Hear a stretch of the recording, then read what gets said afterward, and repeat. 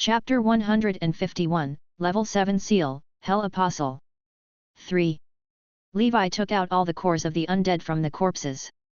We don't need them anymore. Keeping them might ruin things. Levi brought Magic Shark with him. His figure was light as he arrived at the city wall of the Blue Feather Castle. Then, he gently touched the wall with his palm. He used his advanced vibrosensing to sense the movements in the castle. The range of his advanced vibrosensing was 30 meters. Therefore, he wanted to see how many snow demons were within a 30-meter radius with him as the center. He tried to estimate the density of the snow demons and then decide whether to enter. 5.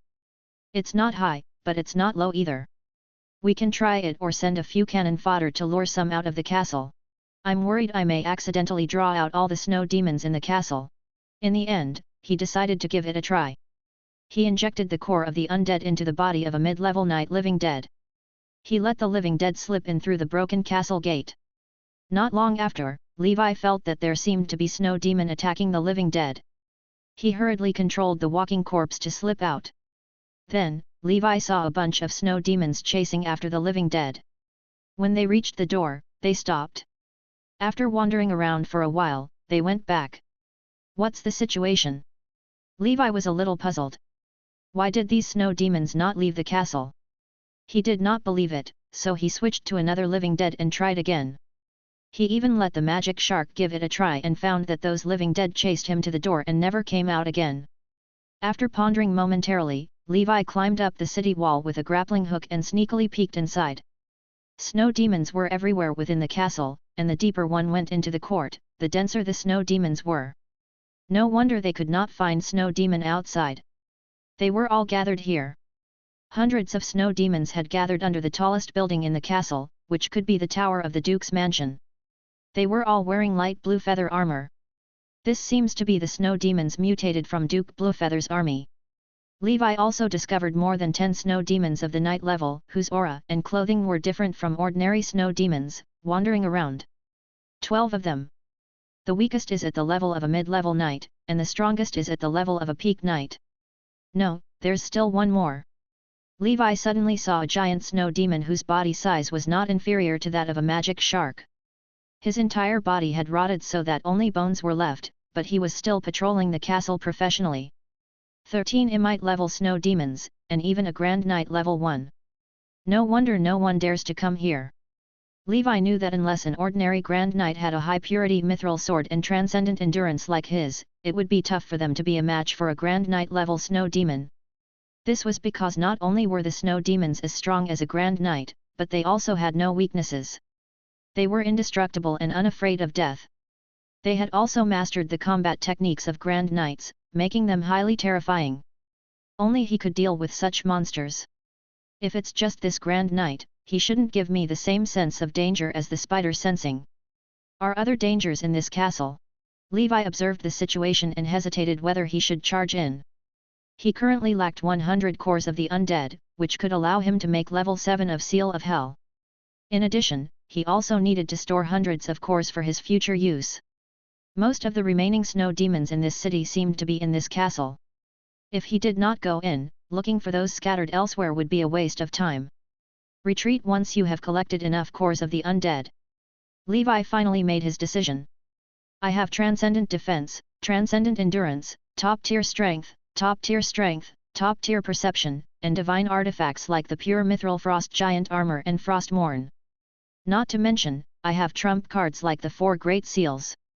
Although there's a certain degree of danger, it shouldn't be a problem for me to protect myself. I don't have to go too deep, Levi analyzed. After preparing the casting materials, he brought the magic shark into the castle. He let the magic shark block in front. Once there was an enemy he could not defeat, he would let the magic shark sacrifice himself and let him escape. As soon as he entered, the snow demons noticed Levi. At least a dozen of them charged toward Levi. Levi brought magic shark to a city wall. This way, he would not have to worry about enemies behind him. Come on! Levi was already prepared. Magic Shark transformed into a killing machine and stood before Levi, using Frostmourne to kill in all directions. Levi's black hand would occasionally crush some of them who slipped through the Magic Shark's defensive net, and their cores would be taken out. Seal of Hell Proficiency +1. Seal of Hell Proficiency +1. As Levi fought, he estimated the magic shark's remaining battery based on his proficiency. Once the battery was almost exhausted, he sneaked out of the castle with Magic Shark. He replaced Magic Shark with a new core of the undead. None of the snow demons left the castle. This puzzled Levi. He did not understand why these snow demons were like this. Logically speaking, snow demons had no sense of territory. They wandered around, searching for any flesh and blood creatures like locusts. However, the snow demons in Blue Feather Castle seemed not to leave the castle. Was there some kind of treasure in this castle? Levi pondered. But I'm not interested. I only want to cultivate the Seal of Hell, take the core of the undead, and leave this damn place. Levi suppressed his curiosity and greed, which would only endanger him. It was better to fill up the Seal of Hell steadily. Just like that, relying on this method, Levi kept going in and out of the castle, using Magic Shark to fight snow demons. In just one day, Magic Shark had killed over 100 snow demons. Its efficiency was several times higher than outside. On the third day, Levi's Seal of Hell finally broke through again. Seal of Hell, Level 7, Maximum, Special Effect, Hell Apostle. Damn it, I've finally reached my limit. Chapter 152, Legendary Weapon, Lion King's Pride. 1. After a month, Levi had finally cultivated the Seal of Hell to its maximum. Unexpectedly, its maximum was not the 5th level but the 7th. Level 7. I suspect this seal's creator didn't think it could reach the 7th level when he created it. Not everyone with the proficiency panel can be like me. Whenever I cast a spell, I can gain 1 proficiency point. Constantine's ancestors were at the peak of their bloodline, and they only reached the 5th level. Constantine himself didn't even reach level 5. I, Levi, have reached level 7. Levi did not know whether to laugh or cry. Level 7 Seal of Hell could summon 7 living dead. What we lack the most now is the corpse of a Grand Knight. Levi had a headache. Other than Magic Shark and Demon Mountain, he still lacked the corpses of 5 Grand Knights. Duke of Montenegro, Earl of Blood, Earl of Silver Silk, and the Pale Shadow. These 4 were Levi's enemies, and he had to get rid of them in the future. Hence, Levi had already reserved 4 spots for them. There was still 1 more, and Levi had not thought of it yet. He could not kill innocent people for the body of a Grand Knight. Why don't we destroy the Fist of the Empire? Stop, stop, stop. This kind of dangerous idea is not advisable. Thinking about how terrifying the Fist of the Empire was, with its 3-meter-tall body and inhuman aura, Levi was still not confident he could defeat him. Maintaining a heart of reverence for the strong at all times could allow one to walk further on the road. Forget it. If it doesn't work out, I'll think of a way to eliminate the bird of death. Damn this organization. They tried to assassinate me 3 times. After killing the 5 shadows of death, Magic Shark, and Demon Mountain, Levi could form his own 7 demon brothers. The 7 demon brothers doesn't sound good. How about the 7 knights of hell? Forget it. Names aren't important. It's still too early to gather 7 grand imites. If he could gather 7 grand knights and turn them into living dead. In that case, Levi had nothing to fear among the powers in the world apart from the church. 7 grand knights and himself. Even the governments of the 7 countries must be terrified. Abandoning his fantasies, Levi opened up the new special effect on his proficiency panel. Hell Apostle, you have been dealing with lone souls in hell for a long time. Your affinity with hell creatures is different from ordinary people. The first thing Levi felt when he saw this unique effect was confusion. Hell creatures. It seems that only wizards can come into contact with them. This special effect isn't beneficial to me right now. Levi's current understanding of hell creatures was too little. In short, this was not something that he could come into contact with at his level. I'll ask Tutton in the future. Levi shook his head and decided to ignore the special effect for now. During this period, he had kept Tutton in the snuff bottle, not giving him a chance to come out. Although the Seal of Hell is at level 7 now, I've almost used up all the cores of the undead. I still have to get a few hundred more for future use. 100 cores for a Grand Knight. I'll need 700 cores. Levi calculated and decided to get another 700 cores of the undead before retreating. There was something strange in the castle. If he could not go deep, he could only farm at the edge for a few more days. He stuck to his plan and entered the castle again. A few snow demons charged toward Levi. This time, Levi planned to do it himself. He had not exercised his muscles and bones for a few days, and his hands were itching. He had Magic Shark guard the side, and Frostmourne was unleashed. A snow demon was split into two. Levi let Magic Shark collect the core. His farming efficiency was much higher than that of Magic Shark. Moreover, he did not even need to use any cores. In just half a day, Levi had killed 200 snow demons. The difference between these ordinary snow demons and Levi was too significant. Their indestructible characteristics were useless in front of Levi's Frostmourne and the Frost Giant armor. Some of the snow demons attacked Levi's body. He was fine, but the Frost Giant armor burned them until smoke rose. Just like that, Levi had obtained 300 cores in a day. Levi found a safe place to rest and recover his strength at night. At the same time, he also found some dried meat and food in the city. They were all from other people's cellars, which solved Levi's food crisis. The next day, Levi continued farming cores. After one more day, he could go back. After Levi's crazy killing spree during this period, nearly half of the snow demons in Blue Feather Castle had been killed by Levi. The remaining snow demons were entrenched around the tower in the castle's center. Levi looked at the tower from afar. He could vaguely see blue light coming from the top of the building. What's that? Levi felt that there must be some secret hidden in that tower. The source of his spider sensing was also in that tower. Therefore, he did not dare to go in. Forget it. I'll explore again when I'm stronger in the future. Levi shook his head and continued to kill snow demons at the edge. Suddenly, the entire castle shook violently before returning to normal. Levi, farming monsters on the other side of the castle wall, immediately became alert. Looking at the tower in the distance, he saw that the strange blue light was brighter than before. Chapter 153, Legendary Weapon, Lion King's Pride. 2. Beneath the tower stood a tall, imposing figure draped in a white fur cloak. He was the Duke Bluefeather, and all that was left of him was his ice blue bones. The owner of this castle. Besides him, 13 night-level snow demons stood on both sides, their expressions respectful. Even the grand night-level snow demons knelt as if worshipping their king. The 13 Bluefeather cavalry were the 13 knight retainers under the command of Duke Bluefeather. The grand knight snow demon, Blue Mountain Knight, was the confidant of Duke Bluefeather, also known as the Duke's left hand. Duke Bluefeather roared. It was as if he was giving an order to the 13 Bluefeather cavalry. He instinctively guarded this tower. When he woke up from his deep sleep, he realized that his people seemed to have decreased dramatically during the days he was asleep. This made him very angry. He looked at the tower behind him, which was glowing with blue light. He left hundreds of mutated snow demon soldiers to guard this place. He let out an angry roar, like the wails of the undead from hell. Then, a skeletal warhorse covered in ice blue flames ran out of the tower.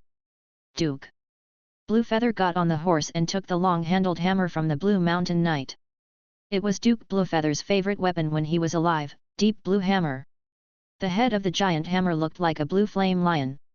It was arrogant and overbearing as if it could crush everything that came its way. The hammerhead was even more magnificent. It was carved with gorgeous patterns and even some mysterious and complicated runes. As for the hammer's handle, it was forged from the rarer material, luminant gold. The giant hammer was painted with a layer of frosty blue paint.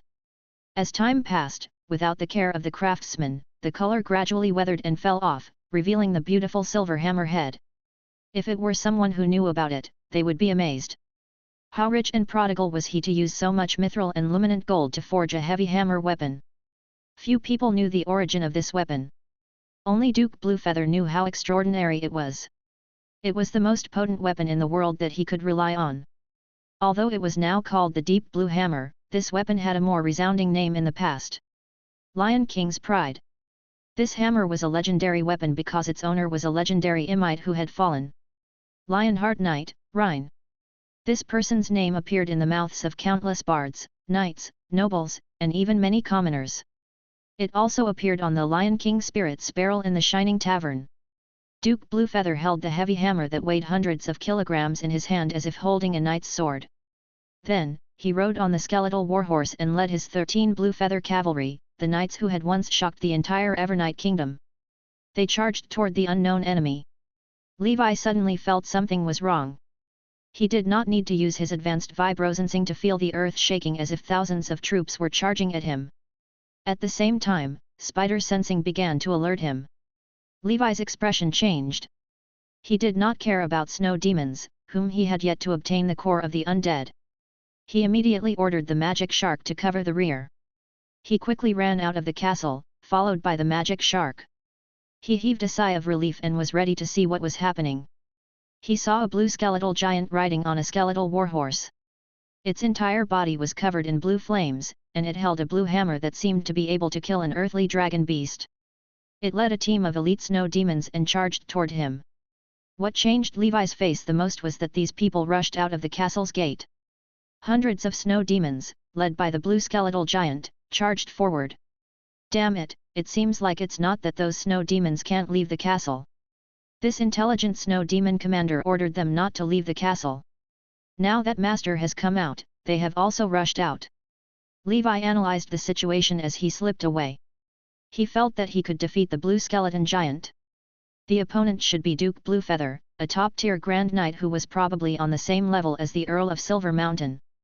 He should not be his match, even if he became a snow demon. The problem was that the 13 retainers and the hundreds of snow demons following them were too many. Levi could not deal with so many snow demons. We must find a way to separate Duke Bluefeather from the other snow demons. Thinking of this, Levi had the magic shark run in the opposite direction when they were at a crossroads. Levi went to the right, while Magic Shark went to the left. The snow demon army behind them shook the heavens and earth as they roared and howled, splitting into two. A few of the retainer knights led most snow demons to chase after Magic Shark. The rest of the knights, including the Grand Knight, followed behind Duke Bluefeather and continued to chase after Levi. Rumble!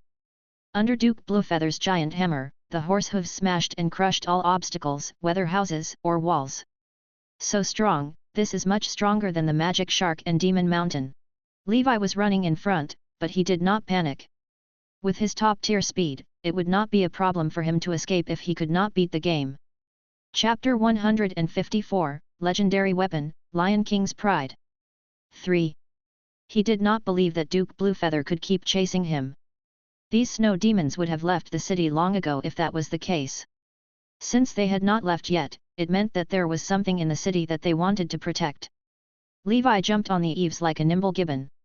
Duke Bluefeather rode on his skeletal warhorse and turned into a bulldozer. Houses collapsed, and the earth shook. Damn, that heavy hammer, LT seems to be made of mithril, and its purity is extremely high. Perhaps it's even higher than my Frostmourne. Levi's eyes were blinded by the fading blue hammer in Duke Bluefeather's hand. A top-grade weapon. So much mithril. Although it can't compare to my frost giant armor, it's still priceless. Levi was shocked. The mithril used to make this hammer was enough to forge many Frostmourne. I have to find a way to get this hammer. You're a mere undead snow demon. I don't believe I can't subdue you. As Levi ran ahead, Duke Bluefeather seemed angered by Levi's escape. He muttered non-stop as he rode on the skeletal warhorse. Then, Levi's spider sensing attacked, and he sensed extreme danger. The sense of danger did not come from the Duke. It was the hammer in his hand. Levi's heart skipped a beat. The siren seed in his body had exploded entirely. His entire body was like an arrow that left the bow. With a bang, he jumped from one house to another. At the same time, Levi cast a spell. Seal of Protection.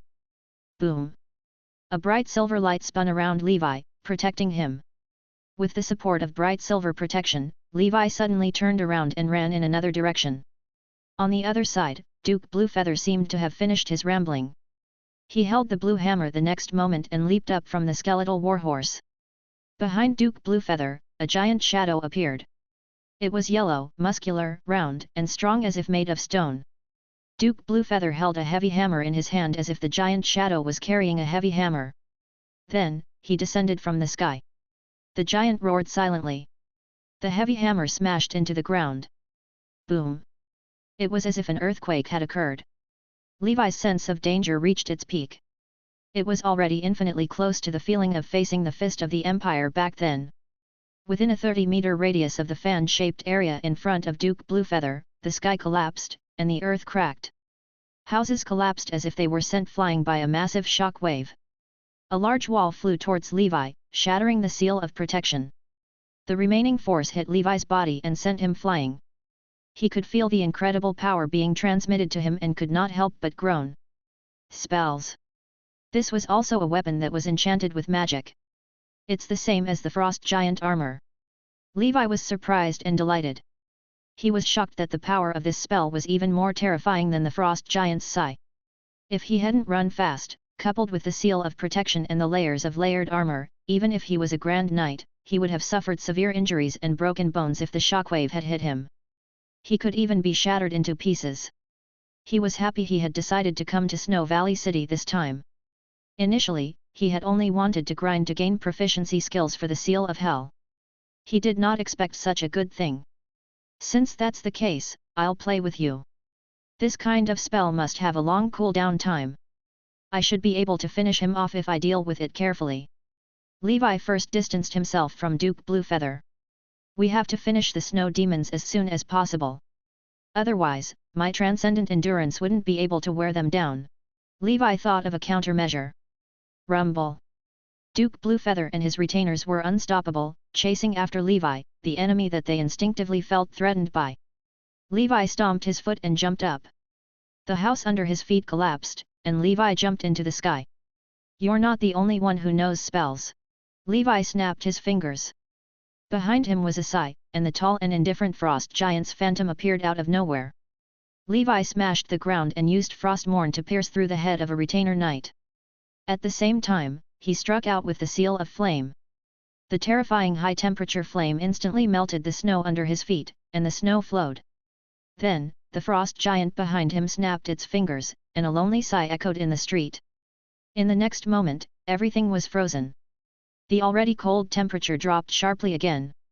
Levi knew this spell would not substantially affect snow demons, but he only needed the frost giant's sigh to restrict their movements for a while. The snow water froze the knight's feet once again. Of course, it was only time before they escaped. Levi fully activated his advanced vibrosensing, and a strong wind rushed over. He narrowly dodged, and the terrifying dark blue hammer smashed into the ground. The ice surface cracked, and the floor tiles below also broke. The cracks spread far away. What great power! Levi's Frostmourne slashed out. Golden Cross Slash. Advanced Ripple Force. Duke Bluefeather raised his hammer and attacked again. This slash was aimed directly at the skeletal warhorse beneath it. Smash! The warhorses that could destroy houses were like burning hot iron blades slicing through wax statues in front of Levi's high-purity mithril Frostmourne. Chapter 155, Legendary Weapon, Lion King's Pride. 4. Crackling sounds rang out. The skeletal warhorse was split into two and struggled on the ground. This was also a snow demon, most likely a mutated version of Duke Bluefeather's mount. This was not an ordinary warhorse. It was several times larger than a regular warhorse. But in front of Levi, it was not worth mentioning. The warhorse wanted to assemble, but Levi's surging black gas filled the air under his feet. He stomped on its skull and took out the core of the undead. Very good. Now that the mount is gone, let's have a fair duel. Black gas rose and surged around Levi's body like flames burning fiercely. He was bathed in the black flames, and his body began to expand. There are no living people in this city for a long time. There's no need to use bone shrinking transformation. Top-tier strength filled Levi's limbs and bones. Bang! Levi shot out. He wanted to rely on his speed advantage to finish these guys quickly. Golden Cross Slash. This time, without the skeletal warhorse, Duke Bluefeather was like a little giant, swinging his hammer and smashing it at Levi. Too slow. Levi dodged Duke Bluefeather's attack. Duke Bluefeather was a strength-type knight who was not good at speed. He also used a heavy hammer that had a slower attack speed. When Levi's top speed burst out, Duke Bluefeather could not attack him quickly. Kaka! Frostmourne shattered the broken armor of the Duke Bluefeather. Bang! The heavy hammer approached him from a tricky angle, and Levi could not dodge it. He used Frostmourne to block, but his entire body was smashed into the house behind him. The wall collapsed, and Levi spat out a mouthful of dust, but he was unharmed. Damn it! He's quite difficult to deal with. Levi dodged, but the other Grand Knight, the Blue Mountain Knight, had already charged over, slashing his greatsword at Levi. The strength of Blue Mountain Grand Knight was about the same as that of the Demon Mountain. Levi dodged the Blue Mountain Knight's attack and tore apart his dragon armor, exposing the Frost Giant's armor. Come! Levi hugged the Blue Mountain Knight. The pure mithril armor of the Frost Giant armor was like a red-hot branding iron, burning the Azure Mountain Knight. Only because he was a Grand Knight level snow demon, he had a strong tolerance for mithril. He would have died long ago if it were an ordinary snow demon. Duke Bluefeather ignored him. Levi and the Blue Mountain Knight were sent flying. With the Frost Giant armor, most of the force was neutralized. With Levi's transcendent defense, the remaining force could not cause much damage to him, but it was still inevitable that he would be lightly injured. After all, Duke Bluefeather's transcendent strength and mithril hammer were extraordinary. If Levi had not stacked the thickest armor, any other Grand Knight would have been heavily injured even if they had not dodged the fist of the Empire. However, Levi acted as if nothing had happened. The Blue Mountain Knight that he was hugging from behind was already on the verge of melting. The Blue Mountain Knight was a defensive Grand Knight. Unfortunately, his defense was useless in front of Levi's mithril armor. His strength was not as good as Levi's, so he could not break free. In the end, Levi was again sent flying by Duke Bluefeather. He had already smashed the Blue Mountain Knight in front of him. Holding the fist-sized core of the undead in his hand, Levi spat a mouthful of blood and coughed. I'm injured. I don't even know when was the last time I was injured. In terms of breaking Levi's defense, he was willing to admit that Duke Bluefeather was the strongest. Transcendent strength coupled with the mithril hammer. This kind of lethality was indeed terrifying. Now that he had dealt with a Grand Knight, the rest was easy. His transcendent endurance made Levi tireless, just like snow demons. He charged forward again and engaged Duke Bluefeather in battle. Duke Bluefeather's retainer knights also rushed forward. Many of them had been injured by Duke Bluefeather's heavy hammer. The Duke's hammer was made of mithril and practical against snow demons. Just now, the Blue Mountain Knight had been killed by his mithril hammer and Levi's Frost Giant armor.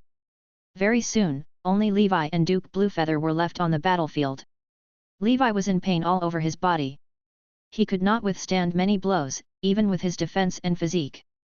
He panted heavily as he prepared the seal of flame. The range of the heavy hammer was too extensive. Levi realized getting hit by the golden cross slash in close combat was straightforward. He decided to only use the seal of flame from now on. He wanted to burn this skeleton giant into black ashes. Boom! Yellow and white flames engulfed the area. Duke Bluefeather rushed over and bathed in the fire. The smell of burnt flesh filled the air. It stared at the raging flames and continued to attack. What welcomed it was another raging flame that had already been prepared. This snow demon sure is stubborn. Why didn't it dodge? Levi could not help but say. After about a dozen seals of flame, the massive skeleton of the Duke Bluefeather was charred black. It continued to charge at Levi. Levi had used up all the casting materials for the seal of flame. He could only use Frostmourne again to fight the charred skeleton giant in the city. After countless houses collapsed, Levi finally pierced through the head of Duke Bluefeather. The lower half of his body was gone. Because of the grilling just now, his bones had become something like charcoal. In the continuous battle, they had been exhausted, and black ashes were everywhere along the way. Levi broke the skull of the Duke Bluefeather, and with the seal of protection, he finally removed the massive core of the undead from the head of the Duke Bluefeather. Good heavens, this core of the undead is as big as a child's head. This should be enough for Magic Shark and the others to use for a long time. Without the core of the undead, the bones of Duke Bluefeather fell apart and turned into a pile of black ashes. Only a blue hammer was left lying on the ground quietly. Levi was not in a hurry to pick up the hammer. He first ate some food and took healing medicine before resting for a while. He stood up and picked up the mithril hammer. He looked at the heavy hammer shaped like a lion's head. How impressive! This doesn't look like the hammer of the Duke Bluefeather. It should be something from hundreds of years ago. Looking at the hammer, Levi muttered to himself. With his craftsman's eyes, he could naturally tell that the hammer was of the highest quality in terms of workmanship or material. After Levi rubbed off all the blue paint, the original appearance of the hammer was revealed. He carefully caressed the weapon. It was 1.5 meters long, and its head was made of mithril with a purity of at least 90%. The handle was also made of mithril, and the handle was made of bright gold, which was even rarer than mithril. He's too rich. Levi was shocked. The more he looked at the hammer, the more familiar it looked. Previously, when it was blue, he felt that this hammer seemed to be a replica of a legendary knight's weapon. Because legendary knights were too famous, many people would imitate the shape of their weapons and follow their style. This was a normal phenomenon, so Levi did not mind. Now that the color was gone, he realized this was not a replica. It was the real thing. This was the weapon of Lionheart Knight Rhine. Legendary weapon, Lion King's Pride. The world generally called it the Lion King's Heavy Hammer. Chapter 156, Sweep the Castle. 1. In Snow Valley City, Levi was hiding in a room, holding and observing a hammer. He toyed with the handle of Lion King's Pride. It was shrinking in and stretching out. This hammer handle can be adjusted in length. Even though Levi had seen many good things, he still could not help but smile as he looked at the hammer. A legendary weapon. This is a legendary knight's weapon. This is the closest I, Levi, have ever been to becoming a legend. Lion King's Pride was one of the world's most potent knight weapons. It would at least be a divine weapon like Heavenly Sword or Dragon-slaying Saber in Wuxia novels. Just like his Frost Giant armor, calling it a peerless divine weapon was not an exaggeration. Of course, this world was not a Wuxia novel. Here, weapons of this level were called legendary weapons. Two conditions had to be met to fulfill the requirements for a legendary weapon. One was that a legendary blacksmith master forged it, and the materials used were rare and peerless. The second was that a legendary knight had used it. Although the quality of the Frost Giant armor was comparable to the Lion King's Pride, the person who wore the Frost Giant armor was a grand knight far less famous than a legendary knight. Moreover, the Frost Giant armor was a defensive piece of equipment, not a weapon. Therefore, strictly speaking, the Frost Giant armor could not be called a legendary weapon. Defensive equipment was no less valuable in a battle than weapons. It was even more helpful. However, as time passed, everyone could only remember the weapons a specific legendary figure used. No one cared about the defensive equipment that silently protected this legendary figure. Of course, the Frost Giant armor was also a legendary weapon in Levi's heart. He might have been in danger several times if not for it. He would not have dared to face so many snow demons if he did not have the Frost Giant armor. There was a small mechanism on the luminant gold handle of Lion King's Pride. This mechanism could adjust the length of the hammer. It allowed the Lion King's Pride to be a long-handled sledgehammer that could be used for 80 points or a short-handled sledgehammer that could be used for 40 points. With Levi's current height, it was a little difficult for him to use a 1.5-meter-long sledgehammer. Therefore, he adjusted the length of the sledgehammer slightly and made it slightly longer than a meter. On the hammer of the Lion King's Pride, the majestic and handsome silver lion roared silently, domineering and unreasonable. Of course, Levi was most concerned about the mysterious runes on the hammer. This was the work of a wizard. Unfortunately, this hammer had no manual like the Frost Giant armor. It should be some shockwave-type spell. Its power is a little stronger than the Frost Giant's Sigh. The Frost Giant's Sigh is a control-type spell, and this is a lethality-type spell. Thinking about the power of the hammer, Levi felt terrified. The snow demon had no strategy, so he used the spell randomly. If he had struck Levi when he was close to him, he would have been heavily injured even if he did not die. At that time, he would not be able to escape. It seems that some spell is needed to activate it. Levi carefully observed the Lion King's Pride, but in the end, he could not find any enchantments. There were no clues about Duke Bluefeather either. Besides the Lion King's Pride, everything else on Duke Bluefeather had turned to dust. Damn it, this spell can't be wasted like that, right? Levi was speechless. He was unwilling to accept this.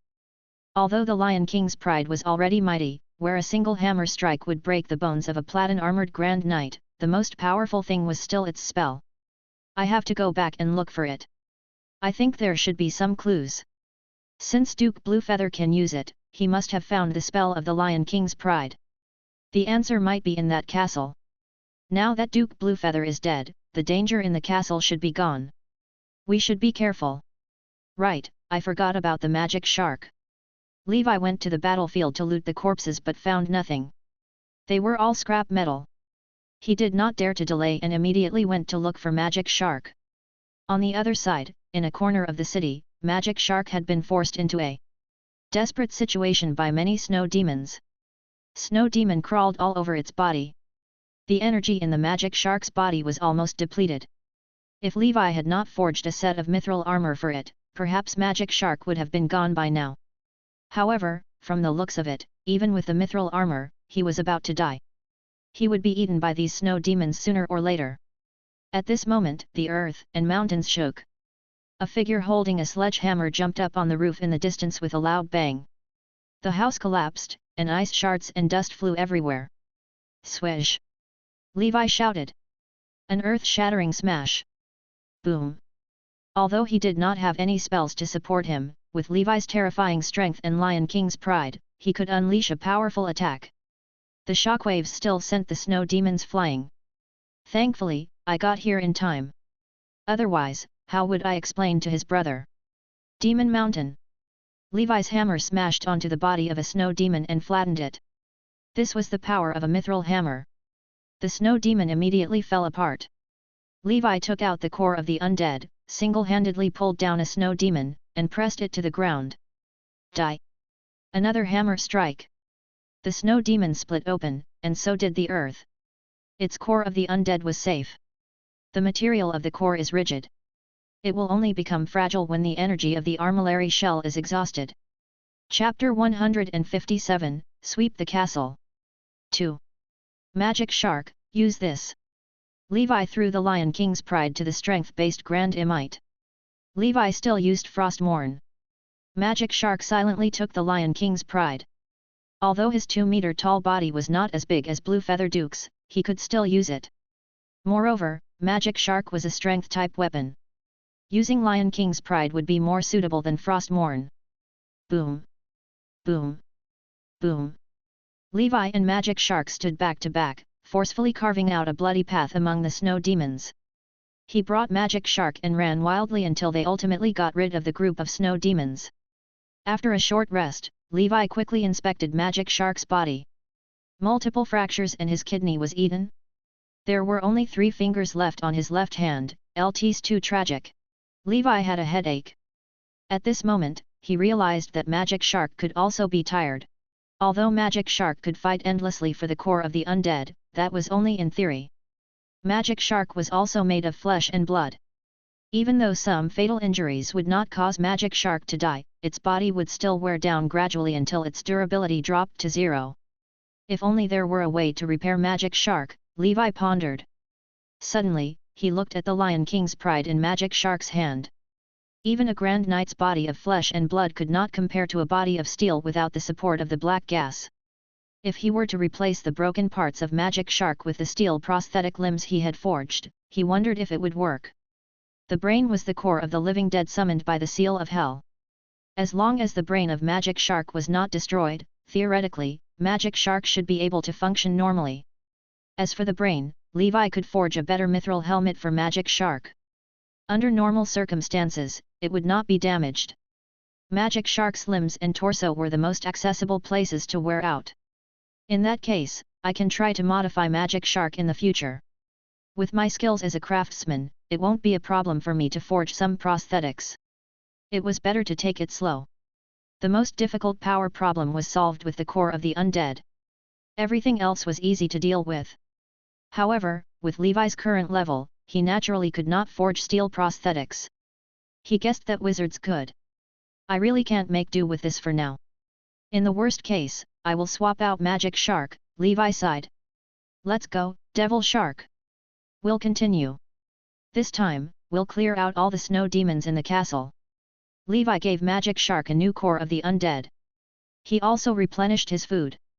The castle's cleaning went smoothly without Duke Bluefeather and his retainer knights. As the Lord of Snow Valley City and the Duke of the Evernight Kingdom, Levi looked forward to the harvest of Duke Bluefeather's mansion. Levi and Magic Shark worked together. Levi had Frostmourne, and Magic Shark had Lion King's pride. Levi had transcendent endurance, while Magic Shark had the core of the undead. The two men transformed into snow demon meat grinders. 5 days later, the snow demons in the castle were all gone. In the open space of the castle, Levi looked at the pile of cores of the undead on the ground and felt extremely satisfied. It's enough for a long time. Especially since I obtained more than 10 Knight's cores and 2 Grand Knight's cores. The cruising ability of a Grand Knight's core was 100 times that of an ordinary one. Levi packed the core of the undead into a bag and had Magic Shark carry it on his back. The next step is to search for treasures. I have to be extra careful. I can't let my guard down because there's no snow demon. Levi grabbed a bunch of materials for the seal of protection, ready to cast bright silver protection at any time. Magic Shark stood behind Levi, protecting him. Bluefeather Castle was massive, and Levi began to explore between rooms. However, Levi did not go to the tower that was emitting blue light in the middle. His intuition told him that it was not a simple place. It was very likely that Duke Bluefeather had guarded the tower.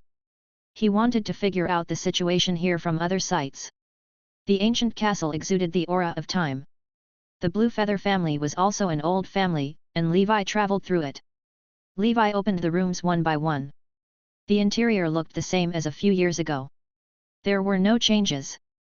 The tables, chairs, and vases were all in perfect condition.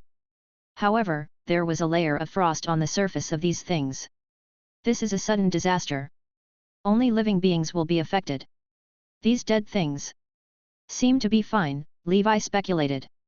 It was said that this place was one of the sources of the snow demon's mutation, so Levi was extremely cautious.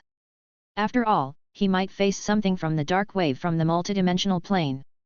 Half a day later, Levi had already cleared most of the buildings and rooms of Duke Bluefeather. Apart from some remnants of snow demons, there was nothing else. However, Levi found some treasures in a highly hidden underground secret room. With advanced vibrosensing, Levi could quickly tell which parts of the castle were empty and which secret chambers were hidden. Therefore, such a chamber would not pose a problem to him unless Duke Bluefeather built a room deep underground, beyond the range of advanced vibrosensing. In front of Levi in the secret room were treasures from Duke Bluefeather. There were jewelry, paintings, and rare antiques. Chapter 158, Sweep the Castle, 3. Good stuff. It's worth over 10,000 gold coins in total. But it takes up too much space and can't be removed. Levi looked at the paintings, antiques, and other artworks. I'll leave it here for now. Take it slowly in the future. First, find the breathing technique and the like. Unfortunately, Duke Bluefeather was not a collector of breathing techniques. Levi searched around but could not find any breathing techniques. Levi circled the area, not missing a single corner. He gently knocked on the wall, placed his palm on it, and carefully perceived it. Suddenly, something caught Levi's attention. There's a secret room. Levi was delighted. He carefully came to the secret room and found a switch after searching for a long time. He activated the seal of protection and pressed the button. There were no hidden weapons. A stone door slowly opened. It was pitch black inside. Magic Shark, you go in front. Levi had Magic Shark walk in front while he held the casting materials for seal of protection, ready to activate his defense and run away at any time. However, it was obvious that Levi was being paranoid. There were no traps or monsters inside. There is no mountain of gold and silver. There was only a tightly closed treasure chest. Was it some kind of treasure chest? Levi thought. The treasure chest was made of mithril mixed with refined iron. It was even locked with a lock made of pure mithril. And this place did not have the key to the treasure chest. This is the real treasure trove. Levi could not find the key from Duke Bluefeather either, which made him frown. I can't find the key now. I can only try to break it open by force. The box is too hard. It won't work if I use my Frostmourne to break it. We have to find a weapon made of metal that is stronger than mithril. Wait, I have something. Levi was delighted. Magic Shark, give me the hammer. Magic Shark silently handed Lion King's pride to Levi. Levi looked at the handle of the hammer. Made from pure luminant gold, it should be the hardest thing in the world, there is no other. With the Lion King's pride and my golden cross / high-level ripple. Force, I should be able to break it open forcefully.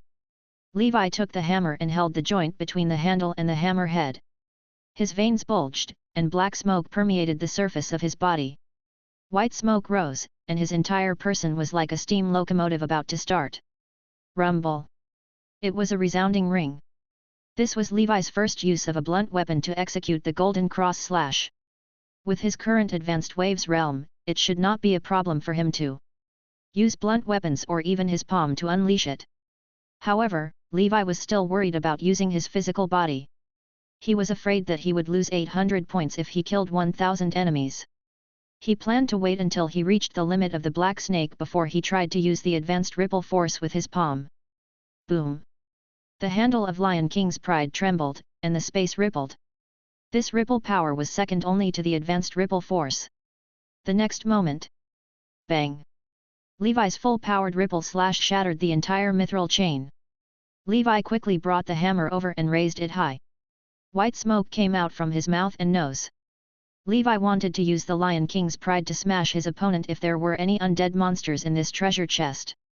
There was no response from Spider sensing. Levi was scaring himself again. This was not the first or second time such a situation had happened.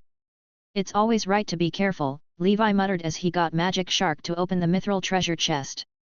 There was only one item in the treasure chest. It was a grey bag that emitted a bloody smell. The more abnormal the situation was, the more cautious Levi was. There were some veins on the surface of the grey bag. Looking closely, one could see it trembling slightly as if alive. What is this? Levi was quite knowledgeable, so he was dumbfounded at this moment. Spider sensing showed that this thing should not be dangerous. However, Levi's advanced vibrosensing allowed him to sense that the invisible tremor was coming from the grey bag. Magic Shark, go and take it. Levi quietly took a few steps back and hid behind Magic Shark. Seal of protection in his left hand, seal of flames in his right, and the casting materials for seal of dragon might in his pocket.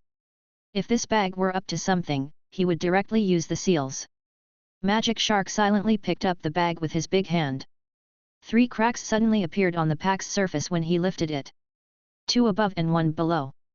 The crack on it slowly opened, revealing the strange red pupil inside. Then, the crack below also opened, revealing a pair of white and sharp teeth. Crack, crack. Their teeth collided, producing a terrifying grinding sound. Babble, babble, babble, babble. Levi could not understand a bunch of words from this thing's mouth. Although Levi did not understand what it was saying, looking at its angry expression, he had reason to believe that this damned mouth was scolding him. Crack! Magic Shark gave the bag a big slap. A black handprint was imprinted on its face. Shut up, Levi scolded angrily. The sound of this thing was too irritating. Instantly, the bag fell silent. Blinking its eyes, it looked at Levi with an angry expression. Interesting. It seems to be alive. A pocket monster. For a moment, Levi was unsure. He took out his snuff bottle from his bosom.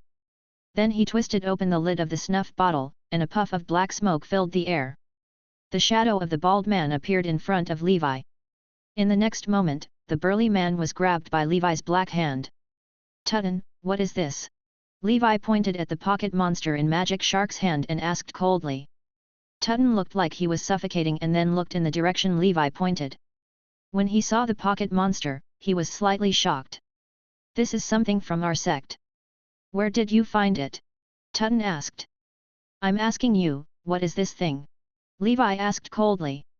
This is Bag of Gluttony, Tutton recalled some distant memories and said slowly. Chapter 159, Demigod, Blue Frost Lord. 1. Bag of Gluttony.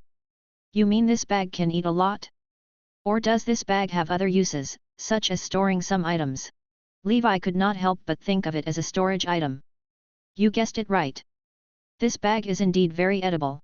Ordinary people can't withstand it, and its function is storing things. If you let me go, I don't mind telling you how to use this bag. After Tutton finished speaking, he fell silent.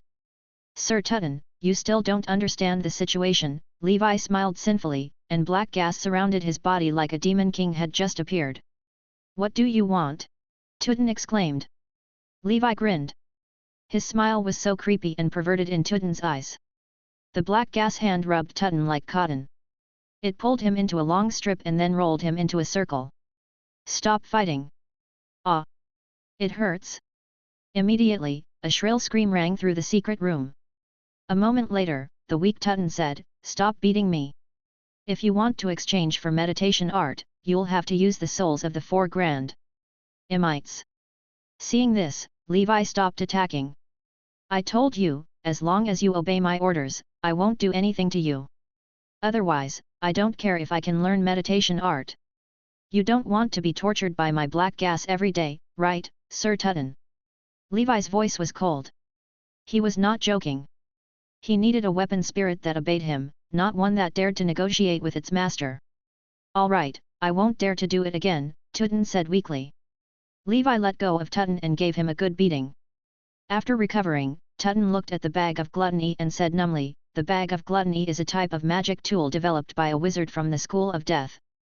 Once this magic tool was invented, it quickly spread throughout the School of Death, especially among the sorcerer apprentices. Because it solved a significant problem for the wizard, the problem of portable storage.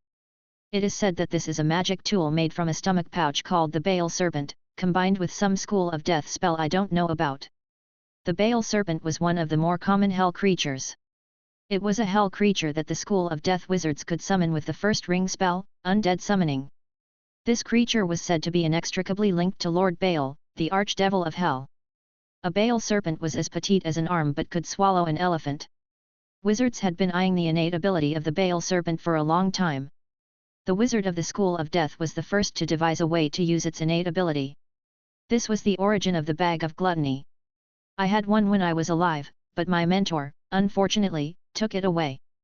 To use the bag of gluttony, you must prepare enough blooded food.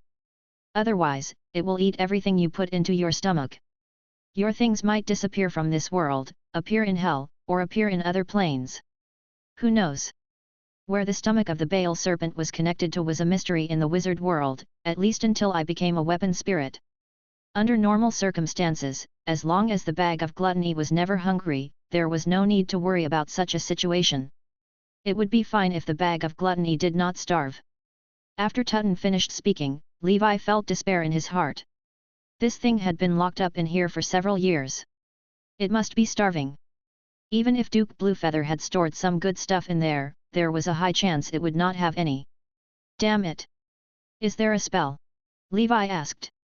No need for a spell. Tutten shook his head. You must poke the bag of gluttony 3 times with your index finger. Naturally, Levi did not trust Tutten completely. Who knew what evil intentions this artifact spirit had? He put Tutten into the pot of equal value to prevent this guy from playing tricks.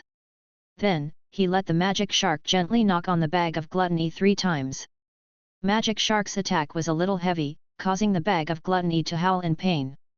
In the end, it opened its mouth. The mouth, initially the size of an average person, split open like venom. Levi also saw the space inside. It was about 1 cubic meter in size. Fortunately, there were some bones scattered in the bag of gluttony. They seemed to be from various animals. It's all right. It looks like the food inside hasn't been finished yet, so it's not starving. After confirming that there was no danger, Levi called out to Tutten. The bag of gluttony can grow, said Tutten. You can think of it as the stomach of a living Bale Serpent, possessing an independent life form. However, the growth process is prolonged. Under normal circumstances, after feeding for a year, the space inside will only expand a little, the space of a human head. Of course, if the quality of the flesh you feed is very high, this bag will increase. After all, the terrifying thing about the Bale Serpent is that it can strengthen itself by devouring other life forms. The older the Bale Serpent, the stronger it is. Judging by the size of this bag of gluttony, it's most likely made from a young Bale Serpent. Therefore, its appetite is minimal at this stage. The original owner should have stored a lot of food in advance. In addition, Bale Serpent sometimes sleeps, so fortunately, the things inside should still be there, Tutten said. Chapter 160, Demigod, Blue Frost Lord. 2. Levi had Magic Shark put its hand into the bag of gluttony and fumbled around, causing it to squirm. It looked like it was very uncomfortable. Be gentle, Magic Shark. Don't be too violent, Levi frowned. Finally, everything in the bag of gluttony was taken out. Levi looked at everything with anticipation. A large pile of gold bars and a breathing technique inheritance diagram. That's all. Just this. Levi looked at the empty bag of gluttony. He did not have the spell he wanted to cast on Lion King's pride. Suppressing his disappointment, Levi picked up the gold bars and weighed them in his hand. He estimated that the gold bars were worth more than 100,000 gold coins. Forget it, I'm still not satisfied with money. Levi told himself in his heart. He fed some of the food he brought to the bag of gluttony and brought it to the kitchen of Blue Feather Castle. A large amount of aged jerky was inside, which should be considered blooded food. The bag of gluttony was stuffed with food. He wondered how such a small bag could swallow so much food. Finally, it burped in satisfaction. How long does it take to feed him again after he's full? Levi asked. This is different according to the stage of the bag of gluttony. Generally speaking, if it is hungry, it will constantly squirm, tremble, and make a rumbling sound, just like a hungry person, Tutton said with a bitter smile. Levi did not say anything. He picked up the breathing technique inheritance diagram and looked at it. On the ancient goatskin paper was a giant bird resembling an ostrich walking on the old land. There were 70 small people around it. There seemed to be an island on the back of the giant bird. Clouds and mist lingered on it, making it look like a fairyland. It's another excellent bloodline breathing technique. It's a strength type. The name of this breathing technique was called the Ostrich Mountain Breathing Technique. The ostrich was a legendary land bird that carried mountains on its back. It could not fly and always had the mountains on its back as it moved toward the sun. It did not know fatigue and would grow bigger and bigger with the accumulation of time and wind from birth to death. When its lifespan was exhausted, and it died of exhaustion, it would completely transform into a mountain peak. Strength-type breathing technique account for half of all breathing techniques. There are many of them, Levi could not help but complain. There were very few defensive breathing techniques. As for the perception-type breathing technique, Levi had not encountered any other besides the man-faced spider breathing technique. This isn't a place for cultivation. Let's go back to the snow capital city and cultivate. It's time to explore the last place. Levi put away the breathing technique and did not put it in the bag of gluttony. The workmanship of that hammer is very familiar. It should be the work of the Earth School of Thought. At this moment, Tutton suddenly said. What do you know? Levi asked calmly. This should be the most classic first ring spell of the Earth School of Thought, Mountain Giant's Wrath. I only know about this spell but don't remember the exact magic. This kind of quasi-wizard tool that wizards give to a few crucial people among mortals is usually custom-made. It requires a specific bloodline or breathing technique to use.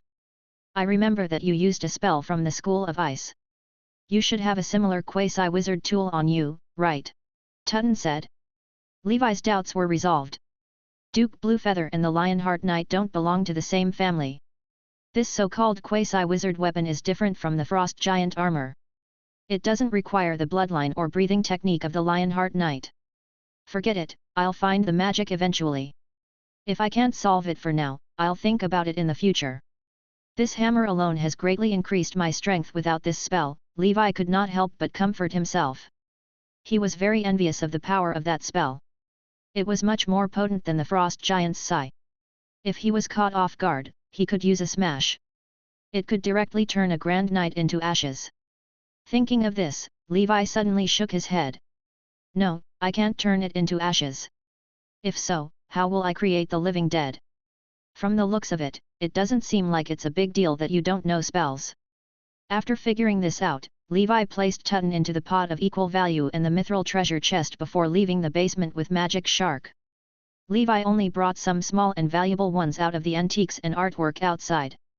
He did not get any large ornaments or sculptures. The space in this bag was still too small. It could not hold that much. He would come back for it when he had the chance in the future. In any case, ordinary people could not find this place. Bluefeather did not carry the bag of gluttony with him but sealed it in the treasure chest after preparing a large amount of food. He must have discovered something and knew he had little time left. That's why he did that. This sudden disaster has directly destroyed a duke's family. This is the terror of the dark wave. Levi sighed in his heart. He slowly came outside the central tower, looked at the building that was faintly emitting blue light, and then called Tutton out. When Tutton appeared and saw the blue light, his expression changed as if he had recalled some bad memories. "What is this?"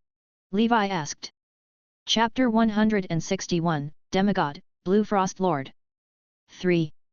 I'm not sure, but this feeling seems to be a sign of the invasion of the Blue Frost. What Blue Frost? A disaster, a terrifying disaster from the Blue Frost Plain. How terrifying! Let's put it this way. The ruler of the Blue Frost Plain, the Blue Frost Lord, exists at the demigod level. A long time ago, the Blue Frost Lord had invaded the mortal world under the summoning ritual of his cultists. That great invasion of the Blue Frost Plain had formed the ice continent today. How terrifying do you think it is? Tutton's heart trembled. Hurry up and leave before the subsequent explosion of the Blue Frost. It is terrifying and freezing, and those who are corrupted by it can also become dead. Wizard calls it Blue Frost Undead. Blue Frost Undead was undying and extremely terrifying. I remember that some research by the Grand Wizard found that the Blue Frost Plain seemed inextricably linked to hell. I don't mind. After all, I'm an artifact spirit. But you have to be careful. You might be corrupted by the Blue Frost and become a Blue Frost Undead. After Tutton finished speaking, he waited for Levi's question. Levi hesitated again as he looked at the blue tower. His spider sensing a faint sense of danger. It seemed that Tutton did not lie to him. Moreover, Blue Frost sounded like something of a very high level. Levi was not sure if the spider sensing was accurate. Ultimately, spider sensing was just a special effect of the knight's breathing technique. Levi was not sure if he could predict the danger that involved demigods. He was curious about what was inside and whether there were any wizard or supernatural items. However, he knew in his heart that the outcome would not be good with his current strength if he entered blindly. After looking deeply at the tower, Levi left Blue Feather Castle with magic. Shark. Levi wandered around the abandoned city for a few days to see if he could find anything else. He did not expect the unexpected gain. He found 3 breathing technique inheritance diagrams in some noble houses in this city. Thunderbird breathing technique, Swift Dog breathing technique, and the Sandigo breathing technique. The first 2 breathing techniques were shallow bloodline breathing techniques, both speed type. However, their qualities were average and could only be cultivated to level 5 and level 4, respectively. The Sandigo breathing technique was a strength-based breathing technique that could be cultivated to the limit of level 6. Levi learned these 3 new breathing techniques on the same day. Levi obtained 4 breathing techniques, including the Ostrich Mountain breathing technique, many cores of the undead, and the legendary weapon, Lion King's Pride. This trip to Snow Valley City could be considered a good one. Many abandoned cities like Snow Valley City due to snow demons. These are all precious places. Like a tiger, the snow demons that others feared were hardly life-threatening to Levi. Therefore, he felt he could spend more time in Evernight Kingdom and go to other lost cities to pick up scraps. In the month of warmth of the Holy Brilliance calendar year 101, Levi returned with a full load and brought Magic Shark back to the snow capital city. He was travel-worn, carrying 2 swords and a black cloth bag. The bag of gluttony was too strange, so Levi could only wrap it in a typical cloth bag. Otherwise, if a bag suddenly had 2 eyes and a mouth, it would scare others terribly. With the bag of gluttony, Levi's travel was much more convenient. He folded the Lion King's Pride into the bag of gluttony. This legendary weapon was too eye-catching, and Levi usually did not use it. Moreover, he was already used to Frostmourne, so he did not need to use the Lion King's Pride in regular battles. There was also a pile of gold, cores of the undead, some small artwork, and food. It's beautiful to have a storage bag. It's a must-have for home and travel. Levi was in a good mood. He came to the Shining Tavern and looked at the commission he had issued, but he still found nothing. As for the antiques and artworks Duke Bluefeather obtained, Levi gave them to the Wild Dog Knight and asked him to sell them cheaply. In this war era, everyone was in danger, and the willingness to buy this flashy art was very low. Therefore, these items were only auctioned off for a few thousand gold coins. However, Levi was already delighted. He did not lack money at all now. Just that pile of gold bars was enough for him to use in his next life. No matter how much money I have, it's a worldly possession. I have to convert it into my true strength, Levi sighed. In his residence in Snow Valley City, Levi spent 2 days mastering the basics of the Ostrich Mountain breathing technique. Ostrich Mountain breathing technique, Level 1, 1/1000. I currently have 2 excellent breathing techniques. Giant and Ostrich Mountain can be cultivated to the peak of Level 9. The Giant Rhinoceros breathing technique can also be cultivated to the peak of Level 8. What I lack is endurance, physique, defense, and perception. These types of breathing techniques are relatively rare. Levi planned to train all types of breathing techniques to the limits of what a knight could achieve. The main ingredient in the secret formula of the Ostrich Mountain breathing technique was the egg of a black ostrich. The black ostrich was a land bird that appeared in the desert area in the western part of the kingdom.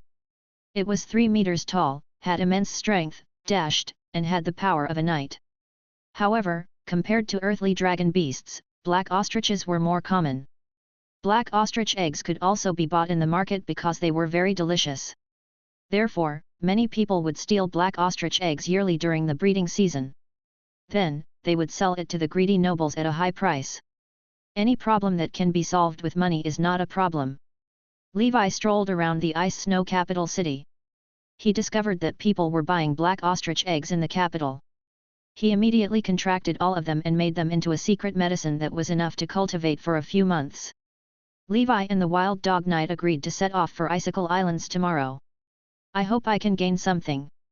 Chapter 162, Great Ice Ape King. 1. The following day, Levi emerged from his state of cultivating the breathing technique. He was in high spirits.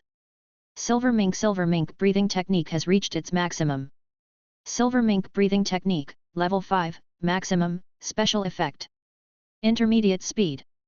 I can infuse it with the siren breathing technique and break through its limits. Levi's siren breathing technique was only 2 points away from breaking through. The Silver Mink breathing technique could provide 2 points. Soon, the fusion was completed. The fusion of these low-level breathing techniques did not pose much of a burden to Levi. Levi opened the interface again. Siren breathing technique, Level 7, 1/50,000. Top-tier speed. Bone shrinking transformation. When the siren breathing technique reaches Level 8, I'll have transcendent speed. At that time, under full power outburst, I should be able to run 100 meters in 1 second. My explosive speed is about the same as a high-speed rail for a short period. A mortal could reach the speed of a high-speed rail. This was indeed inconceivable. This was the power of the breathing technique. Of course, it could only be used for a short period. For an ordinary speed-type Grand Imite, it would not last long. However, Levi had transcendent endurance, and his burst time was extended. He should be able to last longer than the other Grand Knights. Standing up, Levi began to enjoy his time. He wanted to fill up the whale sack before his journey. Not only that, but Levi also replenished the bag of gluttony with some food. Since the bag of gluttony was not as reliable as the previous one, Levi carried most of the valuable items and did not put them inside the bag of gluttony. After all the preparations, Levi brought Magic Shark and called for the Wild Dog Knight. He quietly left the city of ice and snow. In Snow Valley City, the hunting team led by Knight Cater arrived at the city once again. This time, the team had 300 people. He was determined to go dinner to save more Neonal. However, the situation was not right. Why haven't we met any snow demons after walking for a long time? The team members muttered and complained, yeah, what's happening? Where did the snow demons go? Knight Cater had a solemn expression. Be careful, snow demons might be hiding in the city's depths, he said. However, when their team went further, he was shocked that the snow demons in the city's depths were even rarer. This is impossible. There have to be at least a few thousand snow demons here. How could they all disappear in just a month? Knight Cater frowned. This phenomenon was too strange and abnormal. It made him feel unreal, as if he was dreaming. Then, the team went deeper until they arrived in front of the castle in the middle. There were still a few snow demons. Had those two people cleared out all the snow demons in this city in just a month? Even if it were 2 Grand Knights, it would still be tough. It was not that no Grand Knight had come here before. However, although Grand Knights were strong, they could only kill 20 to 30 ordinary snow demons in a day. This was under the condition that they had a high-purity mithril sword. Moreover, they had to rest well the next day to replenish their strength. After all, even a Grand Knight could not be surrounded by too many snow demons. They could only attack those alone or in small groups of 3 to 5. Otherwise, their lives would be in danger. Moreover, there were many Knight-level snow demons in Snow Valley City. This made it so that no Grand Knight would come here to kill the snow demons. However, Levi had the Frost Giant armor, all-rounded warrior attributes, and transcendent endurance. His endurance was far beyond that of the other Grand Imite. Although Magic Shark's strength was average, it could fight tirelessly if it had enough cores of the undead. These two tireless killing machines worked together, and their efficiency was several times that of the other Grand Knight. No matter what, it's convenient to save people now, Nightcater thought, hurrying to save some survivors. Then, he returned to the snow capital city and told Snow Queen Elsa what he had seen. Queen Elsa sat on the frozen throne in the magnificent palace, wearing a gorgeous ice blue dress. She held her chin and seemed to be in deep thought. In front of her was the kneeling Nightcater. The queen asked, "You're saying that the snow demons in Snow Valley City have been eliminated?" "Yes, your majesty. I led 2 Grand Knights in the hunting team a month ago. They moved freely after entering Snow Valley City. From the looks of it, these 2 Grand Knights should have killed these snow demons," Nightcater said. "They're not from our country, right?" Queen Elsa asked. "No, he sounds like someone from the Emerald Kingdom." "How's the situation over at the Blue Feather Castle?" Elsa asked. "I'm too weak to go in and investigate the Blue Feather Castle, but from the looks, there shouldn't be many snow demons left," Cater said. "Quickly contact these 2 Grand Knights and have them come to my palace for a chat." Aoi and Elsa seemed to have found a life-saving straw. The snow demon crisis would significantly improve if these 2 people were willing to work for her. Therefore, no matter the price, she had to fight for them. "All right, Your Highness. I'll send someone to look for him immediately." Chapter 163, Great Ice Ape King. 2. Nightcater hurriedly sent troops to search the city. Unfortunately, Levi had left the matter behind and hid his achievements and fame. Icicle Islands was further north. There was very little vegetation along the way. Everything was desolate. A few days later, Levi reached the northernmost city of the Evernight Kingdom. Jackdaw City was famous for the white crows circling in the sky. When Levi arrived, a flock of white crows was eating a frozen corpse. However, the city did not seem to have a snow demon crisis. Along the way, Levi did not see any snow demons. Jackdaw City was a small city with a population of less than 10,000. Levi and his team came here mainly to find a local guide and translator familiar with Icicle Islands and the natives. The Wild Dog Knight had only been to Jackdaw City. He had never been to the Icicle Islands and did not know the native language. With the power of money, Levi and his team quickly found a suitable candidate. A minority cultural scholar who had been living in Jackdaw City for a long time, Professor Bruce. Levi and the others sat in a private room in an ordinary tavern. "Great Ice Ape King." Professor Bruce drank his liquor and listened to Levi's description. "The Great Ice Ape King is the totem belief of the Insai people," Professor Bruce asked. "Other than the Great Ice Ape King, are there any other snow apes on Icicle Islands?" Levi asked. "No, ice apes were widely distributed in the extreme north hundreds of years ago. However, for some unknown reason, they went extinct suddenly. Only after I studied the culture of the Insai that I learned that there was one last living ice ape on Icicle Islands. The ice ape had escaped extinction and survived in that unworldly land. It had become more robust, long-lived, and intelligent than ordinary ice apes. It had even become a religion of the Insai people. On the Icicle Islands, a prehistoric giant beast called the armored mammoth existed. The strength of this massive beast was comparable to an existence like the earthly dragon beast. It was hazardous. These giant beasts often bullied the Insai until the ice ape appeared and chased them away. Gradually, the ice ape became the totem of the Insai people. They regularly paid tribute to the ice ape and provided much food to please it. The ice apes were there to chase away armored mammoth and some foreign invaders. Therefore, I believe this can be considered a symbiotic relationship. Professor Bruce talked about his research field. Hearing this, Levi was sure that the Great Ice Ape King was the ice ape he needed. "Professor Bruce, please lead the way," Levi said. Jackdaw City was not far from Icicle Islands. A day later, Levi and his team arrived at Icicle Islands. It was more like a mountain peak than an archipelago.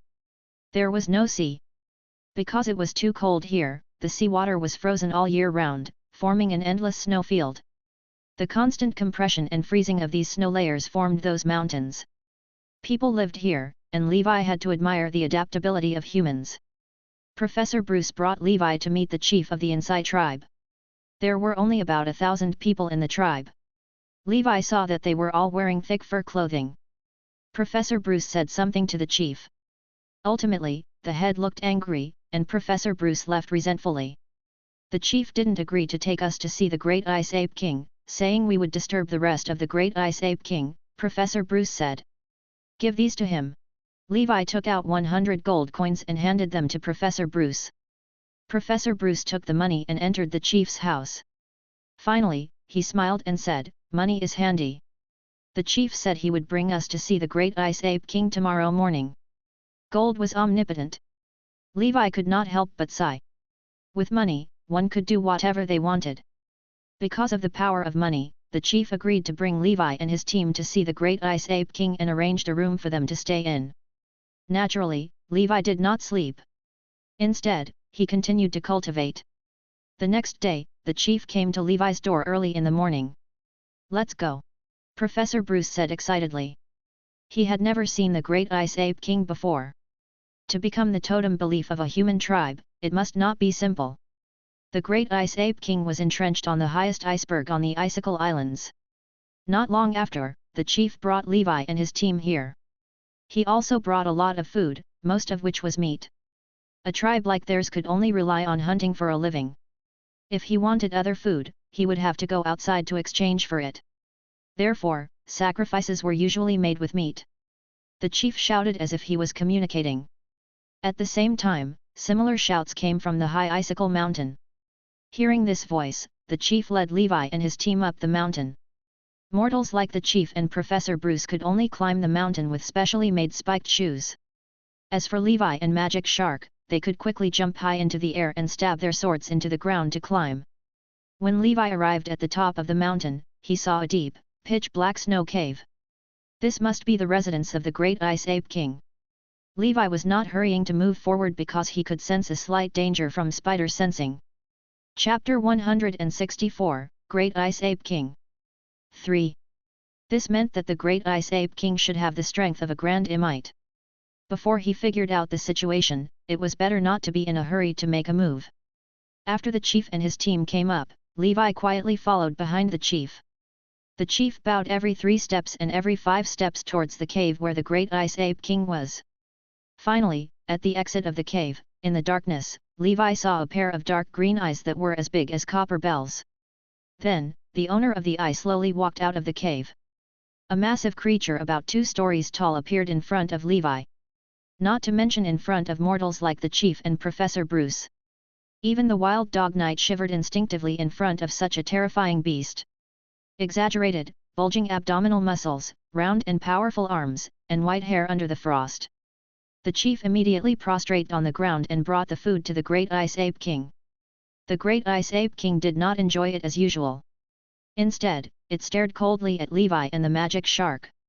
In front of these 2 insignificant people, it felt strangely threatened. Levi smiled, indicating that he had no ill intentions. The chief made Levi and his team kneel before the Great Ice Ape King. How could Levi kneel before a beast? He did not say anything and left the place silently with Magic Shark and Wild Dog Knight. After the 2 of them left, the Great Ice Ape King began to enjoy the food. It expressed its dissatisfaction. It was furious at the chief's casually bringing strangers to its place. The chief felt bitter in his heart. He did not want to bring strangers here. But he had given too much. In the next few days, Levi, the Magic Shark, and Wild Dog disappeared from the chief's sight. He thought the group of foreigners only wanted to see the totem and left after seeing it. Levi had not left but had been hiding in the surroundings. This is the last Ice Ape. To obtain an endless supply of Ice Ape's blood, I can only capture this Great Ice Ape King alive and not kill it. Otherwise, there won't be enough Ice Ape blood, Levi thought. If captured alive, he could obtain their blood regularly and receive an endless supply of secret medicine like the 3 brothers. Moreover, as a higher-level ice ape, the effects of the secret medicine made from the blood of the great Ice Ape King must have far exceeded that of ordinary ice apes. The great Ice Ape King was a fierce beast at the level of a grand knight. It would be tough to capture it alive. For this thing to become a totem of a human tribe meant its intelligence was not low. Levi had to think about how to capture him alive. As long as we can capture it alive, we can slowly use the heart of ambition to tame it when we return. The strength of the great Ice Ape King should be its strength. I must weaken its strength first or let the great Ice Ape King consume the man-faced spider's kiss to control it. No, forget it, I can't let the poison contaminate its blood. If he wanted to tame a beast of this level, he had to subdue it first. Defeating the great Ice Ape King was not a problem, but capturing it alive was much more difficult. Oh right, the Book of Kungu has recorded the formula for a type of anesthetic. I can try making it.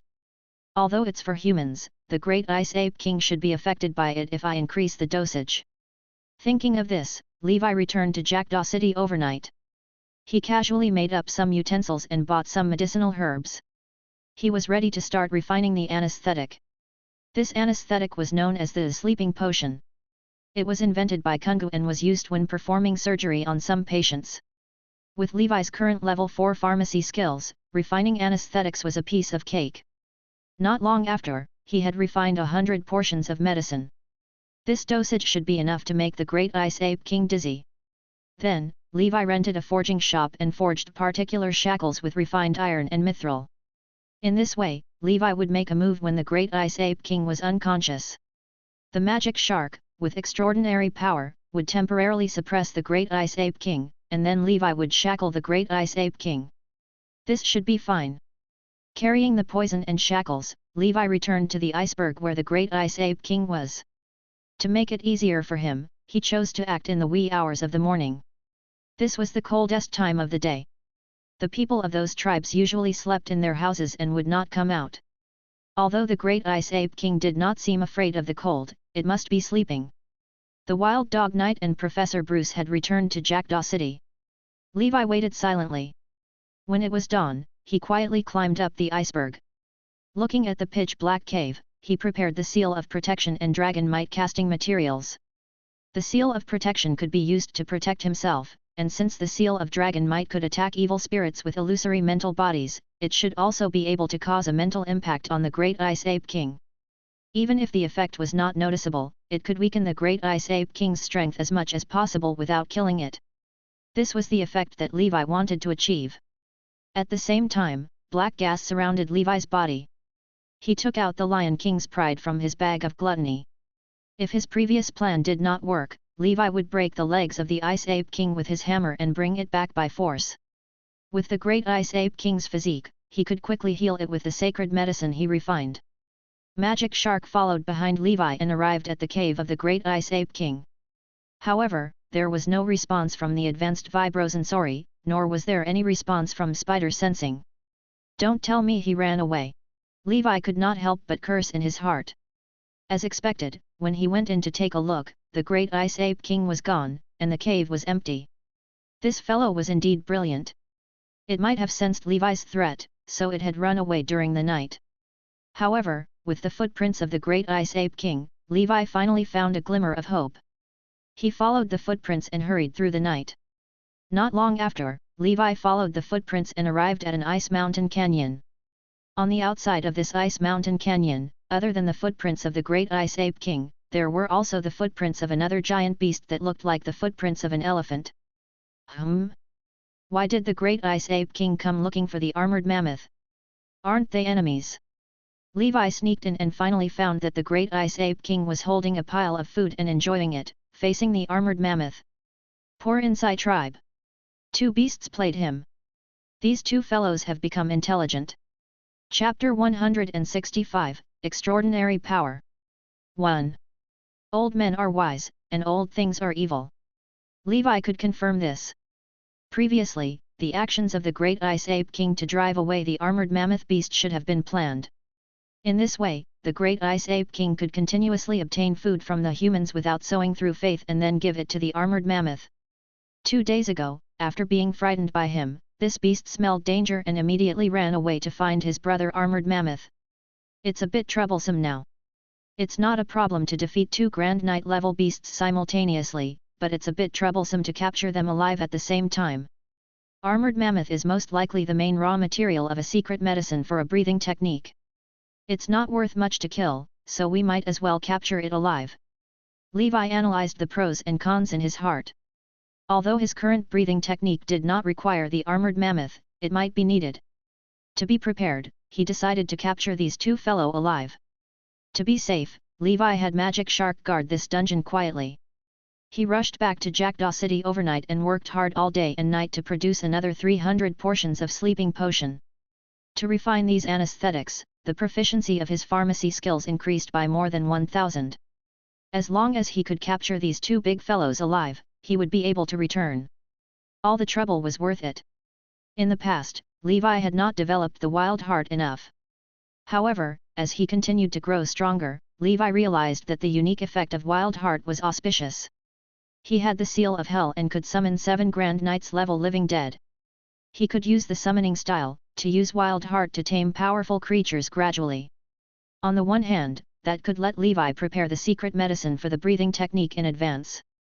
On the other hand, it could also strengthen the territory and its strength. At that time, he would directly create a team of armored giant beasts, 3 brothers, armored mammoth, and the great ice ape king. It would be exciting to be in a battle with such strength. Levi returned to the canyon. The great ice ape king was still here. It seemed that it did not intend to care about its believers during this period. Let's deal with the great ice ape king first. This guy runs fast, we can't give it a chance to escape. Levi took out his specially made arrowhead. The arrowhead was made of bright gold and was hollow in the middle. It was filled with the sleeping potion. To capture these 2 alive, Levi had gone all out. Then, with his maximum archery skills, he could hit every shot. The arrows filled with sleeping potion shot out one after another under Levi's peak strength. He had successfully broken through the defenses of the 2 giant beasts. Levi had done his homework and knew where their defense was the weakest. Soon, the 2 giant beasts woke up from their slumber and looked around.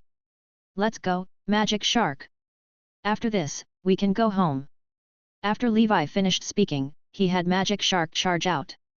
Magic Shark was like a human tank, charging towards armored mammoth. It would take some time for the anesthetic to take effect, and Levi was unsure if it would take effect, but he could only use it first. At the same time, Levi arrived before the 2 giant beasts. He used the seal of dragon might that he had prepared beforehand. As the flames rose, golden eyes appeared in the void. Then, with a dragon roar, an invisible spiritual impact swept toward the 2 giant beasts. In the next moment, Levi noticed that both armored mammoth and great ice ape king seemed to have been hammered by an invisible hammer, and their bodies trembled. However, that was all. The seal of dragon might was mainly targeted at evil spirits. It did not cause much damage to the minds of these living beings. However, it was fine as long as it was effective. Levi then released 10 seals of dragon might in a row. It made the 2 big guys lose their balance and sway. In addition, the sleeping potion that Levi had used was 100 times more effective than the average person's. The 2 giant beasts could not hold on any longer and fell to the ground with a bang. Everything went much smoother than Levi had imagined. Although they have the strengths of a Grand Knight, they are still much easier to deal with. Nothing was more dangerous and terrifying than the strength of the geniuses. Taking advantage of the 2 big guys' sleep, Levi quickly put on the custom-made shackles mixed with mithril. Only half a day passed. The 2 giant beasts woke up from their slumber. One could see how powerful their physiques were. This was the first time Levi had seen armored mammoth. This guy was as big as the giant rhinoceros or even more significant. Its entire body was naturally covered with a layer of scales similar to that of the earthly dragon beast, which made it invulnerable to swords and spears. Moreover, this fellow was also mighty. Levi stood quietly in front of the 2 giant beasts. The great ice ape king glared at the man in the white wolf mask. It did not expect to be found by this fellow even though it had taken the initiative to dodge. Damn, humans! The 2 giant beasts struggled, but the mithril shackles secured their limbs. They could only keep working on the spot. Moreover, the damage caused by the seal of dragon might and the anesthetic potion had made them a little tired, as if they had not slept for a month. I know you 2 are brilliant, so I will get straight to the point. I will not hurt you if you obey me and become my pet.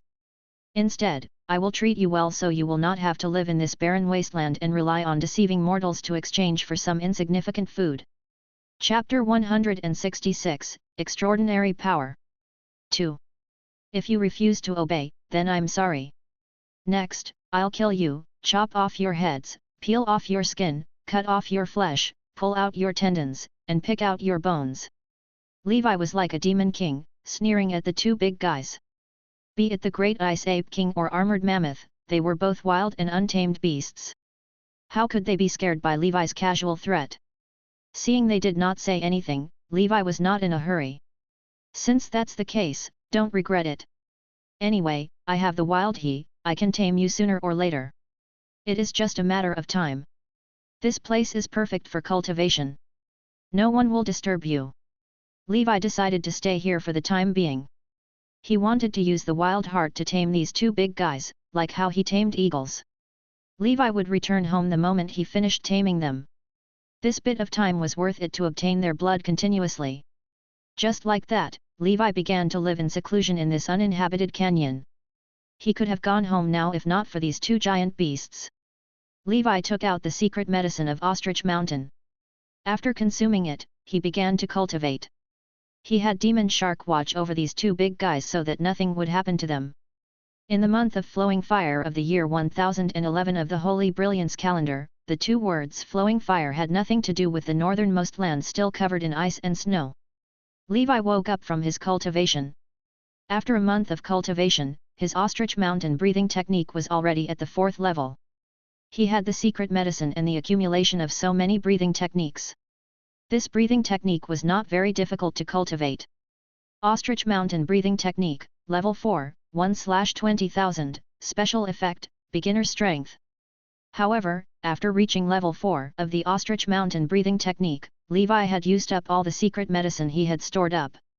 He had also been to Jackdaw City and Snow Capital City, but the black ostrich eggs were out of stock. Although this material was not as precious as Earth Dragon blood, it was not easy to buy them. Without secret medicine, the efficiency of practicing the Ostrich Mountain breathing technique would be very low.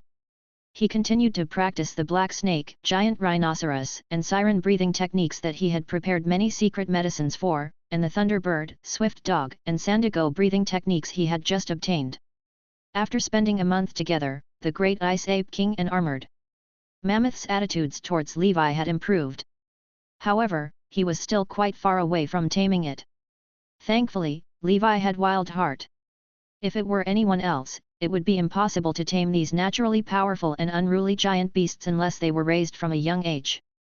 Levi was not in a hurry. He continued to endure the pain. What he lacked the least was time and patience. Just like that, Levi went from the month of flowing fire to the month of finance and then to the month of wheatfield. Taming these powerful beasts was different from snow eagles. That kind of ordinary wild beast was easy to tame. However, the two beasts he was currently dealing with were too tricky. Even if one had a wild heart, it was a tough job. In the past 2 months, the attitude of the two big guys had been improving. After all, Levi would provide them with abundant food every once in a while. The food provided was also more delicious than those offered by the tribes. Any problem that could be solved with money was not a problem. Levi fed them well. Their spiritual energy, which Levi had injured, had also begun to recover. Levi also loosened some of their shackles. He did not dare to let go of them all at once, afraid that these two guys were acting and would run away once he let go. Continue to tame them. It won't affect my cultivation anyway. In the past 2 months, Levi had already pushed the swift dog breathing technique and thunderbird breathing technique to their limits. When the siren breathing technique reached its limits, he would fuse it with them and use it as a breakthrough point. The progress bar of the black snake breathing technique had also increased quite a bit. It was a sure thing that he would advance to level 9 before the end of next year. The giant rhinoceros breathing technique was not far from breaking through to the peak of level 8. Levi might as well continue to gain experience and wait for his giant rhinoceros breathing technique to reach level 8. Then, he would be able to achieve transcendent power. Levi could beat them into submission with his power even if these two big guys did not obey him. Just like that, Levi went from the month of wheatfield to the month of harvest. At the end of the month of harvest, Levi came out of his cultivation state. With the limits of the giant rhinoceros breathing technique, he could feel that his body had begun to develop rapidly again in the past few months. He had grown from 1.9 meters to 2 meters. Damn it, I don't want to be so tall and strong. Levi looked at his bulging muscles and exerted a little strength. His veins bulged, and black gas filled the air. He placed his hands on the ground and wielded more power. Rumble. With a loud bang, Levi cut off a large piece of ice and pulled out. Levi quickly lifted the ice block that weighed several thousand kilograms and threw it out. The ice block was thrown far away and fell to the ground, turning into powder. This action made the two big guys who were eating stop. They were shocked. They did not expect this human to use such a weak body to accomplish something that only big guys like them could do. Levi panted slightly. He could lift such a heavy thing with his top-tier strength in the past, but now, he could do it much more quickly and even throw it out. Chapter 167, Extraordinary Power. 2. This was the change brought about by transcendent power. Levi opened his proficiency panel. Giant Rhinoceros Breathing Technique, Level 8, Maximum, Special Effect, Transcendent Power. Transcendent Power, your power has already exceeded the maximum of mortals. You truly possess the strength of 9 bulls and 2 tigers in the literal sense. Levi could feel the power filling his limbs and bones. The power was so great that he was intoxicated. He stretched his body and walked with imposing steps to the front of the two big guys. Now, have you thought it through? Levi asked. After more than 3 months of taming, it should be about time. If you've thought it through, I'll let you go. Then, the great Ice Ape King was the first to nod its head, like a chick pecking at rice. Armored Mammoth also used its nose to show its submission. Only then did Levi untie the shackles on the two big guys. Levi would not hesitate to kill them if they still chose to escape and attack him. However, it was clear that Levi's 3 months of taming had succeeded. After being released, these two big guys stretched their muscles and bones slightly before lying on the ground to show their submission. Very good. Come home with me now. Levi loosened his fist and jumped onto the back of Armored Mammoth. He then started to head back in the direction he came from. The Wild Dog Knight did not see Levi for a long time. He left a message to Levi in the Shining Tavern, saying that he had already returned to the Emerald Kingdom. Returning to the Emerald Kingdom from the Evernight Kingdom was relatively easy. Riding on Armored Mammoth, Levi returned home.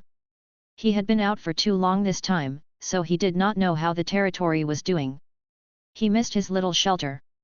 In the month of Northern Wind of the year 1011 of the Holy Brilliance calendar, Levi took various remote paths and returned to his Blackwater Valley. After all, Armored Mammoth and the Great Ice Ape King were too shocking. He had never heard of anyone taming such a ferocious beast. Levi temporarily placed the two of them in the Montenegro mountain range. The space in the castle was a little too challenging to keep them. Moreover, that would scare the servants and soldiers inside to death. Now that the two of them had been completely tamed by Levi, they would not run away. They also treated Levi as their master. Levi sent a few trustworthy and courageous soldiers to care for these two big guys. He named the Great Ice Ape King Hapes and the Armored Mammoth Hendry.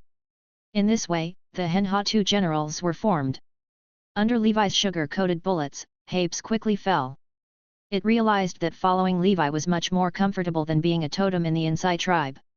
It did not have to worry about food and drink. Hendry fell in love with this place. The lack of food previously made wild beasts like them become intelligent and learn to cheat. Now, he was living where he could eat as he pleased. Wasn't that beautiful? Therefore, Levi took advantage of Hapes being in a good mood. Levi took out a basin of frost ape blood. A basin of frost ape blood secret medicine should be enough for Levi to use for a week. A week later, with Hapes' physique and Levi's nutrition supplements, Levi could continue drawing blood without affecting it. Perfect. Levi was in a good mood. He had finally solved the problem of cultivating the giant breathing technique. Now, only the vortex beast breathing technique was left. After returning to the shelter, Levi began cultivating the giant breathing technique. At the same time, he also ordered different people to go to Icewind City and other cities to purchase black ostrich eggs in large quantities to be used to concoct the secret medicine of the Ostrich Mountain Breathing Mountain. In the coming days, the black snake breathing technique, the ostrich mountain breathing technique, and the giant breathing technique would all be Levi's focus. Of course, the collection of shallow breathing techniques continued. After all, if he wanted to evolve the cultivation technique to legendary quality in the future, he would need many shallow breathing techniques. After returning to the country, Levi learned about the Royal Coalition Army's northern expedition outcomes. The good news was that the Alliance Army had broken through Montenegro Mountain City. The bad news was that the Duke of Montenegro was not in Montenegro Mountain City. Other than a bunch of ignorant civilians, the Duke of Montenegro was nowhere to be seen. Some people said that the Duke of Montenegro had fled with his family's wealth when he saw that victory was hopeless. No matter what, the Royal Coalition Army had taken over Montenegro Mountain City. Where did the Duke of Montenegro go? With his personality, he definitely wouldn't run away. There's a high chance that he's plotting something big. Levi did not care about this. Anyway, it had nothing to do with him. It would be fine if the Duke of Montenegro did not die too soon. After all, his black snake breathing technique would reach level 9 next year. At that time, he should be able to seek revenge from the Duke of Montenegro. Levi had been waiting for this day for far too long. He wanted to trample on the dignity of the Duke of Montenegro and crush him to death. Not long after, the Duke of Montenegro appeared in the southern Tulip Hill. He had personally brought a large army with him. Together with the Earl of Silversilk and the Earl of Blood, the Montenegro Mountain Army had conquered half of the entire southern territory. Hearing that the Duke of Montenegro was still alive, Levi could not help but breathe a sigh of relief. The tragedy of the wild-born knight could no longer be repeated. He had to send him to hell personally. Of course, there were also the two rascals beside him. As for the territory itself, Levi did not care much about it. After obtaining Duke Bluefeather's wealth, money was not a problem for Levi. The territory was a money-making tool, so whether they had it did not matter. On the contrary, many troublesome things would follow if they took over the territory. Before becoming a wizard, it was good to be able to live in a small place like Blackwater Valley. Time flew. The war was still not over, which was good for Levi. Outside the battlefield, Levi calmed down and focused on his cultivation. In the first month of the year 1012 of the Holy Brilliance calendar, with the help of secret medicine, the giant breathing technique quickly reached level 4. Chapter 168, Level 9 Black Snake. 1. Giant breathing technique, level 4, 1/20,000, special effect, beginner strength. The giant breathing technique is at its maximum at level 9, while the giant rhinoceros breathing technique is at its maximum at level 8. There's no need to break the limit of the giant rhinoceros breathing technique anymore. After the giant breathing technique reaches level 9, the limit of level 8 of the giant rhinoceros breathing technique can be converted into 5 breakthrough points for the giant breathing technique. In any case, the current transcendent power is completely sufficient. According to Levi's estimation, he would need 7 breakthrough points to break through the limit of level 9.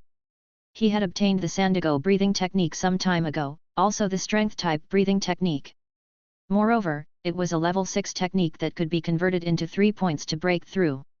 The Sandage breathing technique and the giant rhinoceros breathing technique should be enough for the giant breathing technique to break through. After the giant breathing technique reached level 10, Levi would fuse the ostrich mountain breathing technique and see if the breathing technique could break the limit again after level 10. In short, Levi did not lack any strength-based breathing techniques.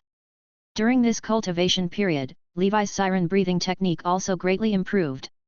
However, to prevent the black snake breathing technique from being unable to suppress so many level 8 breathing techniques, Levi temporarily slowed down the cultivation speed of the siren breathing technique. He wanted to reach level 9 of the black snake breathing technique before reaching the maximum of the siren breathing technique. This was more reliable. Now that my giant breathing technique is on the right track, I'm only missing the vortex beast breathing technique. In terms of seal cultivation, the proficiency of the seal of flame is slowly increasing. It is estimated to reach level 3 next year. The seal of dragon might has stagnated, and so has the seal of protection. The golden cross slash is slowly improving. Now is the golden time for me to develop. I won't go anywhere next. I'll cultivate in peace and first raise the black snake to level 9. Levi made his next plan in his mind. After the two generals arrived in the territory, they lived in luxury. Levi was happy to do so. After all, they were the guarantee for his future breathing technique cultivation. Everything in the territory was normal now. Levi filled the whale sack again and fed the bag of gluttony to its fill. He felt that this storage tool was too useless. It was not the kind of divine artifact he had imagined, like the storage ring. After all, he had to feed them occasionally, or there was a risk of losing the items. However, Tutton said that the bag of gluttony was probably the earliest version, and the later versions might be improved. However, he had left the wizarding world too long, so he was unsure. Levi did not dwell on it. After all, having a storage item was already a vast improvement. The path had to be taken step by step, just like his experience. Levi continued his seclusion. He even placed the breathing technique that he had mastered entirely in the Shining Tavern in exchange for some potential collectors of breathing techniques. He was looking forward to learning breathing techniques he had never known before. At the same time, inside the Icewine City, the Earl of Silver Mountain, who had gone out with the army, had also returned to Silver Mountain Castle. He was exhausted. Even with his strength as a Grand Knight, he seemed to be exhausted from this battle. He looked at the soldiers who were training and the mithril armor and weapons he had prepared.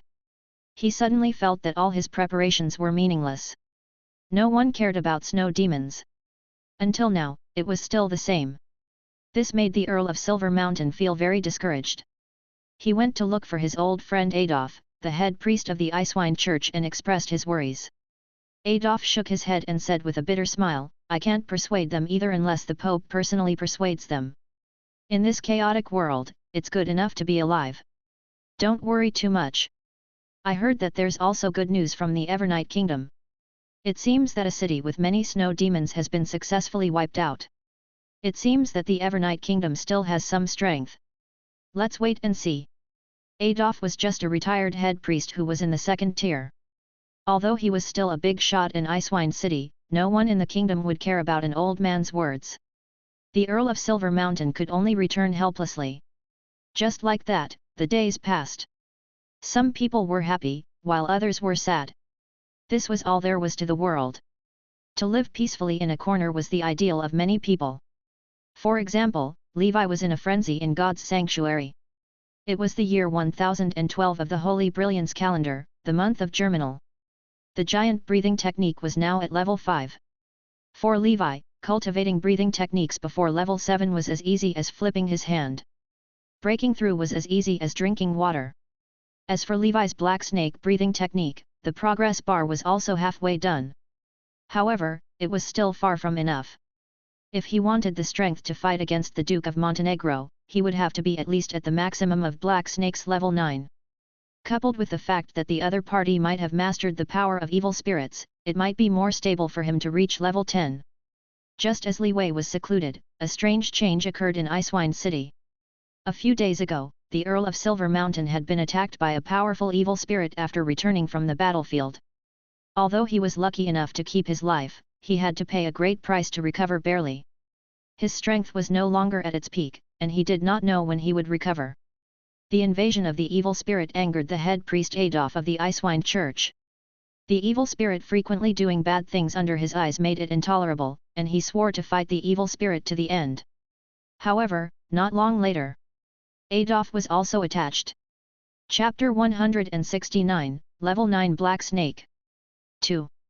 He was old and weak, and his strength was not even as good as the Earl of Silver Mountain, who was at his peak. If he did not rely on some trump cards of the church, he might not even be able to keep his life. For a time, everyone in Icewine City was in a state of panic. The unknown evil spirit seemed to be picking on the strong. In the following period, some knights were attacked one after another. Such knights died before the mysterious and terrifying evil spirit. Nearly 10 knight nobles or wandering knights died in Icewine City in the next 2 months. Some voices of doubt about the church began to appear among the people, but of course, these voices soon disappeared. Although Adolf felt embarrassed for the safety of himself and the residents in the city, he still applied for the headquarters to send stronger people over. The current team leader of the 7 Holy Knights of the world arrived at Icewine City. He was also a top-notch Grand Knight. His real name was unknown, but the knights called him the Black Submerged Knight. He was no weaker than Adolf at his peak. He was also Adolf's disciple. Inside the Icewine Church, the black submerged knight looked at Adolf on the sickbed and could not help but smile helplessly. The black submerged knight said strangely, "I didn't expect the famous holy sword knight to be down and out. He can't even deal with an evil spirit." The grey-robed wise man Adolf said unhappily, "Little brat, cut the crap. I didn't ask you to come here to scold the old man. How could this evil spirit be my match if I were 10 years younger?" The black submerged knight stopped joking and asked seriously, "All right, let's get down to business. Teacher, what evil spirit is it this time? Tell me so I can be prepared. It should be a dangerous evil spirit, and, likely, it's not ordinary. According to my information, it's very likely the legendary soul-stealing nun. You have to be careful when dealing with this kind of evil spirit. Cultivating the church's spiritual secret, the furnace method is best. I regret not cultivating the furnace method back then. I only focused on physical cultivation and neglected spiritual cultivation. It didn't work." The black submerged knight said, "The furnace method? I've cultivated it, but not very deeply. After all, it's a spiritual secret technique. It's a waste of time, and progress is plodding. It's imaginary, invisible, and untouchable. I think there shouldn't be many people in the church who have the patience to cultivate the furnace method to the great success realm. Then you should be careful when you make a point. If you really can't do it, then give up. Your life is more important. The soul-stealing nun is not something an ordinary, dangerous evil spirit can compare to. The Silver Mountain Knight is also a top-notch Grand Knight, yet he is still not her match." After Adolf finished speaking, he let the black submerged knight leave.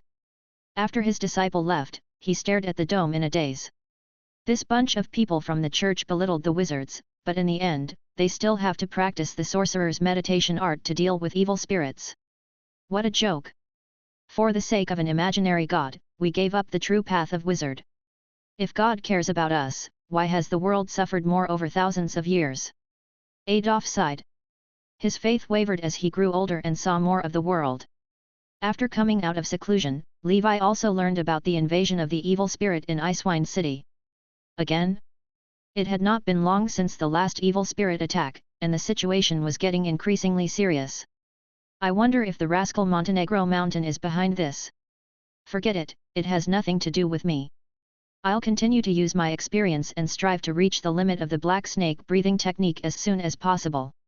Levi continued to cultivate in seclusion. The more he tried to avoid panic, the more he could not afford to panic. Time passed in cultivation.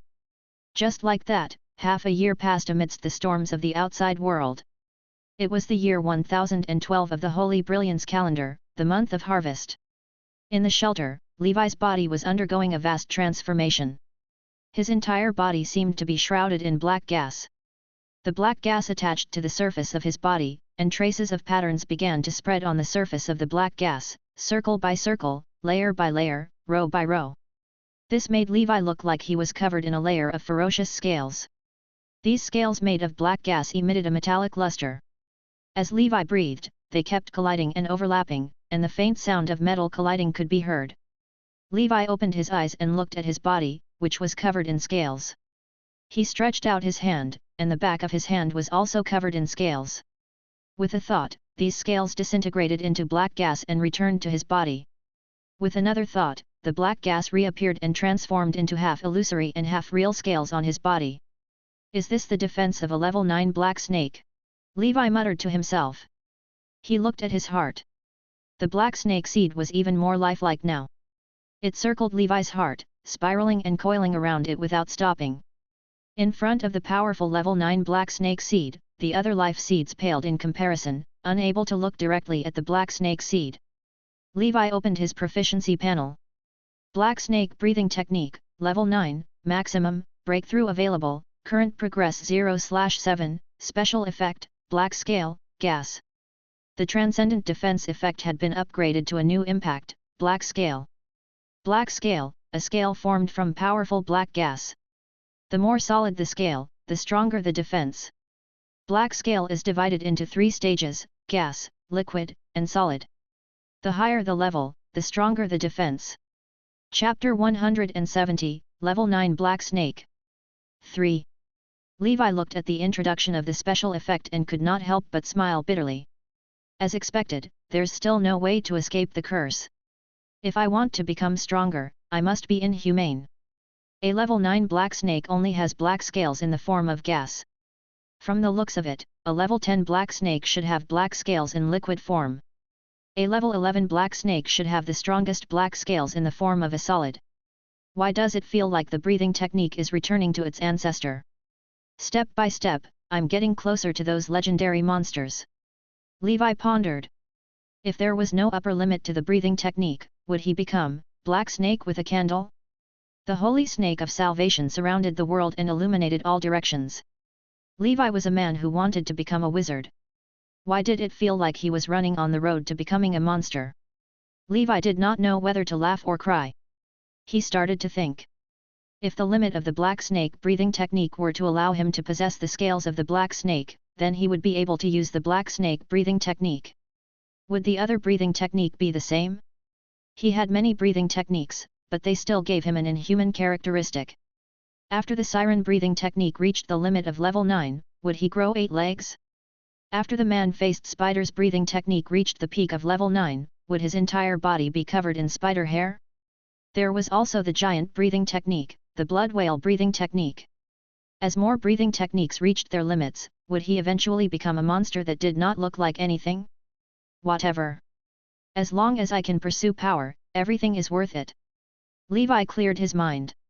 He firmly believed that strength was the most important thing. For this reason, it was fine for him to become a bit inhuman. This was not a monster but an ultimate creature. It was a perfect form that was constantly evolving as life became stronger.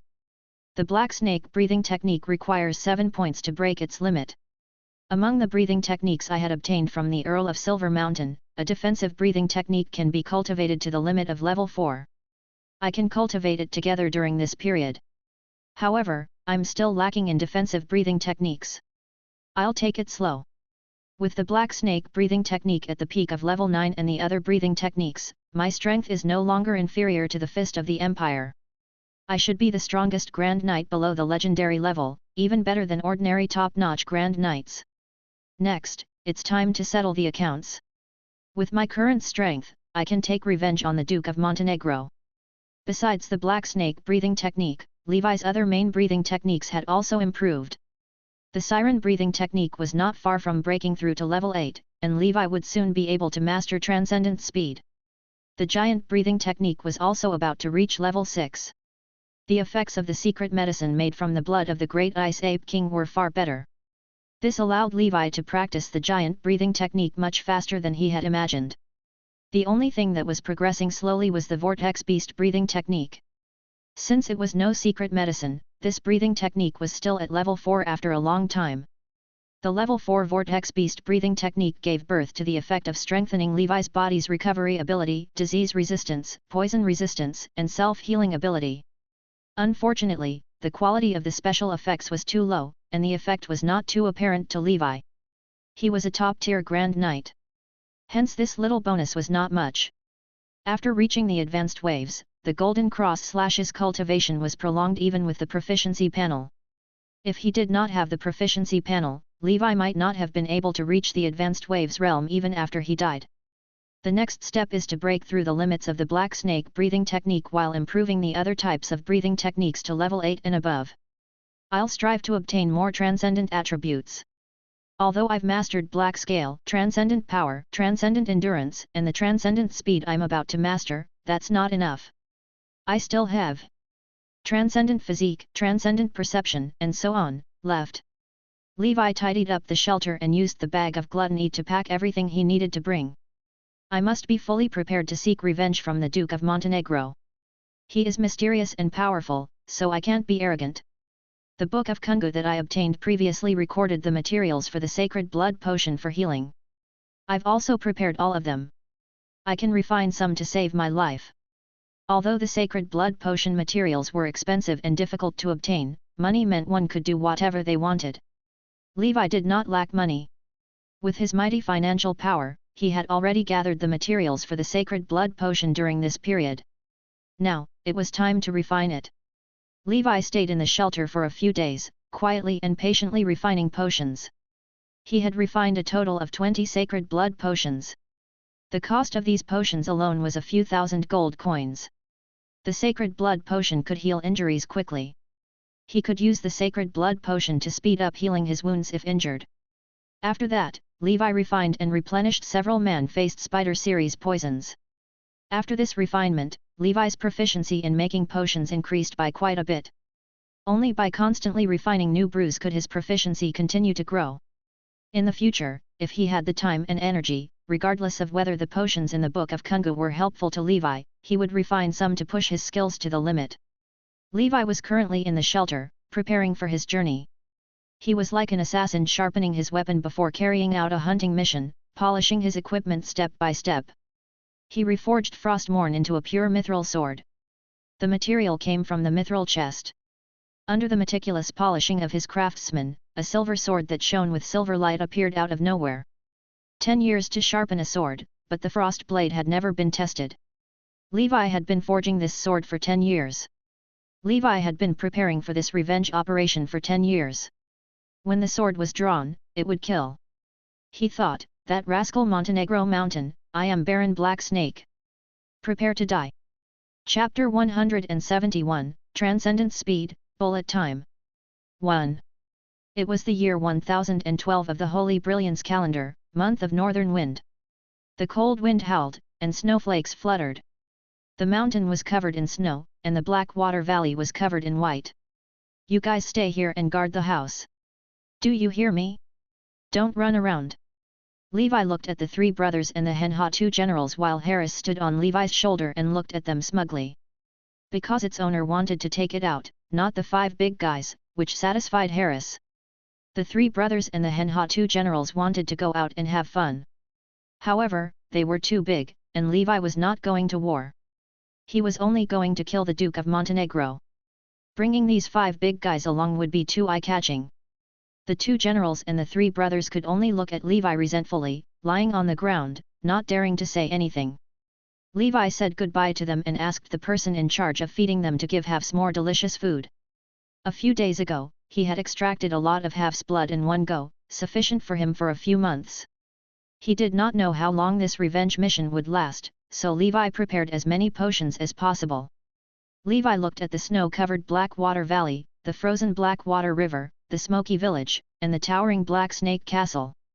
He took Magic Shark and the Demon Mountain and left without looking back. Harris followed in the sky and slowly disappeared into the horizon. Compared to last year's Icewine City, this year's Icewine City was mainly deserted. The doors of every house were tightly shut, and no one was on the streets. Has the evil spirit not been dealt with yet? Levi had been busy with his cultivation a while ago, and even the trade with the Earl of Silver Mountain had been made by someone else in his place, so he did not know much about the situation in Icewine City.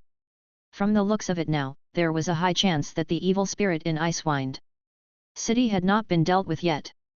Levi first went to the Shining Tavern to see if there were any recent gains. Unfortunately, he found nothing. The Turbolarian eggs were still not found. As for the breathing techniques, he did not gain anything either.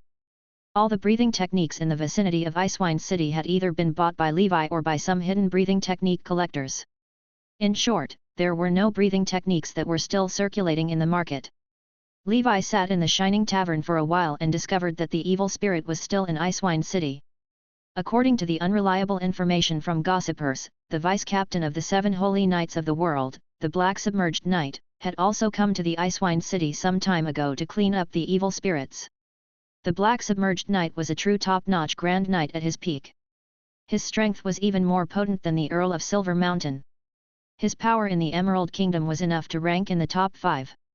Many people initially thought this wave would be settled with the arrival of the Black Submerged Knight. Unexpectedly, the result was that the Black Submerged Knight was not a match for the evil Estirit. The Black Submerged Knight ran away. Before he left, he brought his teacher, the head priest of the Icewine Church, Adolf, and temporarily took refuge. Many people said the church had temporarily given up on Icewine City. Therefore, the population loss of Icewine City was severe in this half a year. Many rich people had already left this city for other cities. Those with no money or way of escaping could only live here in fear. They did not even dare to come out in broad daylight. Is it that serious?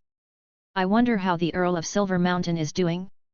Just as Levi was about to leave, he suddenly saw a group of people surrounding the bounty mission area.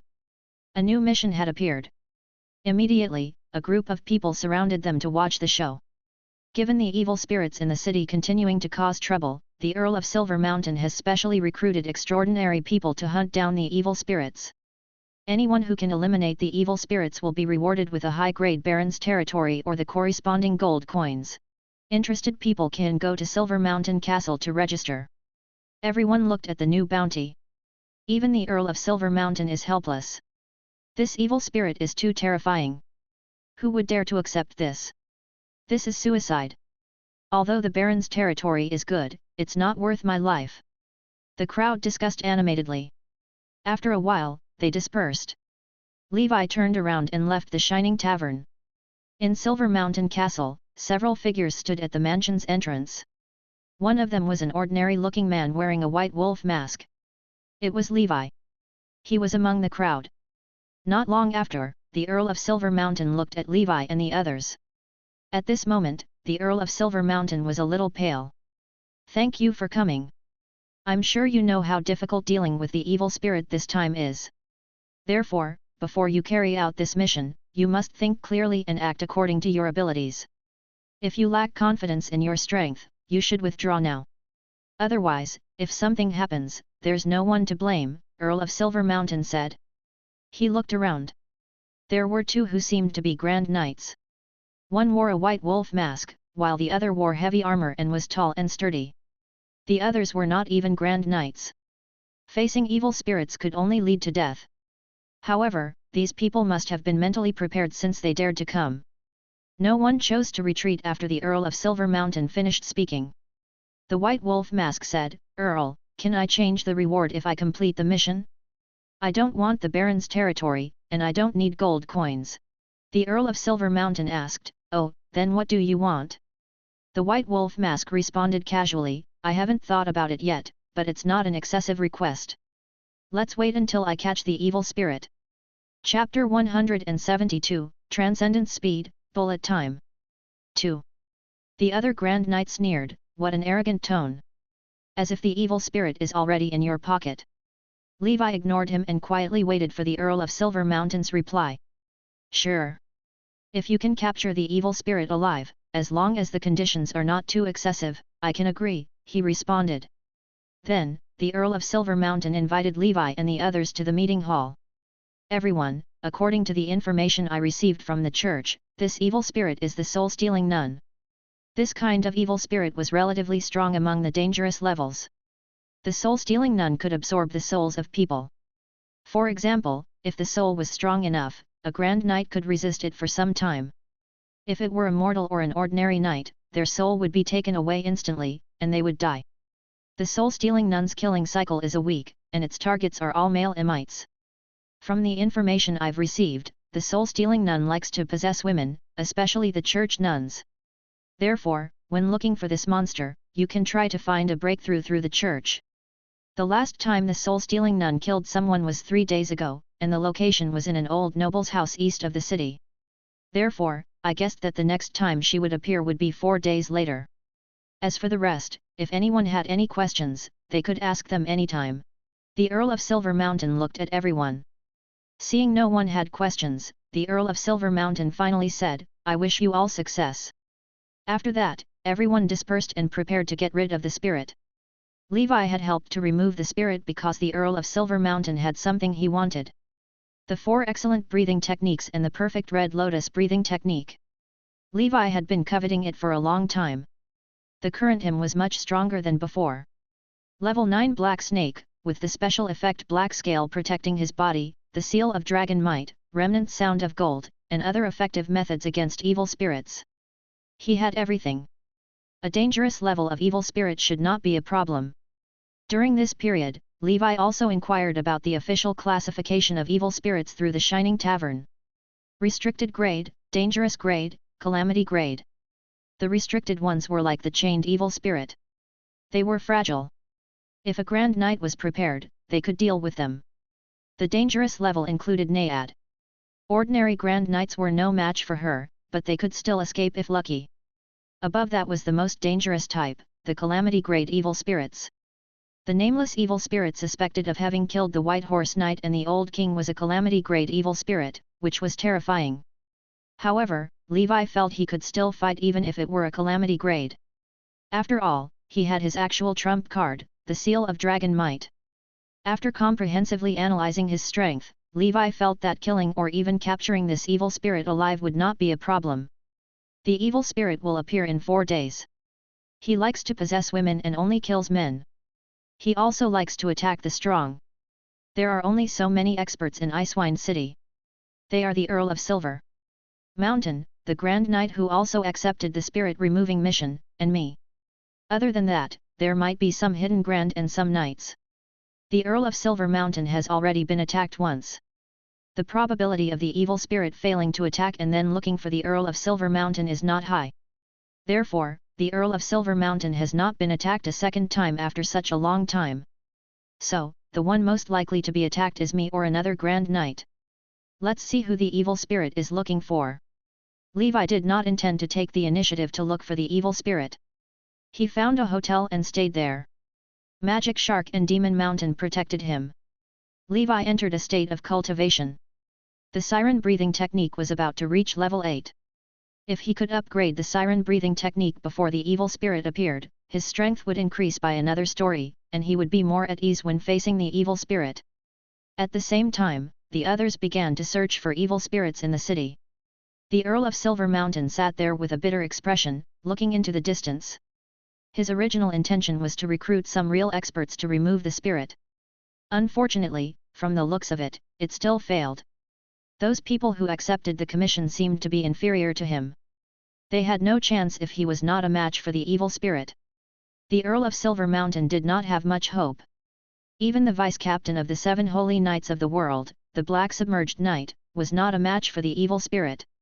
This evil spirit was probably close to the calamity grade. The Earl of Silver Mountain prayed, "Dear Heavenly Father, I hope a miracle will happen." 3 days later, in the small hotel, the siren seed in Levi's chest suddenly started dancing wildly, just like the legendary North Sea Kraken. Levi opened his eyes. Siren seed. Level 8. Levi was delighted. He felt the energy in his body, making his body even lighter and more explosive. Siren breathing technique, level 8, maximum, breakthrough available, current progress 0/6. Special effect, transcendent speed, bone shrinking transformation. Transcendent speed, your speed surpasses the limits of mortals and most ordinary things. Your reaction speed is even more abnormal, and your attack speed is faster. The moment you move, the movements of mortals are like slow motion in your eyes. Bullet time is reflected in reality. You can easily catch arrows and hidden weapons shot at you with your bare hands. Chapter 173, Transcendent Speed, Bullet Time. 3. He looked at the new transcendent speed. Levi heaved a sigh of relief. Finally, before dealing with the evil spirit, his strength had soared again. The current Levi already possessed 4 transcendent attributes. They were Black Scale, Transcendent Power, Transcendent Endurance, and Transcendent Speed. Anyone with one of these 4 transcendent attributes could be called a Grand Knight. But Levi had 4. He could only be described as a monster. Levi's whole body exploded and shot out. He turned into an afterimage and brought up a trail of dust. The high-speed wind pressure could not shake the protective black gas around Levi. So fast. It feels like I'm flying. Levi stopped moving. He had already covered 100 meters in 1 second. With my transcendent endurance, this extreme burst of speed should last 5 minutes. In other words, the current Levi could run dozens of miles in 5 minutes at full speed. To him, no means of transportation in this era was as fast as his feet. Now, I'm even more confident dealing with the evil spirit.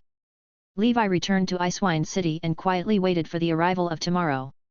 The next day, his competitors had already started to search for the evil spirit early. Levi sat quietly at home. Levi muttered, "That evil spirit might come looking for me. If it's still in this city."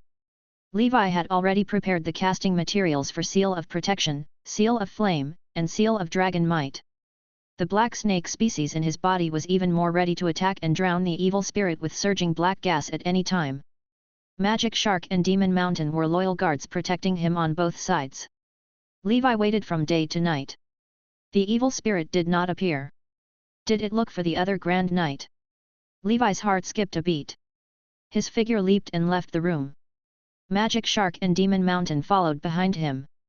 Soon, Levi found the Grand Knight. He was waiting at the church. Seeing that the other party was refined, Levi knew there was a high chance that the soul-stealing nun had not appeared yet. At the same time, Levi's spider sensing perceived danger. The source of the feeling was in the church. Looks like it's going to possess a nun. Levi thought of the hint given by the Earl of Silver Mountain. After the evening class, the nuns returned to their dormitories. Only one nun did not return. Instead, she sneaked out of the church door. Her face was expressionless as she mumbled meaninglessly. Under the moonlight, the nun began to run. She ran faster. She was so fast that she exceeded the limits of mortals. The nun's body had already begun to crack. A mortal's body could not run so fast at all. The nun rushed towards the Grand Knight. The heavily armored Grand Knight sneered, "You're here indeed. I've been waiting for you for a long time." Wisps of black gas emerged from his armor and danced wildly in the night. The nun was like a ghost, appearing behind the Grand Knight. The Grand Knight turned around and slashed his great sword forward. The nun wailed silently. A soul-stirring power swept through the entire arena.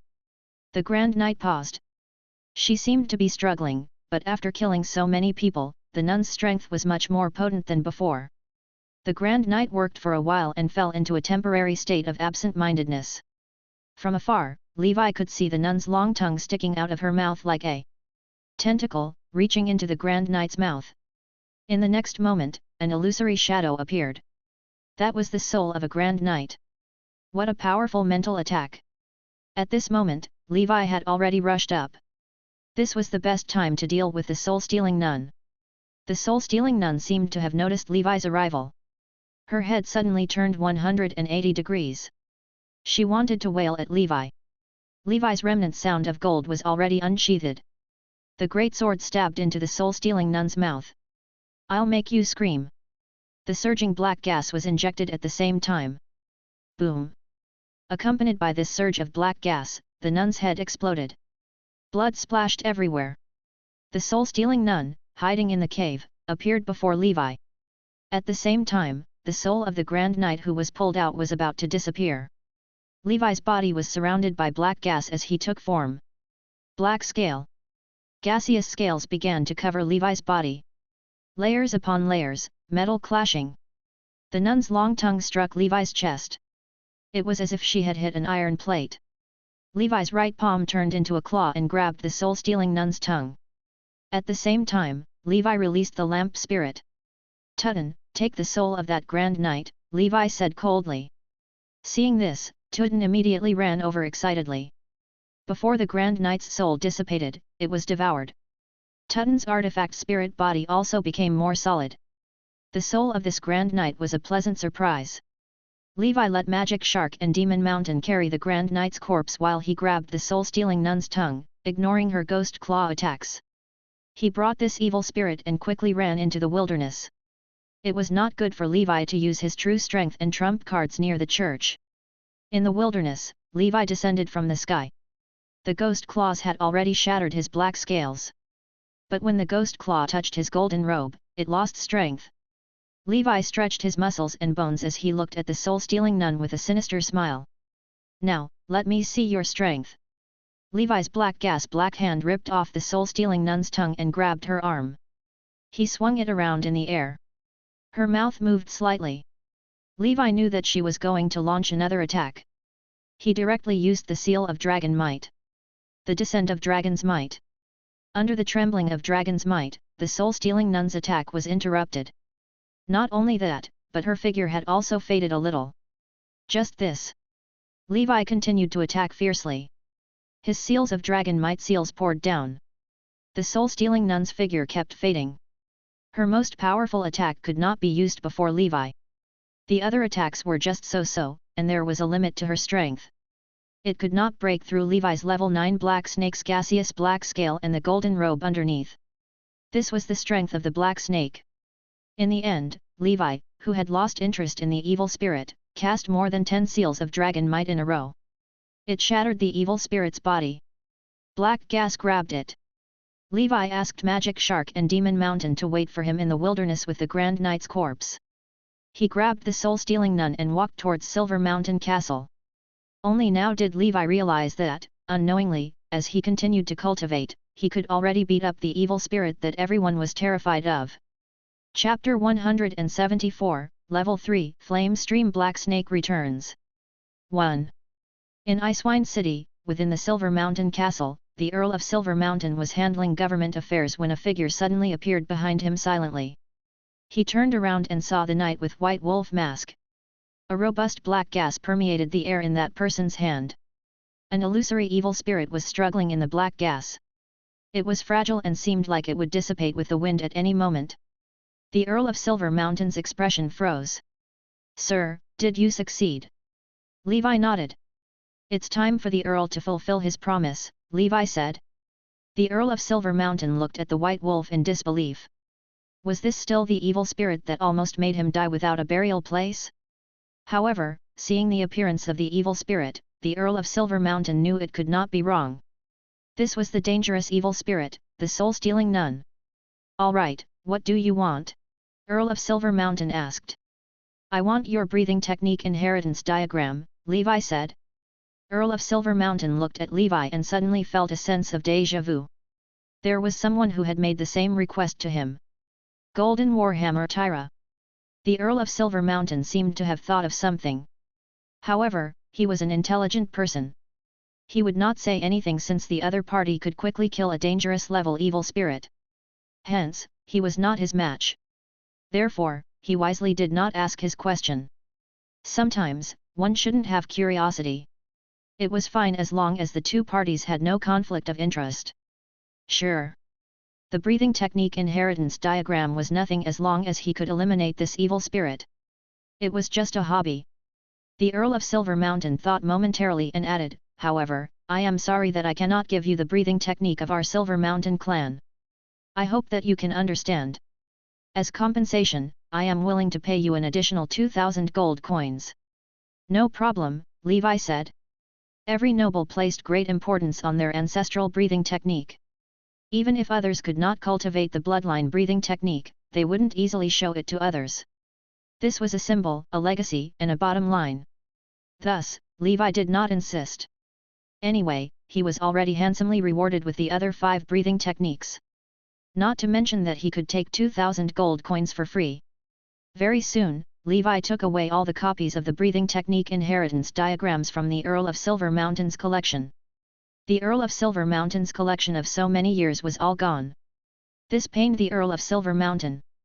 However, compared to the safety of himself and his territory, these breathing technique inheritance diagrams were not worth mentioning. The Earl of Silver Mountain knew what was more important. The Earl of Silver Mountain asked, "Sir, how do you plan to deal with that evil spirit?" "Of course, I would kill it," Levi said. He rubbed it hard and wiped out the evil spirit bit by bit with the black gas. He used the tools he had prepared beforehand to store the evil spirit dust. "Earl, if fate allows, we will meet again."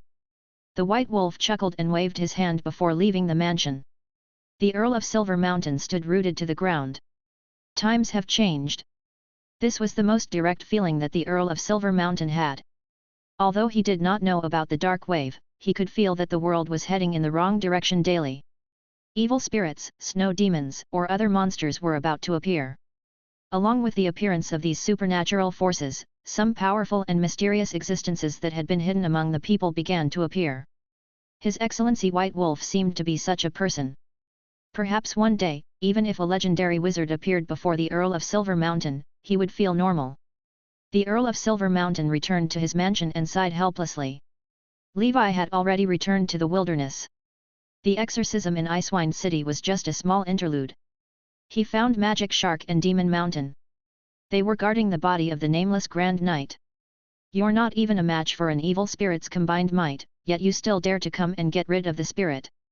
Humans seem to like to overestimate themselves, unlike me, who will always underestimate myself." Levi took out the anti-corrosion materials he had prepared and began to process the nameless Grand Knight's corpse. After he was done, he used the casting materials for Seal of Hell to resurrect him. This was the third time he had made a living dead, so he was familiar with it. Soon, the Grand Knight's corpse stood up shakily. From the beginning, it was not agile, but later, it was no different from usual. You shall be called Demon High.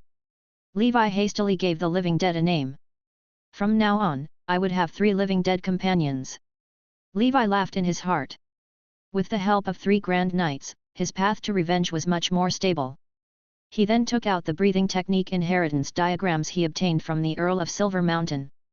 There were 5 books, and Levi looked forward to the Red Lotus breathing technique most. It was a perfect grade breathing technique. In the center of the inheritance diagram, the flames of the Red Lotus scorched the sky and earth, and the boiling lava swallowed everything. In the center of the fire, an indomitable 2-legged beast raised its proud head, and its red breath spewed like the breath of a legendary dragon, tearing the sky and destroying the earth. This was a powerful existence in myths and legends, Red Lotus. It was said this was a terrifying existence that could tear a dragon apart with its bare hands, comparable to the gods. Of course, this was only the saying of the breathing technique inheritance diagram. After all, in his family's legend, the black snake was also very excellent. It was customary for every family to boast about their symbol. Chapter 175, Level 3, Flame Stream Black Snake Returns. 2. However, Levi had seen many breathing technique inheritance diagrams, but none were as oppressive as this 2-legged beast. Even his own black snake seemed to be inferior. A strength-type breathing technique with a total of 101 miniature human figures. I can cultivate it to level 10 of the perfect bloodline breathing technique. Even the giant breathing technique paled compared to this breathing technique. In the future, my main strength-type breathing technique will become the Red Lotus breathing technique. I'll use the giant breathing technique and the giant rhinoceros breathing technique to break through the limits. The Red Lotus breathing technique should represent the highest level of the Knight's breathing technique. After all, the legendary breathing technique itself was a false concept. A breathing technique that had given birth to a legend could be called a legendary breathing technique. The main ingredient of the Red Lotus secret medicine is the Earth Dragon. Blood. Earthly dragon beasts again. Levi could not help but mourn for the earthly dragon beast. However, the earthly dragon beast's blood is much easier to obtain than ambergris. This was good news for Levi. He was afraid of encountering something like the Turbolarian egg. If that happened, it would be troublesome to cultivate the Red Lotus breathing technique. Putting away the Red Lotus breathing technique, Levi looked at the other 4 breathing techniques. They were the Elephant Turtle breathing technique, the Thunder Wolf breathing technique, the Saint Ant breathing technique, and the Heavenly Bull breathing technique. The Saint Ant breathing technique and the Heavenly Bull breathing technique were strength-based. Levi took a look. One could cultivate to the peak of level 7, while the other could grow to level 8. It was far inferior to Red Lotus. As Levi did not lack a strength-type breathing technique for the time being, he decided to put it aside for now and choose whether to cultivate it in the future. He looked at the Elephant Turtle breathing technique. This breathing technique was a rare defensive breathing technique. There were a total of 68 miniature human figures. It should be able to cultivate to the limit of level 9. It was on the same level as the Black Snake breathing technique. On the inheritance diagram, a giant elephant with thick limbs and a tortoise-shell-covered body stood in the wilderness like a mountain. This is a good thing. I have to cultivate it. It can be used to break the limit of the Black Snake breathing technique. Levi thought to himself that it was just right. This peak-level defensive breathing technique could be exchanged for 6 limit breaking points. In addition, Levi had obtained another basic defensive breathing technique. The limit breaking points added up were enough for the Black Snake to break through. Therefore, this breathing technique was a must. As for the secret medicine required for the Elephant Turtle breathing technique, the main ingredient was the armored mammoth Levi had tamed some time ago. I knew it. Fortunately, I was prepared and brought the armored mammoth back in advance. Levi could not help but sigh. After learning so many breathing techniques, he completely understood the routines of these breathing techniques. The secret medicines required were similar to the giant beasts on the inheritance diagram. The last breathing technique was the Thunder Wolf breathing technique, a speed-type technique. It could be cultivated to the limit of level 7. The secret medicine was the flesh and blood of the blue wolf. Blue wolves were a relatively common type of wild beast, so it was not difficult to deal with them. This way, there's no problem with the siren breathing technique breaking through the limit. This is a wave of spirit removal and blood earning. After Levi finished organizing his gains, he brought his 3 living dead companions and left Icewind City overnight. He wanted to go to the south. It was not very sensible for him to go to Montenegro Mountain City. Of course, he would gather information about him before seeking revenge from the Duke of Montenegro. Only by getting to the bottom of it would he be able to ensure his success. Levi had also thought of a suitable candidate. The 2 Earl of Blood and Earl of Silversilk were doing well in the south. With Levi's speed, it would not take him more than a few days to travel from Montenegro province to Lush Forest province. In the past few days, he had been moving forward in the uninhabited wilderness and would practice the seal of dragon might when he had nothing to do. The evil spirit dust he obtained after killing the soul-stealing nun was enough for him to upgrade the seal of dragon's might to level 2. The Duke of Montenegro seemed to have mastered the trump card to control evil spirits.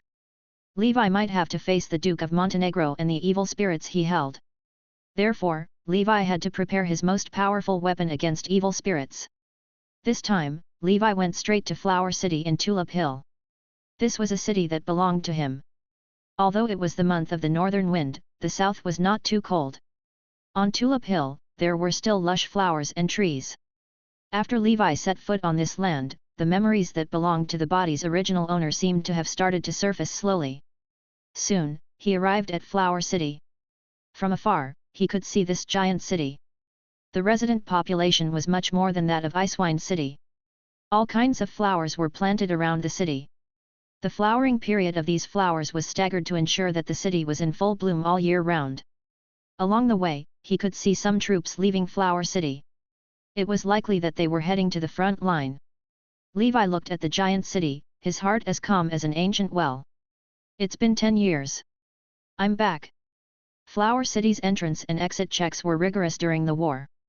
It was a pity that Levi did not need to take the right path to enter. After entering the city, Levi was not in a hurry to find the Earl of Blood. He found a place to stay and temporarily arranged for his 3 companions to settle down. Then, he went to the Shining Tavern and sat the entire afternoon, listening to the customers' conversations through his advanced vibrosensing. According to the information he had received, the Duke of Montenegro had set up a new base in Storm City by the sea, the territory previously controlled by the Earl of Silversilk. Chapter 176, Level 3, Flame Stream Black Snake returns, 3. Now that Montenegro Mountain was here, the Earl of Silversilk gave up his territory. The Earl of Blood was not in the city these few days. He had personally led a team to attack another Earl's territory with the Montenegro Mountain Army. He estimated that he would return victorious in a month. After obtaining the information he wanted, Levi returned to his residence to continue cultivating. He planned to wait for the Earl of Blood in Flower City. He could run away from the monk, but not the temple. He had to ask this Earl if he was used to living in Flower City. About 10 days later, Levi's seal of dragon might finally broke through to level 2. The level 2 seal of dragon might did not bring any substantial changes, but its power was a little stronger than before. At the same time, Levi's seal of flames had finally reached level 3. The yellow-white flames had advanced to the azure-blue flames. The range of the flame had also increased to 4 meters, and the stability had also improved. 4M was already out of the attacking range of most knights' weapons. Levi could rely on the seal of flame and his transcendent speed to kill other grand knights without injuries. Levi was confident he could kill even the former fist of the Empire. Therefore, though Levi was still cautious when facing Montenegro Mountain, he was confident. Among the 4 seals, the only one that had not broken through was the seal of protection. After all, Levi had yet to find a second piece of pyroxene. Just like that, Levi patiently waited for a month. In the middle of the month of winter in the year 1012 of the Holy Brilliance calendar, with the noise outside the city gate, Levi knew that the Earl of Blood had returned. He was wearing a white wolf mask and standing quietly in front of the window on the second floor of his room. They watched as a large group of people walked over amidst the cheers. The leader rode a tall horse and wore blood-red scales. He wasn't tall, but his face was ruddy. He held a blood-red spear, and even his hair was blood-red. Judging from the smug expression on the Earl of Blood's face, it was evident that he had won the battle. Levi looked on silently. The Earl of Blood walked past Levi amidst the cheers. I heard that there will be a banquet tonight. After the banquet ends, it will be time for me to take action. Levi made up his mind. This was because the primary purpose of this trip was to capture the Earl of Blood alive. Levi did not plan to bring the three brothers along. Their speed and movement techniques were not good enough and were only suitable for a head-on battle, not a sneak attack. He began to prepare the items for the operation and repeatedly confirmed them individually. Levi left his house when night fell and disappeared like an ordinary passerby. Time for revenge. In the Flower Castle, the Earl of Blood sipped his wine and looked down at the celebrating nobles and knights. His life had never been so fulfilling. He followed the Duke of Montenegro and stood out among the southern nobles. His reputation as Earl of Blood spread throughout the south in just a few years. He became the terrifying bloody butcher of many nobles. When the Duke of Montenegro ultimately unified the entire country, he would become the king. The Earl of Blood would also become the left hand of the king. All of this was no longer in the distance. The nobles and knights returned to rest after eating and drinking to their heart's content. The Earl of Blood was not sleepy. He sat there and drank alone. Under the starry night, a shadow appeared in front of him. The Earl of Blood shouted, "Enemy attack!" His guards began to protect him, and the Earl of Blood also picked up his spear. A qualified knight would never let his weapon leave his sight. Boom! A figure landed heavily on the ground, causing the floor to crack.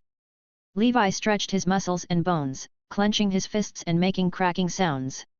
His entire body was emitting a terrifying black aura. This black aura gave the Earl of Blood a feeling of déjà vu. He saw the black scales on the back of the figure's hand. "Black Snake," he exclaimed. "Aren't you dead? I saw you die with my own eyes. How is that possible? How was this possible? How can the dead be resurrected?" The Earl of Blood seemed to recall something. This surprised Levi. He thought that the kingdom caused his father's death. From the looks of it, it seemed to be related to the Earl of Blood. "My dear Earl of Blood, long time no see," the White Wolf said with a smile as if it was an old friend who had not known each other for a long time. "Kill this person, and you will be heavily rewarded." The Earl of Blood commanded his soldiers to charge forward while he held his spear and charged at Levi. The spear was surrounded by black gas. The quality of the Earl of Blood's ancestral breathing technique was not inferior to the Black Snake breathing technique. He could also cultivate to become a top-notch Grand Knight. Unfortunately, his talent was average, and his strength was only that of an ordinary Grand Knight. Die! No matter why you have been resurrected, with the Duke of Montenegro around, you will still go to hell sooner or later. The Earl of Blood's spear shot out like a dragon, and a cold light shot out. The black gas entangled the blood-red spear. Frostmourne unsheathed. Golden cross slash. Invincible advanced ripple force. Kaka.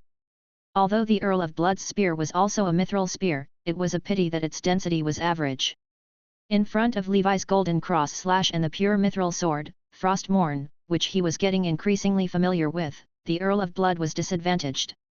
Just one collision was enough to make him weak. So strong. "It is you, this sword-slashing technique." The Earl of Blood was scared out of his wits and lost his will to fight. This was the Black Snake Knight returning from the dead for revenge. The black-scaled black aura that could only appear when one cultivated to the peak, as well as the familiar iron-slashing sword technique that was even more powerful than before death. Without the Duke of Montenegro by his side, how could he be a match for the Black Snake Knight? The Earl of Blood was afraid of death. He knew he could not defeat the Black Snake, but he was a speed Grand Knight. He was determined to make use of his speed advantage and escape. His body suddenly burst forth, and his entire body shot out. After dodging Levi's attack, he did not continue fighting and quickly fled. In terms of strength, the Earl of Blood knew that he was very ordinary. However, in terms of escape speed, he was one of the best among the southern nobles. He had to escape and inform the Duke of Montenegro about this. "I have transcendent speed too," Levi sneered, and his entire body exploded with power. This time, he had to let the Earl of Blood experience true despair. Chapter 177, Ashen Shadow? 1. Before the Earl of Blood could run far, he realized that the God of Death had caught up with him. His speed was not slower than his. The Earl of Blood exclaimed, "How is this possible? The Black Snake Knight only had a strong defense, but when did he become so fast?" Are you the Black Snake Knight? Levi did not reply. Instead, he exploded and closed in on the Earl of Blood. The Earl of Blood could only stop and continue to attack Levi with his spear. However, Levi grabbed his large hand and pulled his blood-red spear back. At the same time, a palm landed on the Earl of Blood's chest. With just one palm, the Earl of Blood was sent flying like a kite with a broken string and landed on the ground in pain. How is the difference so big? The Earl of Blood doubted his life. Even the Duke of Montenegro could not suppress him so quickly. Could the Black Snake Knight be resurrected and become a legendary knight? Wasn't this a plot that only appeared in the stories of bards? The Earl of Blood's mind was in a mess. The person's strength in front of him had already exceeded his inherent understanding. He looked at the figure that was like a demon god walking over step by step. He knew that he was probably doomed. Levi gave the Earl of Blood another sound beating. The Earl of Blood was on the verge of death, like a weak lamb in front of Levi. He pried open the Earl of Blood's mouth and placed the man-faced spider's kiss into his mouth. He let the Earl of Blood consume it and let it completely fuse with his body, preventing him from using the black gas to force out the poison. Then, Levi left the castle with the Earl of Blood. They arrived at a quiet place. The Earl of Blood asked, "What did you feed me just now?" His intuition told him that it was some poison. "It's nothing. It's just a little poison that will make you wish you were dead. When this poison takes effect, you will feel as if 10,000 spiders are biting you in your head, heart, limbs, bones, and internal organs. It will make you feel pain and itch and wish you were dead," Levi smiled and said. The Earl of Blood almost fainted, "You are so vicious and despicable. Compared to you and the Duke of Montenegro, I'm still far from being able to compare," Levi sighed. "Who exactly are you?" The Black Snake Knight was dead, and no one was left in the Black Snake family. No one in this world could possess such a powerful black-scaled black aura. "Wait a minute. You're Levi." The Earl of Blood's expression changed as if he had recalled something even more terrifying. "Next, I will ask, and you will answer. If you perform well, I will give you the antidote and spare your life. I need you to cooperate with me to do some things. Otherwise, I will let you die in the pain of the 10,000 spiders devouring your heart. Everything you have, title, territory, and descendants will become a dream," Levi said with a smile. He did not answer the Earl of Blood's question directly, which made him even more afraid. With Levi's current strength, it would not be challenging to assassinate all the Earl of Blood family members.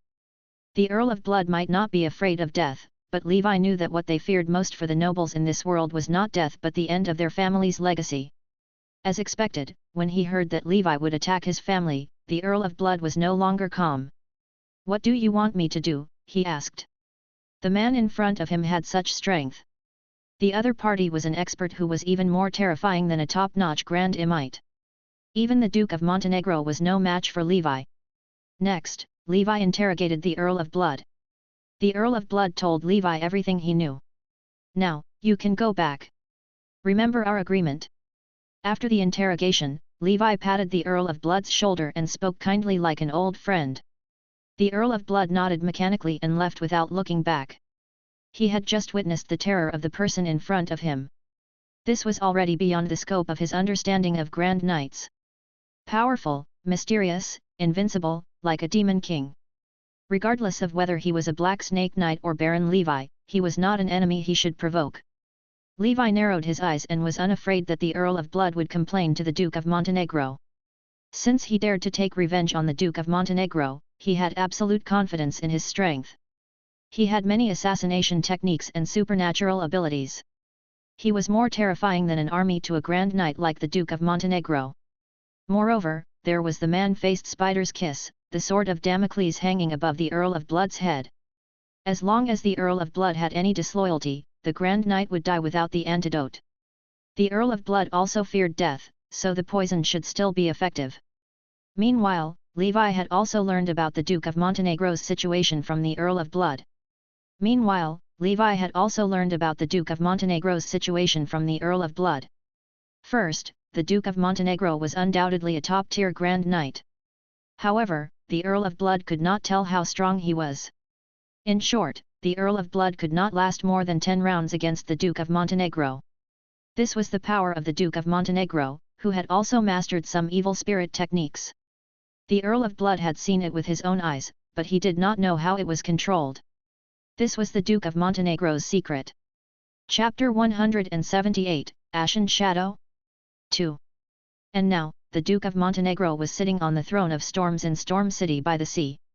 There were several grand knight guards, an elite troop of several knight attendants, and an army of several thousand people around him. They were guarding the throne at all times, protecting it tightly. They were worried that the Duke of Montenegro's enemies would use the beheading tactic. In the eyes of most people in this world, no one could shake the Duke of Montenegro.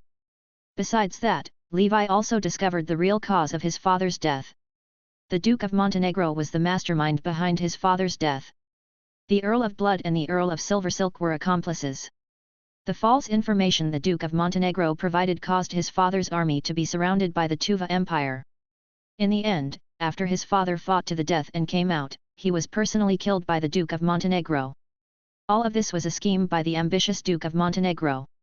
When the Tuva Empire started a war against the Royal Empire during the Millennium Holy War, the Duke of Montenegro also secretly fueled the fire.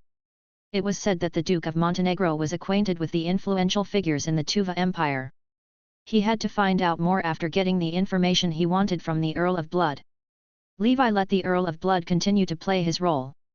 Then, when the Earl of Blood had a chance to see the Duke of Montenegro, he would bring him along. It was not impossible but unnecessary for him to break in directly. There was still a particular risk in doing so. It was best to use the method of infiltration and assassination. It was more secure. As for the Earl of Blood, Levi would turn him into a living corpse after he completed the quest. Then, he would kill all the members of the Earl's family, leaving no one alive. With that, Levi could take back Tulip Hill. Whether he continued to be a lord or retired, handing over the territory to others and collecting the money himself was fine. Besides the Duke of Montenegro's information, Levi also received exciting data from the Earl of Blood. It was about his old enemy, the Bird of Death's voice. According to what the Earl of Blood knew, the Duke of Montenegro had hired an assassin from the Bird of Death's voice to assassinate a great noble in the south. The time was set at the end of the month. This assassin was Levi's old acquaintance, Pale Shadow. This made Levi a little happy. He was worried that he would not be able to find Pale Shadow. He did not expect to see him again so soon. I'm looking forward to it. Levi sighed in his heart. In the following days, he lived in Flower City. He cultivated silently while asking for the information he needed in the Shining Tavern. During this period, his giant breathing technique reached level 6. With the blood of the Great Ice Ape King, the giant breathing technique was very fast to cultivate. Moreover, Levi had already reached the limit of how many breathing techniques he could use. This allowed his breathing technique to progress faster. Even a breathing technique as tricky as the giant breathing technique was not difficult for Levi. The Red Lotus breathing technique, the Thunder Wolf breathing technique, and the Elephant Turtle breathing technique had all been mastered. Now, Levi's breathing technique system has taken shape. The defensive breathing technique would be focused on Black Snake. The other breathing techniques would all be used to break through the limits of the Black Snake breathing technique. Strength-based breathing techniques were based on the Red Lotus. The speed-type breathing technique was temporarily focused on Siren breathing technique. Endurance-type breathing technique was mainly based on the Blood Whale. Perception-type breathing technique was the Man-Faced Spiders. As for the type of constitution, he would temporarily focus on the Vortex Beast. If he had a better substitute in the future, he would switch to a better breathing technique. After all, the quality of the Vortex Beast was too poor, and he could only cultivate it to the limit of level 7. On the other hand, the Earl of Blood had not done anything so far. Levi even asked him to take out the breathing technique inheritance map to test the Earl of Blood's honesty. Although he was unwilling, the Earl of Blood did not dare to resist. Strangers had threatened his family during this period. This made him realize that Levi was not trying to scare him. Moreover, he felt like he was dying every night when he went to sleep. It was as if countless spiders were crawling all over his body. He did not know if the poison Levi mentioned was real, but he did not dare to take the risk. Otherwise, he would die. He could only do whatever Levi said. Just like that, Levi obtained another top-notch speed-type breathing technique inheritance diagram. Blood Beast breathing technique. This was a speed-type breathing technique that could be cultivated to the limit of level 9. Perhaps this breathing technique can replace the siren breathing technique and become my main focus in speed-type breathing techniques in the future. After obtaining this breathing technique, Levi also incorporated it into his cultivation system. I've learned too many breathing techniques during this period. I need some time to digest them. I can't learn new ones. Levi woke up from his breathing technique cultivation state. He had just learned the 5 breathing techniques of Ostrich Mountain, Red Lotus, Elephant Turtle, Thunder Wolf, and Blood Beast. All of them were of excellent quality or above. His strength would soar again when he reached the limits of these breathing techniques. Time passed daily, and soon, it was the end of the month.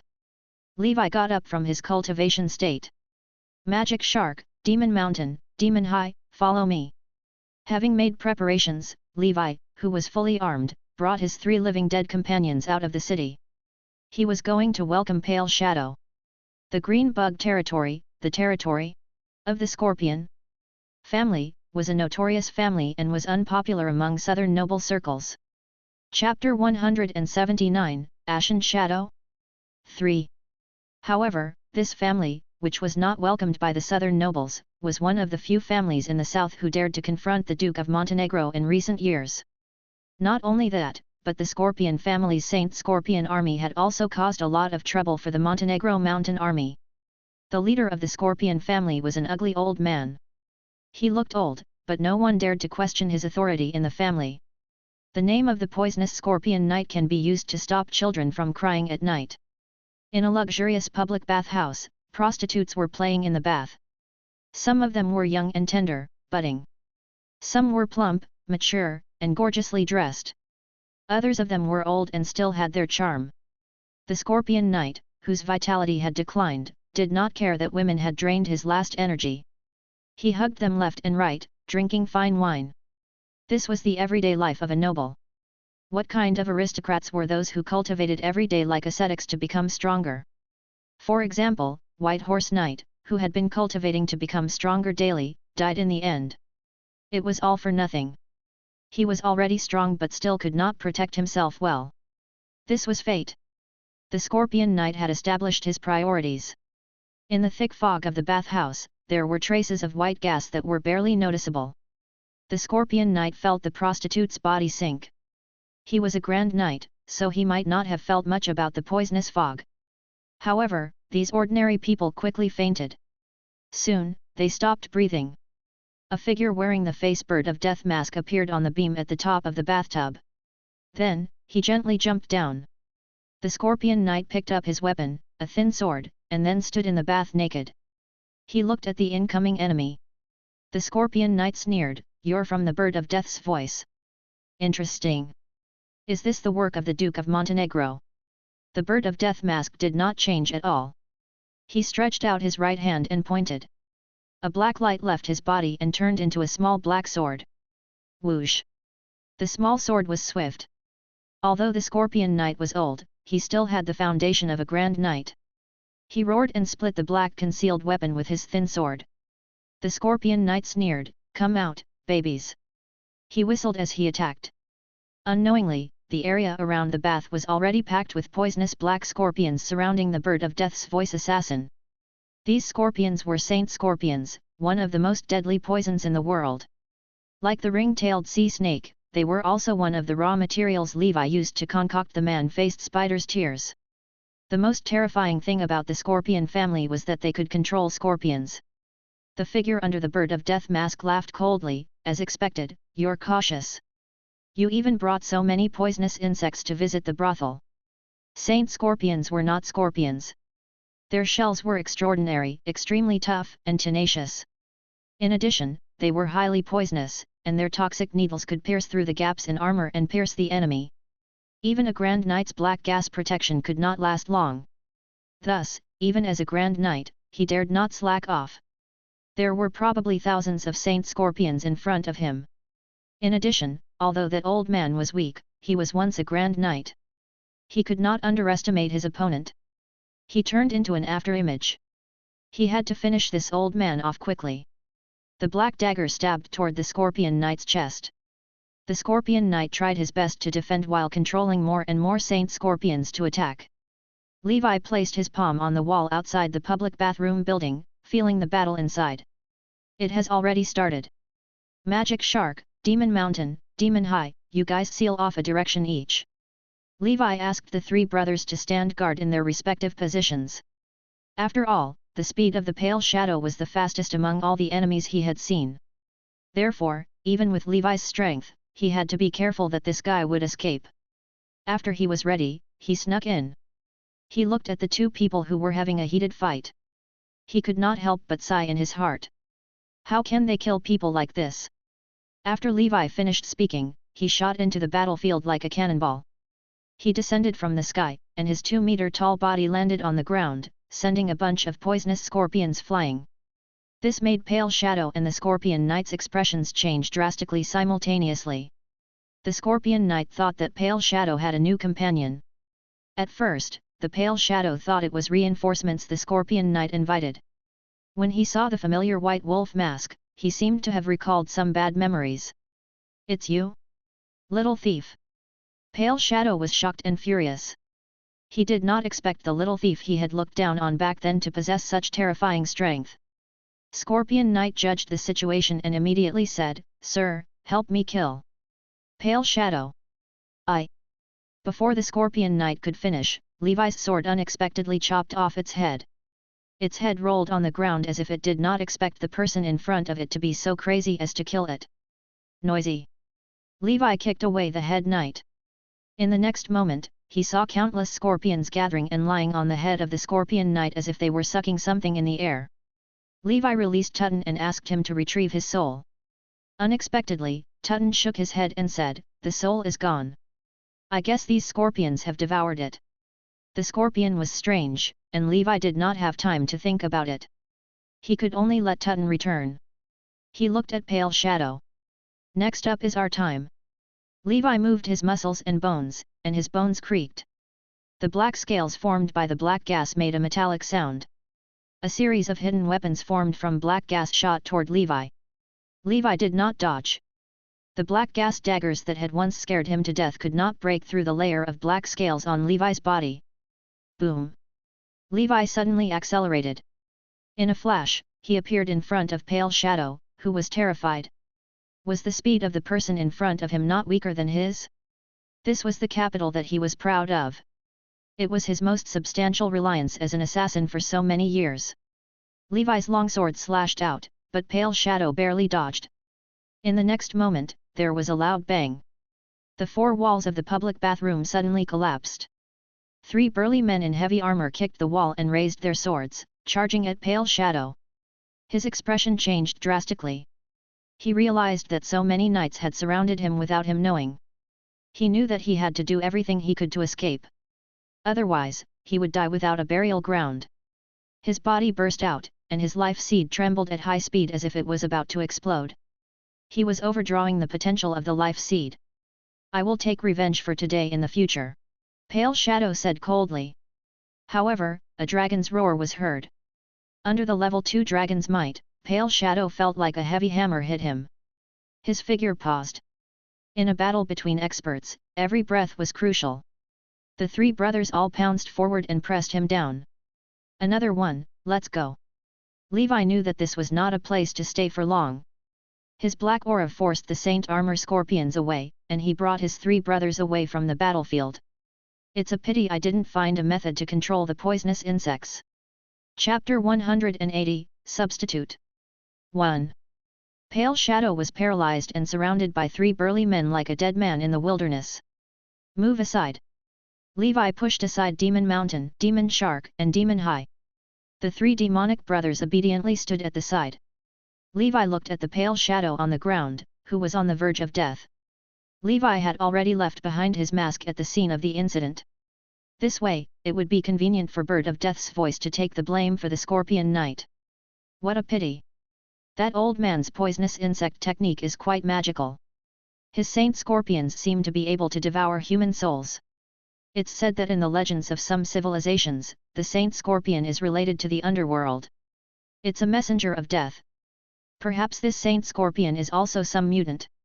I still have to visit the old man's family some other day to see if I can find a way to control this poisonous insect. Originally, Levi wanted to let Tutton devour the soul, but he found that the old man's soul had already disappeared. After thinking about it, it could only be because of the scorpion. After taking off the mask, Levi saw the actual appearance of the pale shadow for the first time. He had a thin, pale face and looked like a noble. His eyes were gloomy, and he looked like a legendary vampire. Unfortunately, he had not seen much and was not knowledgeable. After looking at it for a long time, he did not recognize who he was. He must be a great noble. After all, grand knights were raised by great nobles. "Hello, Your Excellency Pale Shadow. I didn't expect us to meet in such a way," Levi said. "Who are you?" Pale Shadow asked. "Who am I? Don't you know? After all, you tried to assassinate me 3 times. Your Excellency is forgetful," Levi mocked. "What is it? Was it you? How is that possible?" In the Bird of Death's voice history, there were 3 consecutive assassination failures and only one. This made the Pale Shadow remember it clearly. The Pale Shadow did not expect the white wolf mask before him to be Baron Levi. No wonder the assassination failed. This Baron had hidden his true strength. His strength was far more terrifying than what the information said. He was not an ordinary knight, not even an ordinary grand knight. Even a top-notch great knight could not be this strong. Since his debut, the only person who gave the Pale Shadow such a sense of oppression was the 3-meter-tall man from the Tuva Empire. Fist of the Empire. If the Pale Shadow had known that Baron Levi was so powerful, he would never have sent his men to assassinate him. Unfortunately, time could not rewind. Although I know the answer, I still want to ask again. "Lord Pale Shadow, who entrusted you to kill me?" Levi asked again. "If you tell me the truth, I will let you die a more dignified and comfortable death. I will not find trouble with your family." He had asked the assassins who had tried to assassinate him but failed, but none had told him the answer. Pale Shadow knew that he was going to die. Moreover, there was no harm in telling Levi about the current situation. After all, that big client was already a public enemy. He had torn apart the loincloth of the law and had nothing to worry about. "Duke of Montenegro," Pale Shadow said calmly. "Thank you for informing me." After asking the question, Levi stabbed the Pale Shadow's chest with his sword, allowing him to die a quick and painless death. He did not have much to ask about the Pale Shadow. Even if he asked, the other party would not tell him. Moreover, he had no idea what the family behind the Pale Shadow was. What he said just now was to scare him. Levi released Tutton, who had just eaten a Grand Knight's soul. Tutton patted his belly and looked at the fresh Grand Knight's corpse on the ground. "You? Are you a Grand Knight, Reaper?" Even Tutton was shocked. The strength of a Grand Knight had already touched the threshold of transcendence. Once one stepped into this realm, they were different from mortals. Although his fate was not up to the heavens, he could avoid most man-made disasters in the mortal world. Even if he was an apprentice when he was alive, if he was close to a Grand Knight and did not prepare spells in advance, he might still be killed by the Great Knight. After all, those passive spells used to strengthen the body were official spells, and only official wizards could master them. The physical bodies of these apprentices were very fragile. Unless they were the second generation of a wizard family, or if they had found a good teacher and had some defensive wizard tool given by the teacher, they could be crushed by a Grand Knight in close combat. Thus, Tutton knew how difficult it was to kill a Grand Knight. In other words, how terrifying was this man's strength. Especially since he was suspected to be a descendant of the 4 great families and had mastered the seal's power. Tutton felt that he had followed the right master. If this man embarked on the journey of a wizard and had good talent, he might be able to do well in the wizard world. Hurry up and consume it. We're missing a Grand Knight. Remember to prepare the meditation art in advance. It won't be long before the 3rd Grand Knight arrives, Levi said calmly. He was excited that he could learn meditation art soon. He would let the Duke of Montenegro fuel him to learn meditation art. Levi had already thought of this beforehand, and it was also one of the few rituals he felt. Chapter 181, Substitute. Evil Spirit. 2. Tutton, this brawny man nodded vigorously, like a chicken pecking at rice. He opened his mouth wide and swallowed the soul of the Pale Shadow. "How satisfying! The soul of a Grand Knight tastes delightful," exclaimed Tutton. "Let's go back," Levi said. Upon hearing this, Tutton promptly returned to the snuff bottle and closed the lid himself. Meanwhile, Levi searched through the pale shadow's corpse, looting his belongings. He found a small bag of gold coins, some hidden weapons, poison powder, and a small piece of parchment. In the end, he didn't find the breathing technique inheritance diagram, but he did discover something else he desired. The parchment didn't contain the breathing technique inheritance diagram. Rather, it held a secret skill, a technique to master a higher level of black gas usage, the Black Devil Blade. This is it. Levi's excitement grew.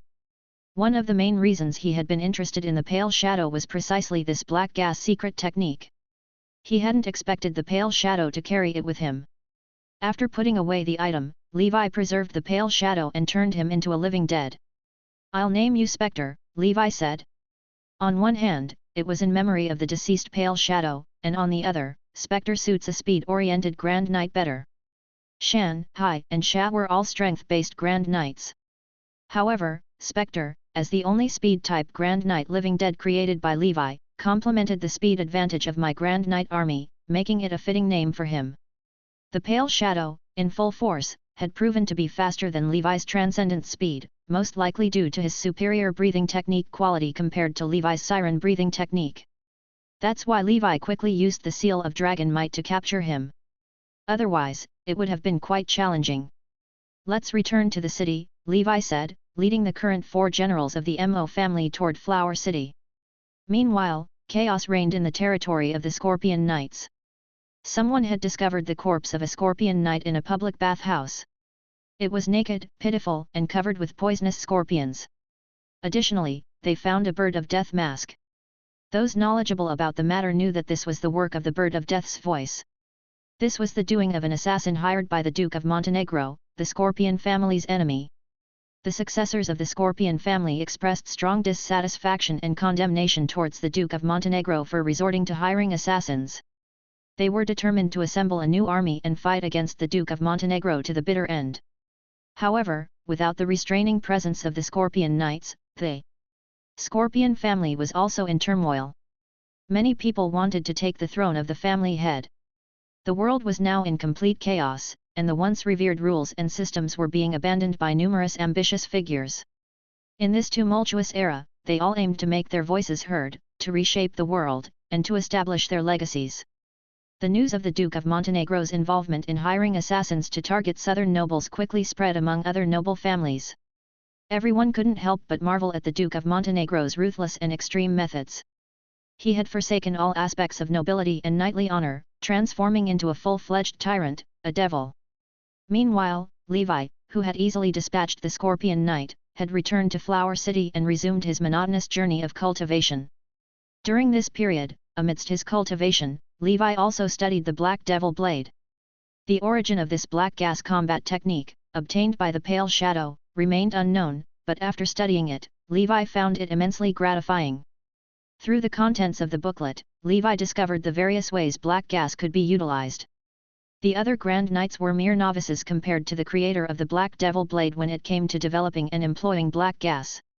They barely scratched the surface, wasting the true potential of this powerful resource. Black gas, as an extraordinary power within a knight's grasp, offered an array of possibilities to explore. The Black Devil Blade's usage of the black gas was mainly divided into 3 stages. They were black gas condensing blades, black gas leaving the body, and evil spirit lingering. Among them, the first stage was relatively easy to cultivate. Under normal circumstances, a Grand Knight could master it after 1 or 2 years of cultivation. The second stage, where the black gas left the body, required 3 to 5 years. The first 2 stages were relatively straightforward. However, it was the third stage, where the evil spirits lingering occurred, that proved to be particularly challenging. The Pale Shadow had practiced the black gas secret technique for over a decade, mastering the first 2 stages to perfection, yet he had never managed to grasp the secret technique of the evil spirit lingering. Evil spirit lingering was the most potent move of the Black Devil Blade. This technique allowed the black gas within the body to be released, manifesting behind the user as a black gas incarnation. The appearance of the black gas incarnation would be randomly generated based on the user's innermost desires. The black gas incarnation was entirely composed of black gas. It would manifest behind the user during battles and would conceal itself within the user's body when not in combat. The strength of the black gas incarnation depended on the user's abilities. When it materialized behind the user, it gave the sensation of an evil spirit emerging from the shadows. Hence, the creator named it Evil Spirit Lingering. The primary purpose behind developing this secret technique was to enable grand imites to combat evil spirits effectively. Imagine having had a horrifying doppelganger, entirely composed of black gas, which was an extension of yourself, fighting alongside you. When released during battle, it essentially created an extra powerful force out of thin air. Despite cultivating for more than 10 years, the pale shadow had yet to reach the threshold of evil spirit lingering. Chapter 182, Substitute. Evil Spirit. 3. However, Levi knew why he did not grasp the mystery behind it. Because the secret skill of evil spirit lingering had already gone beyond the realm of physical cultivation for knights. To condense the black gas into such a precise and obedient incarnation, knights needed extremely powerful spiritual energy to control it. In other words, the possession of evil spirit lingering is a product of the combination of physical and spiritual cultivation. Levi was a practitioner of seals and had done some research on wizards. He immediately found the problem. Therefore, if I cultivated a meditation art and strengthened my spiritual force, it should have been very easy for me to master the secret technique of evil spirit lingering. The cultivation of spiritual force is also crucial, especially when facing enemies like wizards. If the pale shadow's mental strength had been strong enough, the effect of the seal of dragon might on him would have been minimal. This is the consequence of lacking spiritual force cultivation. I currently lack it as well, but after learning meditation art, this shortcoming can be remedied. In every civilization and era, there have always been religious cultivation schools advocating the simultaneous cultivation of spiritual energy in the body. Some call it the integration of body and soul, while others call it the integration of mind, soul, and spirit. In any case, the mainstream view is that the cultivation of the body and the mind should be on par.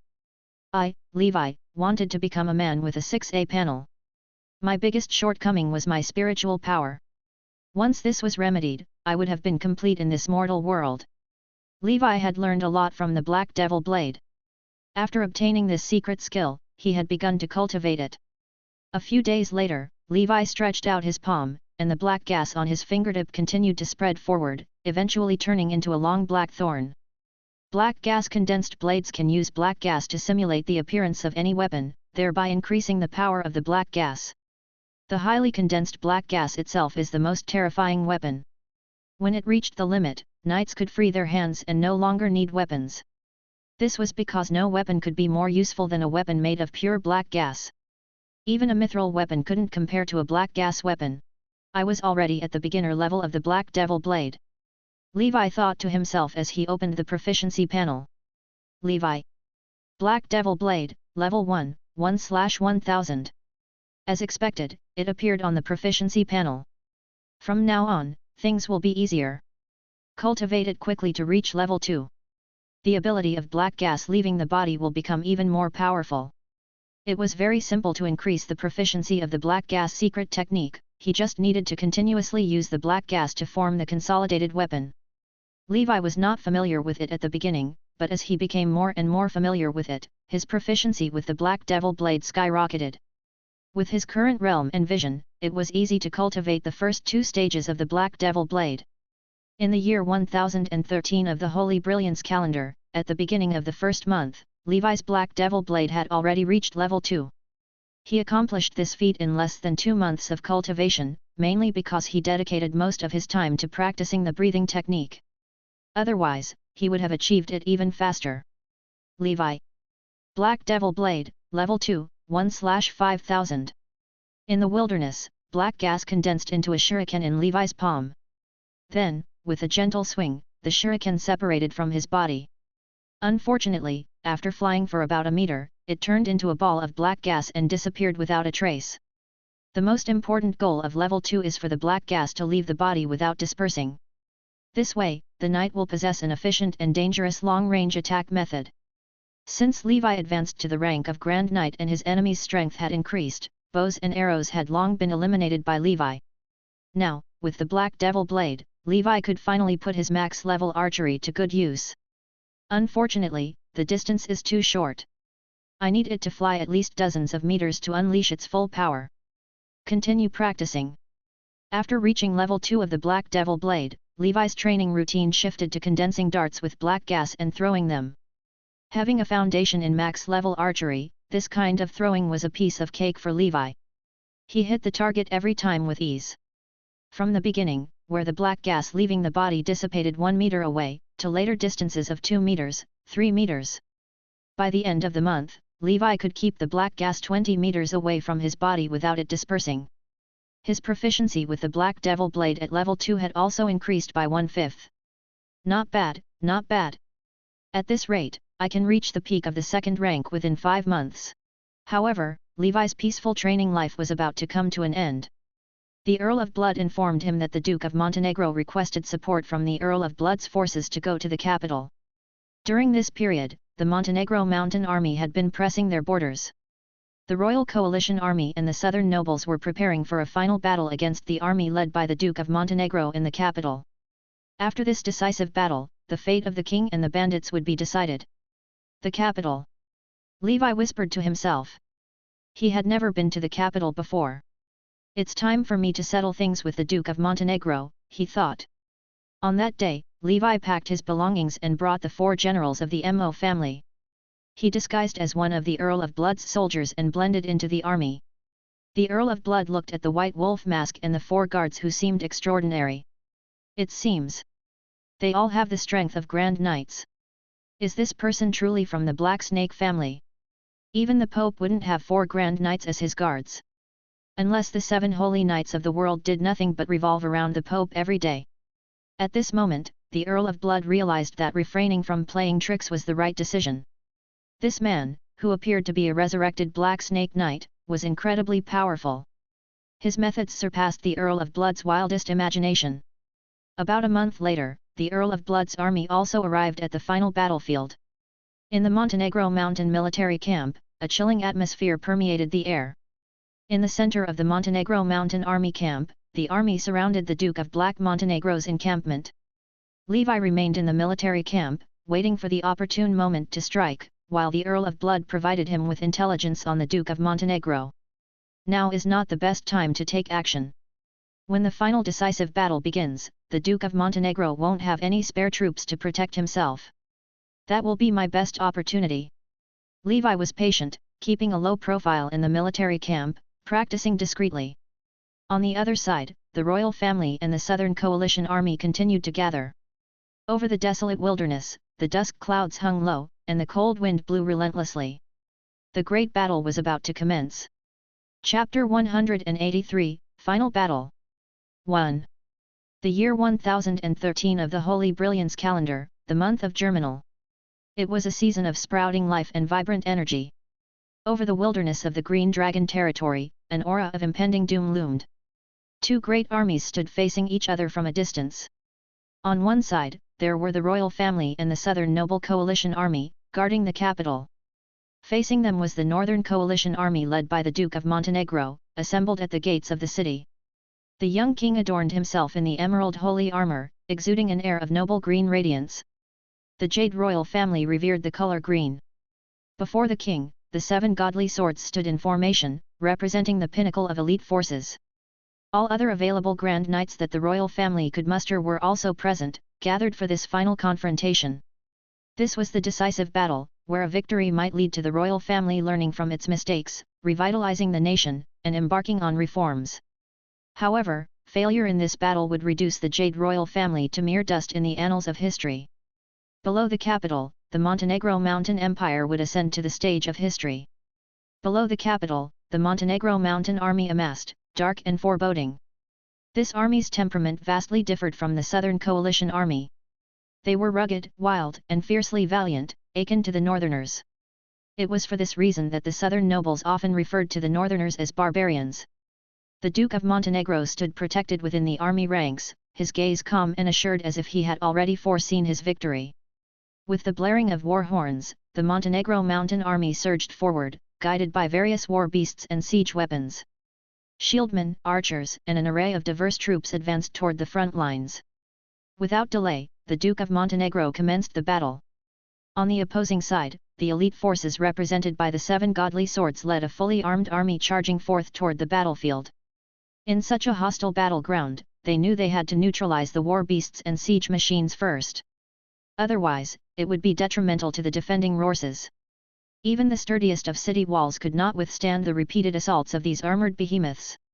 Meanwhile, Levi remained concealed within the army of the Earl of Blood, patiently waiting for the right opportunity.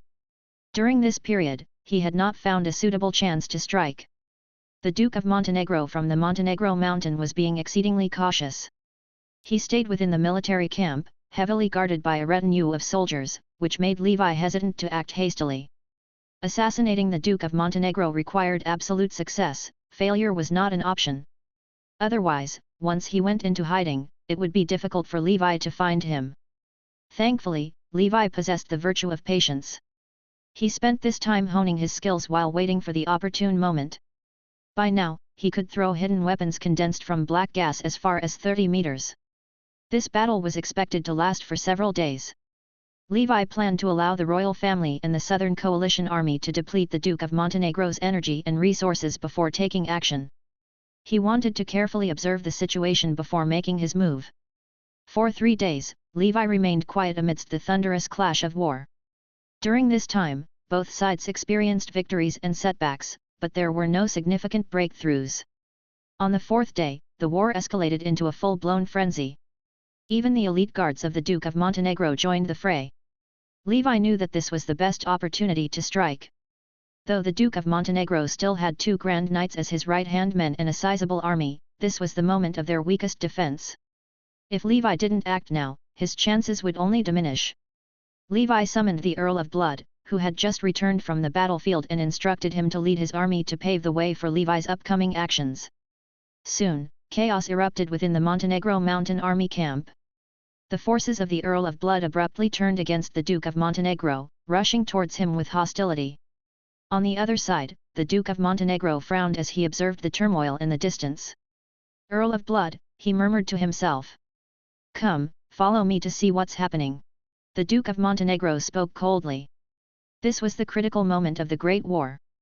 Was the Earl of Blood planning to betray them? Or had the Earl of Blood been swayed by the nobles from the south? He had been lurking within his army, acting as a spy. No matter the circumstances, this deeply offended Montenegro Mountain. He wanted to make the Earl of Blood understand the dire consequences of betrayal. When the kingdom's army saw the Montenegro Mountain army camp suddenly thrown into disarray, they took the chance to mobilize a vast number of troops. They aimed to seize this opportune moment to defeat the Duke of Montenegro's forces and annihilate the rebel army. Levi and his allies were concealed within the Earl of Blood's army, using it as a shield to swiftly reach the vicinity of the Duke of Montenegro Mountain. There, they spotted the middle-aged nobleman riding on a warhorse, adorned in mithril armor, and wielding a colossal sword. He was none other than the Duke of Montenegro. "Earl of Blood, you dare betray me!" The Duke of Montenegro raised his great sword, exuding a murderous aura. The Earl of Blood couldn't help feeling helpless. "Sorry, Lord Montenegro Mountain, but I merely seek to survive." The Earl of Blood explained, convinced that his choice was justified when he thought about the terrifying power of that person.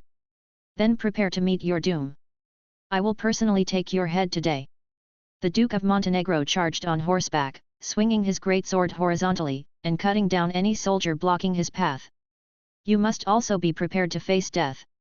At that moment, a group of brawny men, resembling wild bulls, broke through the enemy's formations and fought their way out. Levi led the 4 generals of the Mo family as they charged from the side. His overwhelming black aura danced wildly, brushing off any attack from cold weapons on the battlefield. He plunged straight into the Duke of Montenegro's army. Die! Frostmourne was unsheathed. Levi moved like a sharp knife, piercing through the enemy lines. All enemies blocking his path were shattered. The magic shark, Demon Mountain, Demon High, and Demon Spectre transformed into reapers, harvesting the lives of their foes. Chapter 184, Final Battle. 2. Levi had already equipped them with the best quality core of the undead, enough to sustain their combat for a long time. The sudden appearance of 5 Grand Knights startled the forces of Montenegro Mountain. He couldn't comprehend how they had suddenly emerged. However, he reacted quickly and used the advantage of his larger numbers to surround Levi and the others. Unfortunately, whether it was Levi or the living dead, they were all tireless killing machines. With the assistance of the Earl of Blood's army, Levi managed to break through. Levi successfully reached the Duke of Montenegro's presence. Boom! Golden cross slash! Advanced waves! Levi unleashed his most powerful killing move. His sword came down upon the Duke of Montenegro. The Duke of Montenegro blocked the attack with his great sword. In the next moment, he felt as if his giant sword was about to be overpowered. An expert. The Duke of Montenegro didn't dare to underestimate his opponent. He knew he had encountered a rare master. Go to hell! Levi swung his sword at the Duke of Montenegro once again. The Duke of Montenegro swiftly responded. Your strength is impressive, one of the best in the kingdom. Though I don't know why you want to assassinate me, since you dared to come, be prepared to face death. The Duke of Montenegro sneered, and an unparalleled aura burst forth from his body. In Levi's eyes, this aura was comparable to the fist of the Empire. Even the top-notch Grand Knights were not a match for it. Simultaneously, the Duke of Montenegro's body began to grow taller and taller, from his normal height to 2 meters, 2 meters 3, 2 meters 5, up to 2.8 meters. An indomitable black demon appeared on the battlefield. I had intended to save this trump card for the nation guarding divine sword, but since you're so eager to meet your end, I'll grant your wish. His body was enveloped in black gas, even submerging his armor. His back was incredibly broad, resembling a true black whale. On his back, grotesque bulging muscles formed a ridge, akin to that of a giant whale's spine. His wide-open mouth exhaled white vapors, resembling venom. The Duke of Montenegro's monstrous appearance startled even his soldiers. They hastily retreated from the battlefield. Seeing this, Levi remained composed, as he knew the Duke of Montenegro had likely perfected the ancient breathing technique, much like Levi's gaseous black scales, which showcased some similarities to a black whale. The Duke of Montenegro was on the verge of becoming a legendary knight. Nevertheless, this outcome was well within Levi's expectations. Spectral figures through the void, transforming into concealed black gas projectiles, aimed at the Duke of Montenegro's back. However, the Duke of Montenegro's dense black gas either deflected or trapped all of the projectiles, thwarting their attempts to breach his defenses. Unperturbed, the Duke of Montenegro dismounted from his horse, causing the earth to tremble upon his landing. Pale Shadow, have you betrayed me too? He squinted his eyes, emanating a fierce aura. Only the Pale Shadow possessed such a distinctive attack. Spectre remained silent, offering no response. The Duke of Montenegro had realized that the person before him had somehow manipulated the Pale Shadow through an unknown spell. Very well. I'm becoming increasingly intrigued by your secrets. Black Sea Infinite Slash. Like Levi, the Duke of Montenegro had mastered advanced combat techniques. This was the Montenegro mountain family's ancestral Black Sea sword skill. It was a perfect grade sword skill. The Black Sea sword skill was executed with tremendous force, capable of cleaving mountains, opening the heavens and earth, and creating a torrential force that could overturn rivers and seas. Magic Shark, who stood in the Duke of Montenegro's way, was sent flying by a single sword strike, soaring hundreds of meters before crashing to the ground. Levi noticed that the Magic Shark's armor had been completely torn apart. However, he couldn't spare any attention to the Magic Shark at the moment. As long as he could take down the Duke of Montenegro, everything would be worthwhile. Golden Cross/VS. Black Sea Sword Skill. The supreme ripple force clashed once more against the Duke of Montenegro's great sword. The Duke of Montenegro's weapon was also crafted from exceptionally pure mithril. Otherwise, it wouldn't have been able to withstand the impact of Levi's Frostmourne. No one dared to approach the battlefield where Levi and the Duke of Montenegro were engaged in their fierce battle. It felt as if the mountains were collapsing and the earth was cracking. Indeed, the Duke of Montenegro was formidable. Among all the people Levi had encountered, he ranked only second to the Fist of the Empire. Without relying on any seals or spells, Levi could only barely suppress Montenegro Mountain with his current status as an all-rounded warrior. However, what Levi didn't know was that the Duke of Montenegro was even more astonished. One must understand that he had cultivated the Montenegro Mountain family's Montenegro Mountain breathing technique to an unparalleled level, surpassing all predecessors. Even the White Horse Knight might not be his match. Yet, he was being suppressed by a nameless individual. The Duke of Montenegro swung his sword, cleaving spectre that attempted to ambush him into two halves. Levi couldn't help but mourn for Spectre. He had only been on duty for a few days and was already rendered useless. Currently, only Demon Mountain and Demon High remained on the battlefield. Seeing this, Levi pretended to be overwhelmed and quickly withdrew. The Duke of Montenegro was at the peak of his power. He gazed at the fleeing assassin and chased after him. This assassin must not be allowed to escape. Since Montenegro Mountain had already been forced to reveal his strongest form, he couldn't afford to waste this opportunity and had to kill the assassin to prevent any future harassment or assassination attempts. At this point, Montenegro Mountain had a clear understanding that the betrayal of the Earl of Blood was undoubtedly connected to this assassin. Moreover, this assassin must have mastered some form of witchcraft, which intrigued the Duke of Montenegro even further. Levi and the Duke of Montenegro chased each other across the wilderness. Chapter 185, Final Battle. 3. The Duke of Montenegro was determined to kill Levi and left the main army. Levi continued to pretend that he was no match for the Duke of Montenegro. He used the magic shark and Demon Mountain to try and hold off the Duke of Montenegro, but the gap in their strength was too great. In just a few moves, the Duke of Montenegro sent them flying, leaving them crippled with missing limbs. This deeply pained Levi. Although they were inexperienced, they were still his valuable allies. To see them on the verge of being defeated by the Duke of Montenegro so quickly was truly heart-wrenching. It could only be said that these living dead, created by ordinary Grand Knights, were indeed no match for a top-notch expert like the Duke of Montenegro, comparable to the Fist of the Empire. You only know how to run. The Duke of Montenegro sneered. Levi ignored the taunt and continued to use the living dead to distract Montenegro Mountain. Occasionally, he used the black gas condensed blades to sneak attack Montenegro Mountain, trying to provoke his anger. As they continued the chase, the two of them had already distanced themselves from the main army, reaching an uninhabited wilderness. At this moment, Levi stopped. He was panting heavily as he gazed at the pursuing Duke of Montenegro. The armors of Demon Mountain and Demon High were torn apart by the Duke of Montenegro. Each time they were sent flying by his attacks, they would fall to the ground and then rise again to continue fighting. Of course, the Duke of Montenegro was also covered in wounds, but his demonic-like body still stood tall and imposing. Black Sea Stacking Mountains.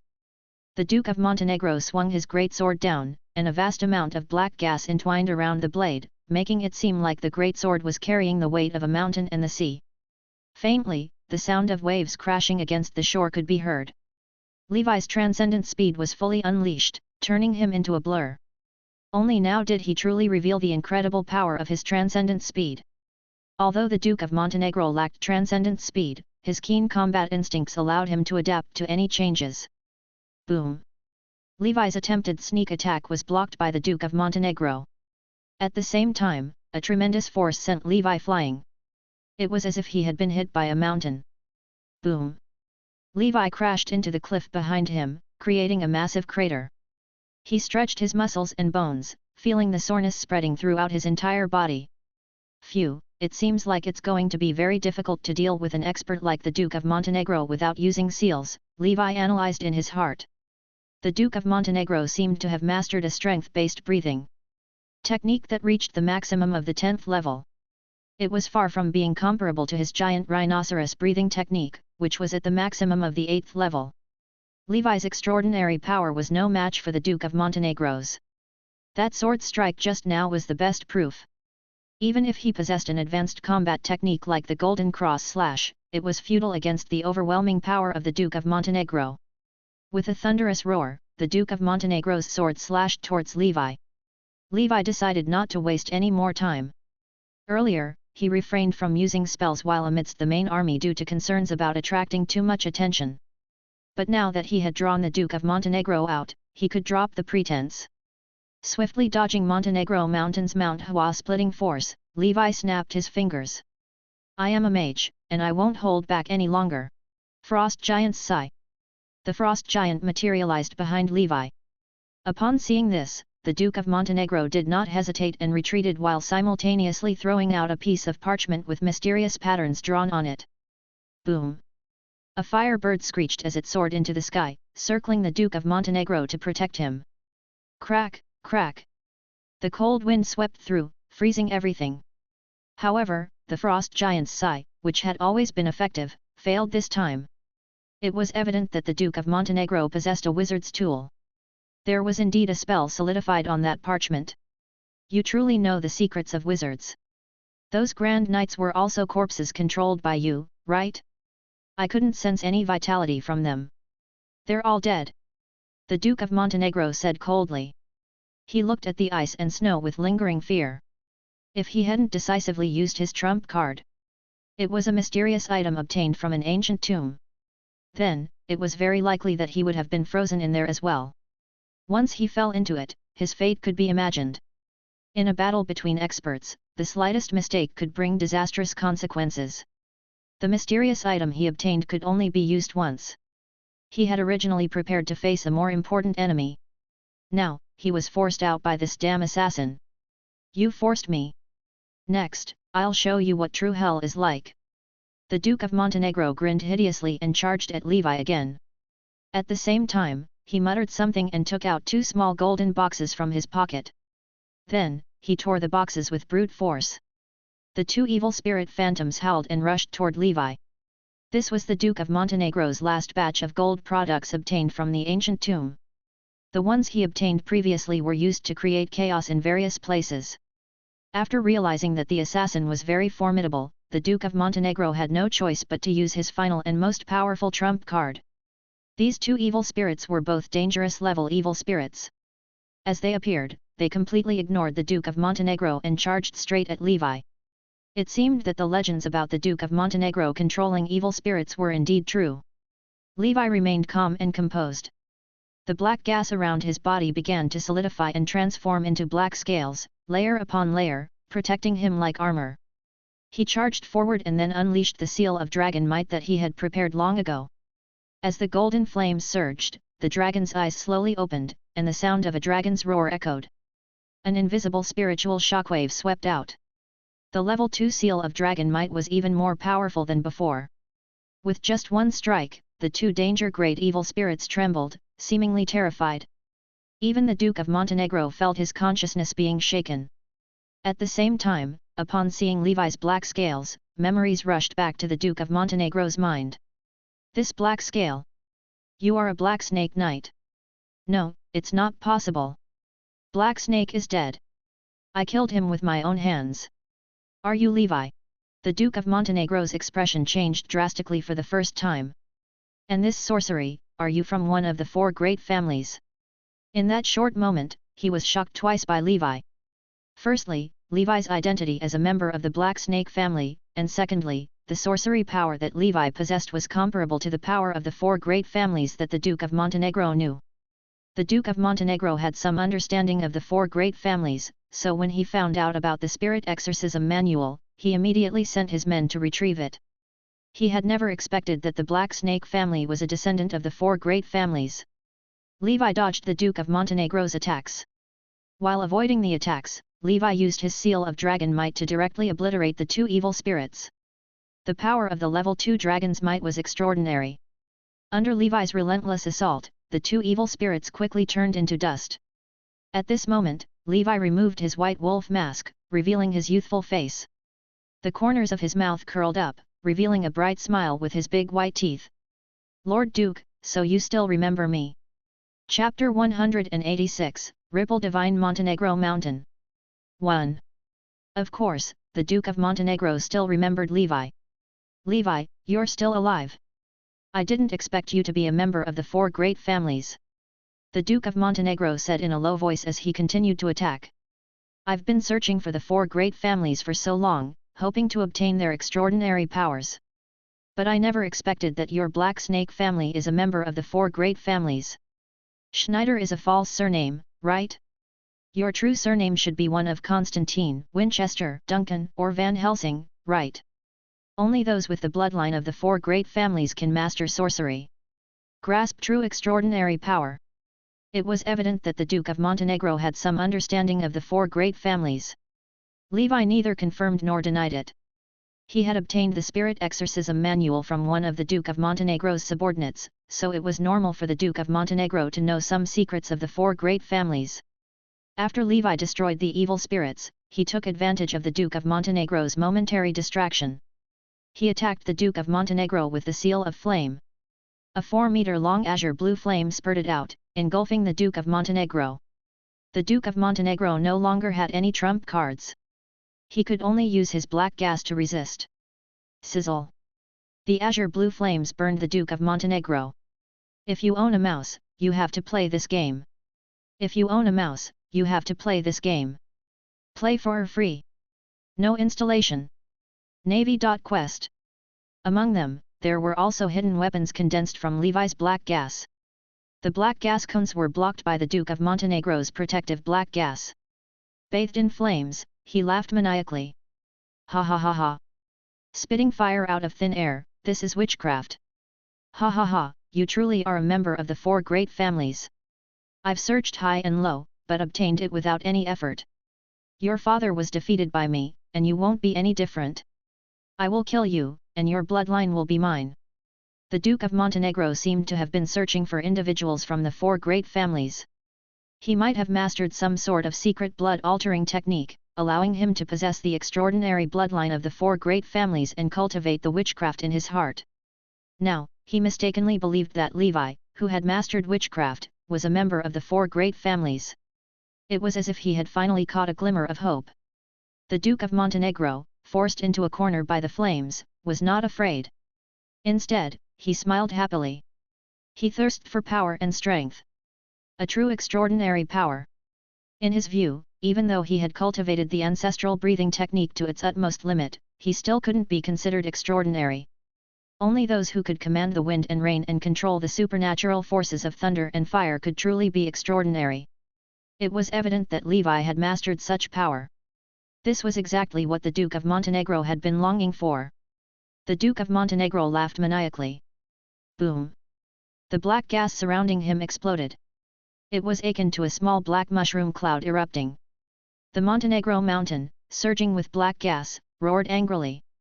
Black whale roar! He bellowed, and a terrifying sound wave swept out. This attack, which was similar to the sound wave technique, swept across the entire arena.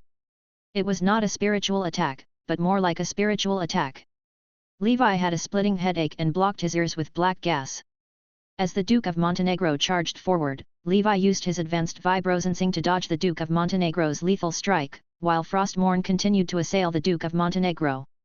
The Duke of Montenegro seemed to be aware of Levi's formidable sorcery, and he was attacking Levi relentlessly, not giving him any opportunity to cast spells. Iuvo brawny men were locked in combat in the wilderness. The Duke of Montenegro's mind appeared to have been corrupted by the black gas.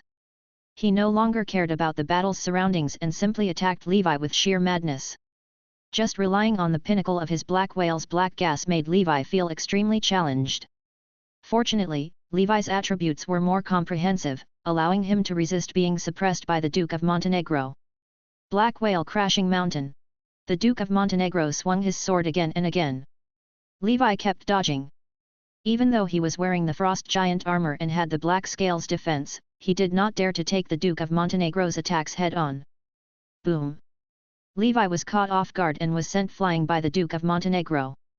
He crashed into a large tree, causing it to collapse, and dust filled the air as Levi coughed.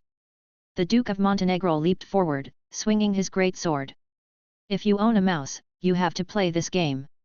If you own a mouse, you have to play this game. Play for free.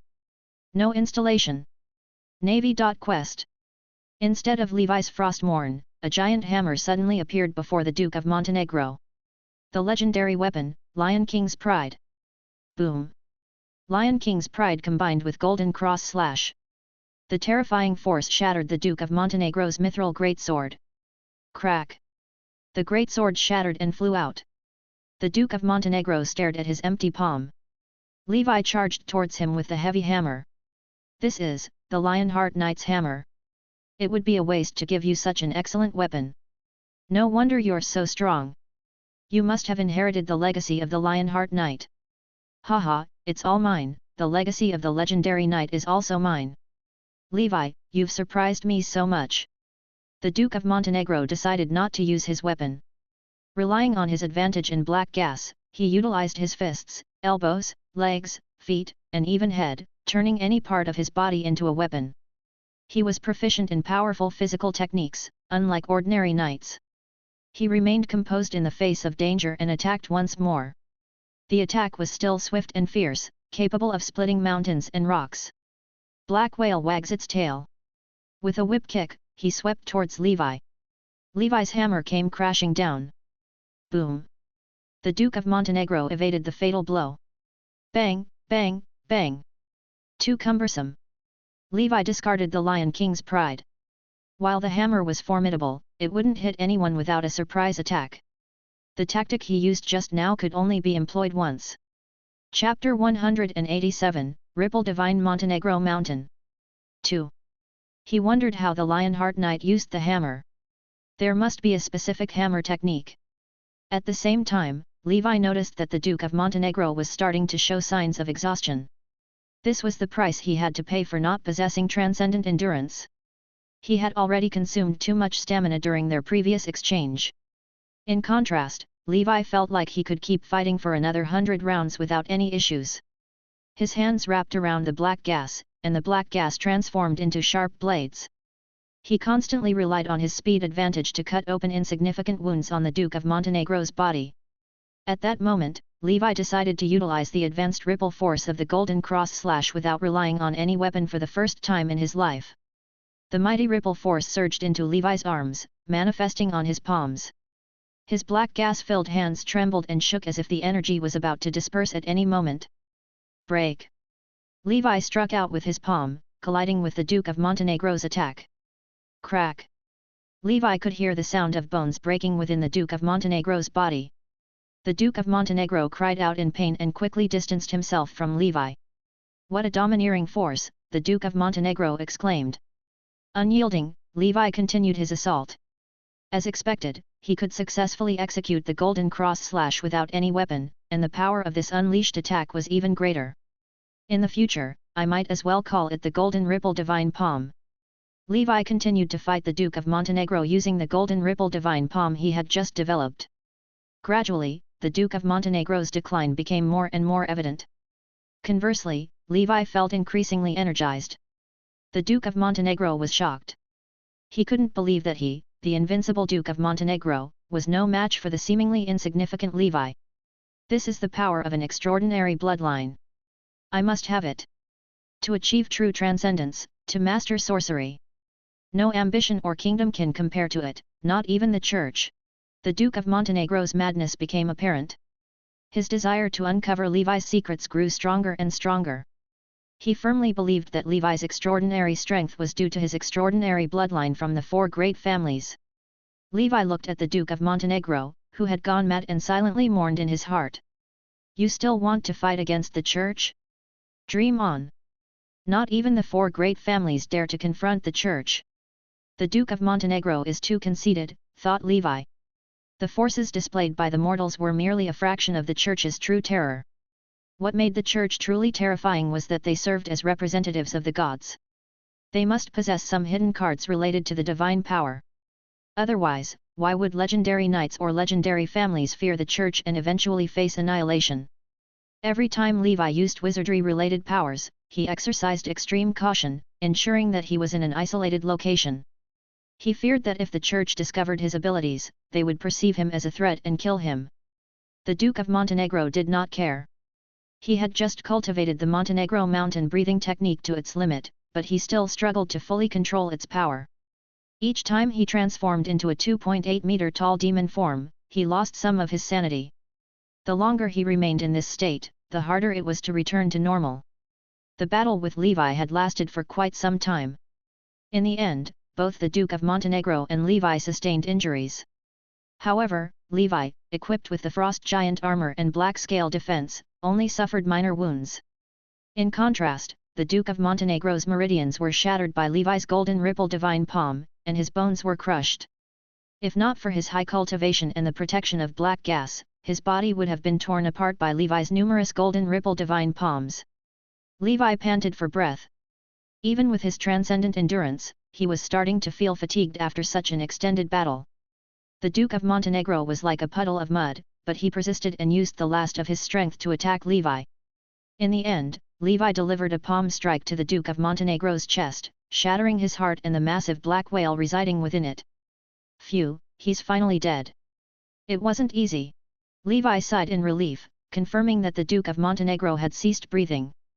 He then took a moment to catch his breath and rest. Meanwhile, he instructed Tutton to retrieve the Duke of Montenegro's soul. The Tutton man felt numb from consuming the souls of Grand Knights for the past few days.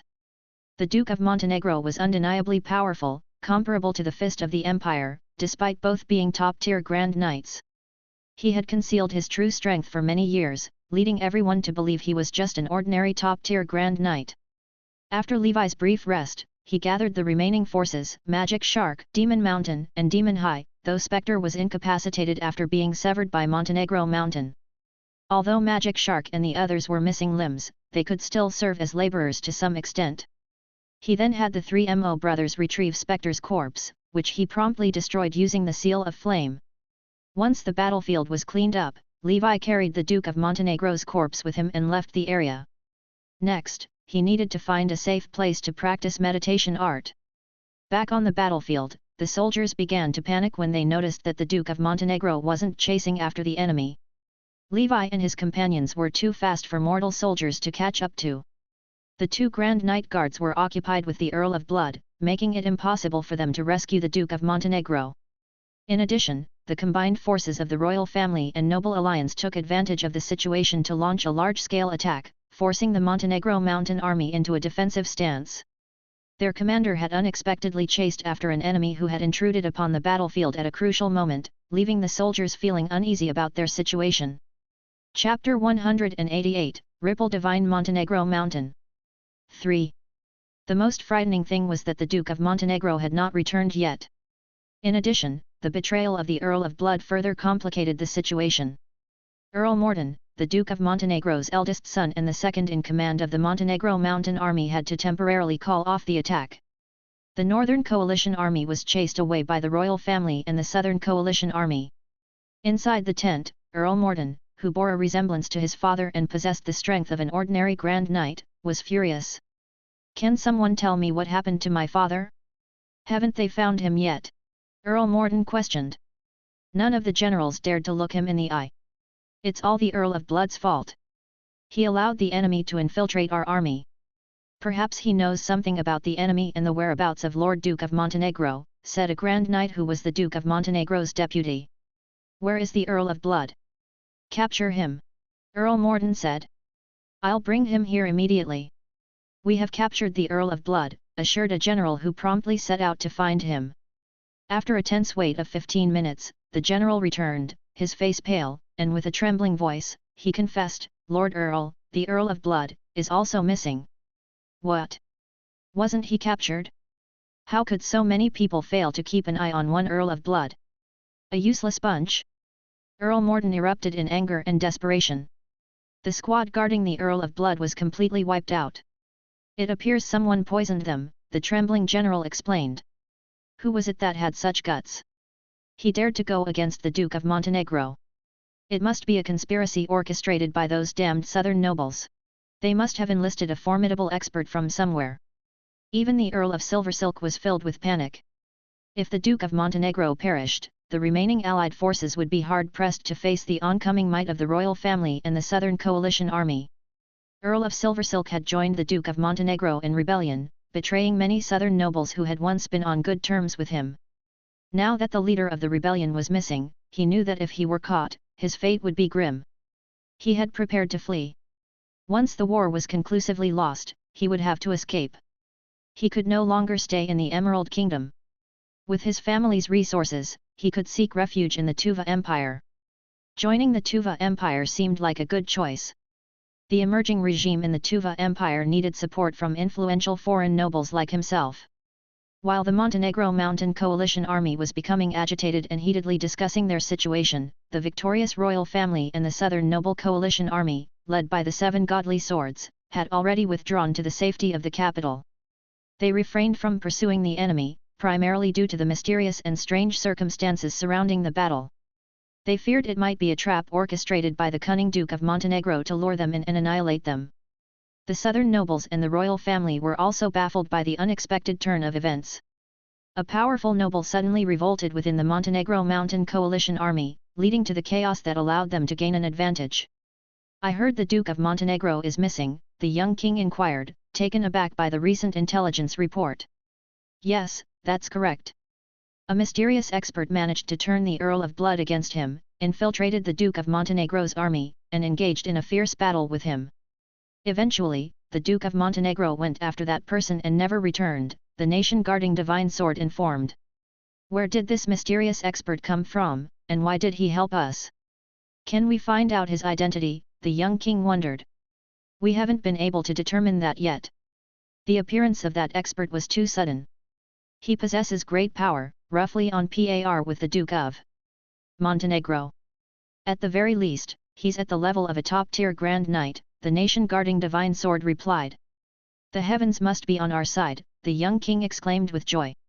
"Surely, he is a divine warrior sent by our Heavenly Father to aid us in quelling the rebellion. This marks the beginning of our comprehensive counterattack. Spread the word. Assemble all our forces and crush the rebel army in one decisive blow." In the wilderness, within a secluded mountain forest, Levi was examining the Duke of Montenegro's corpse. After a thorough search, he found nothing but a few parchment maps detailing battle strategies, which was expected. The Duke of Montenegro spent most of his time on military arrangements and command, unlikely to carry any other personal items with him. What a shame! But it's not a total loss. After all, I managed to obtain a considerable amount of evil spirit dust. And there are also 2 golden boxes. The golden boxes can seal evil spirits. Why didn't I think of that? Li Wei couldn't help but smile bitterly. On the other side, the Earl of Blood had already been turned into a living dead by Li Wei. With the death of the Duke of Montenegro, his revenge had been avenged. The Earl of Blood had no meaningful purpose left. Coincidentally, Li Wei had lost one of his living dead, and he could use the Earl of Blood as a replacement. Li Wei transformed the Earl of Blood into a second-generation spectre, replacing the pale shadow. He felt pity as he looked at Magic Shark and the others. Magic Shark had become a one-armed hero, Demon Mountain a crippled figure, and Demon Hale's leg was also limping due to being completely shattered and irreparable. In this aspect, the living dead were far inferior to the Blue Frost undead. The living dead lacked self-healing abilities and wore out too quickly. For now, Li Wei couldn't find a solution, so he would have to change them more frequently in the future. As for the Duke of Montenegro's corpse, it was beyond repair. Li Wei's golden ripple divine palm had shattered all the bones in his body, turning his entire corpse into a pile of mud. Even with the core of the undead, it was impossible to make the corpse stand up. This battle has allowed Li Wei to fully develop the most powerful move of the ripple force. That is to directly unleash it with his palm, without the need for any weapons. This force is even more direct and ferocious. Moreover, with the strength of the level 9 Black Snake, his palm can easily withstand the backlash effect of the ripple force. There's one more thing. It seems MV distinctive black scale feature is too conspicuous. Whether it's the Earl of Blood or the Duke of Montenegro, as soon as they see my black scales, they can immediately identify me. So, I should use the black scales less in the future. Anyone who has seen them must die. Li Wei summarized the lessons from this battle and reminded himself to be cautious. Finally, he summoned Tutton, who was overfed. Meditation Art, bring it out. Chapter 189, Deep Sea Meditation Art, Son of Chaos. 1. Tutton floated out of the pot of equal value. The current Tutton appeared even more robust than before, resembling an Aladdin from another world. I didn't expect you to gather the souls of 3 Grand Knights so quickly. According to the principle of equal exchange, I will give you the meditation. Tutton looked serious, a complete transformation from his usual demeanor. At this moment, he seemed like a true artifact spirit. Levi remained on high alert. If Tutton pulled any tricks, he would destroy him instantly. The opportunity to learn meditation art would still come later. Safety was the top priority. Soon, a colorless, transparent, diamond-shaped crystal floated out of the pot of equal value and appeared before Levi. Before learning the meditation art, you should first use this heart of ether to test your potential as a wizard, Tutton said. Wizard potential? Do wizards also require qualifications? Levi asked with a furrowed brow. Of course, just as knights need a bloodline for their breathing techniques, wizards also require innate qualifications. However, in your case, being a descendant of the four great families, it's unlikely that you lack the potential for wizardry, Tutton explained. Levi wasn't so sure. He wasn't a descendant of the four great families. He had relied on proficiency panel training to hone his skills. Thus, there was a real possibility that he might not have the aptitude to be a wizard. Levi felt unprecedentedly tense. If I lack the qualifications for wizardry, then I'll just stick to being a knight. I'll continue improving, and maybe I can find a way to train using the proficiency panel, he thought. How do I test for wizard potential? Levi asked, trying not to scare himself. Simply hold the heart of ether in your hand and concentrate on sensing the power contained within, Tutton instructed. Levi grasped the heart of ether in his palm. He closed his eyes and entered a state of trance. At this moment, he seemed to have entered a chaotic world. The sky was filled with endless gales, and the ground was desolate. Between the mountains flowed lava, while monstrous tsunamis roared across the sea. Earth, fire, wind, and water. In the myths and legends of this world, these were the original forms of everything, the supreme will. All things were shaped by earth, fire, wind, and water, and the gods represented these elements. Tutton gazed at the heart of ether in Levi's palm. Suddenly, the heart of ether emitted 4 colors of light, which were crimson, yellow, blue, and black. Seeing this, Tutton shook his head discreetly and sighed softly. It's a pity. Although you possess the aptitude of a wizard, it is rather common. In this lifetime, you might only become a wizard's apprentice, and it'll be challenging to reach the level of a full-fledged wizard. Despite Tutton's disappointment, he concealed it well. Levi observed the heart of ether, radiating its 4-colored light. What do you mean? Do I have the potential to become a wizard? Levi inquired with a furrowed brow. The good news is, yes, you do have the potential. The bad news is that your talent is quite ordinary. Nevertheless, it still surpasses that of most mortals in this world, Tutton reassured. As long as I have the potential, that's enough. Levi breathed a sigh of relief. Regardless of the level of talent, he had the proficiency panel to rely on. The power of ether, which we often talk about, is detached from the world. It primarily manifests in 4 basic forms, corresponding to the elements of earth, fire, wind, and water. New manifestations can arise through different combinations and evolutions of these 4 elements, such as thunder, ice, light, and more. No matter what, everything ultimately stems from the same source, earth. Fire, wind, and water are the origins of all things and the beginning of life. In the eyes of a wizard, whether you are a god or a human, the root of your existence can be traced back to earth, fire, wind, and water. Wizard aptitude determines whether you have an innate affinity for these elements. This allows you to make quicker progress in cultivating the meditation art and aids in comprehending the mysteries when constructing the corresponding spell models. Generally speaking, the aptitude of a wizard with a single affinity is much higher than that of a wizard with multiple affinities. Being attuned to all 4 elements of earth, fire, wind, and water is considered to have the lowest potential. Trying to master everything at once is like trying to chew on too much at once. In wizardry, you can think of affinity as a pre-existing cake, a fixed amount that cannot be changed. If you have a single affinity, your affinity with that element is complete, it's like having a whole cake. However, if you have 2 affinities, your talent will be divided into 2 halves, and if you have all 4 affinities, each will be reduced to a quarter. But there's no need to be discouraged, as the vast majority of ordinary people in this world are lost without any wizard aptitude. Among those who have the potential, less than 1% have the talent of a single element affinity. In the wizarding world, geniuses with a single affinity are referred to as children of the elements, while ordinary people with 4 affinities are known as children of chaos. To be honest, I am also a child of chaos. Levi was not at all disheartened. I want to learn and master as much as I can. Using learning as an excuse is for mediocre people. With the proficiency panel, having a single affinity would be a waste. I want to have multiple affinities, earth, fire, wind, and water. I want to master them all. Levi exclaimed, his excitement mounting. After hearing this, Levi was not discouraged at all. On the contrary, he was extremely excited. He was determined to become an all-rounded warrior. Having multiple affinities was just perfect for him. He would pursue the path of the 6A panel to the end. Chapter 190, Deep Sea Meditation Art, Son of Chaos. 2. Seeing that Levi was not affected at all, made Tutton very impressed. In terms of mentality, he was far inferior to Levi. When he first found out that he was the most ordinary child of chaos, he felt depressed for a long time. But that's true. To become a wizard, he's already above everyone else. This person is quite open-minded, Tutton thought. Come, give me the meditation art, Levi said. In the pot of equal value, a small slate, the size of a palm, appeared and floated in the air. This is a recording slate. It contains the basic meditation art of the ocean. School of Thought.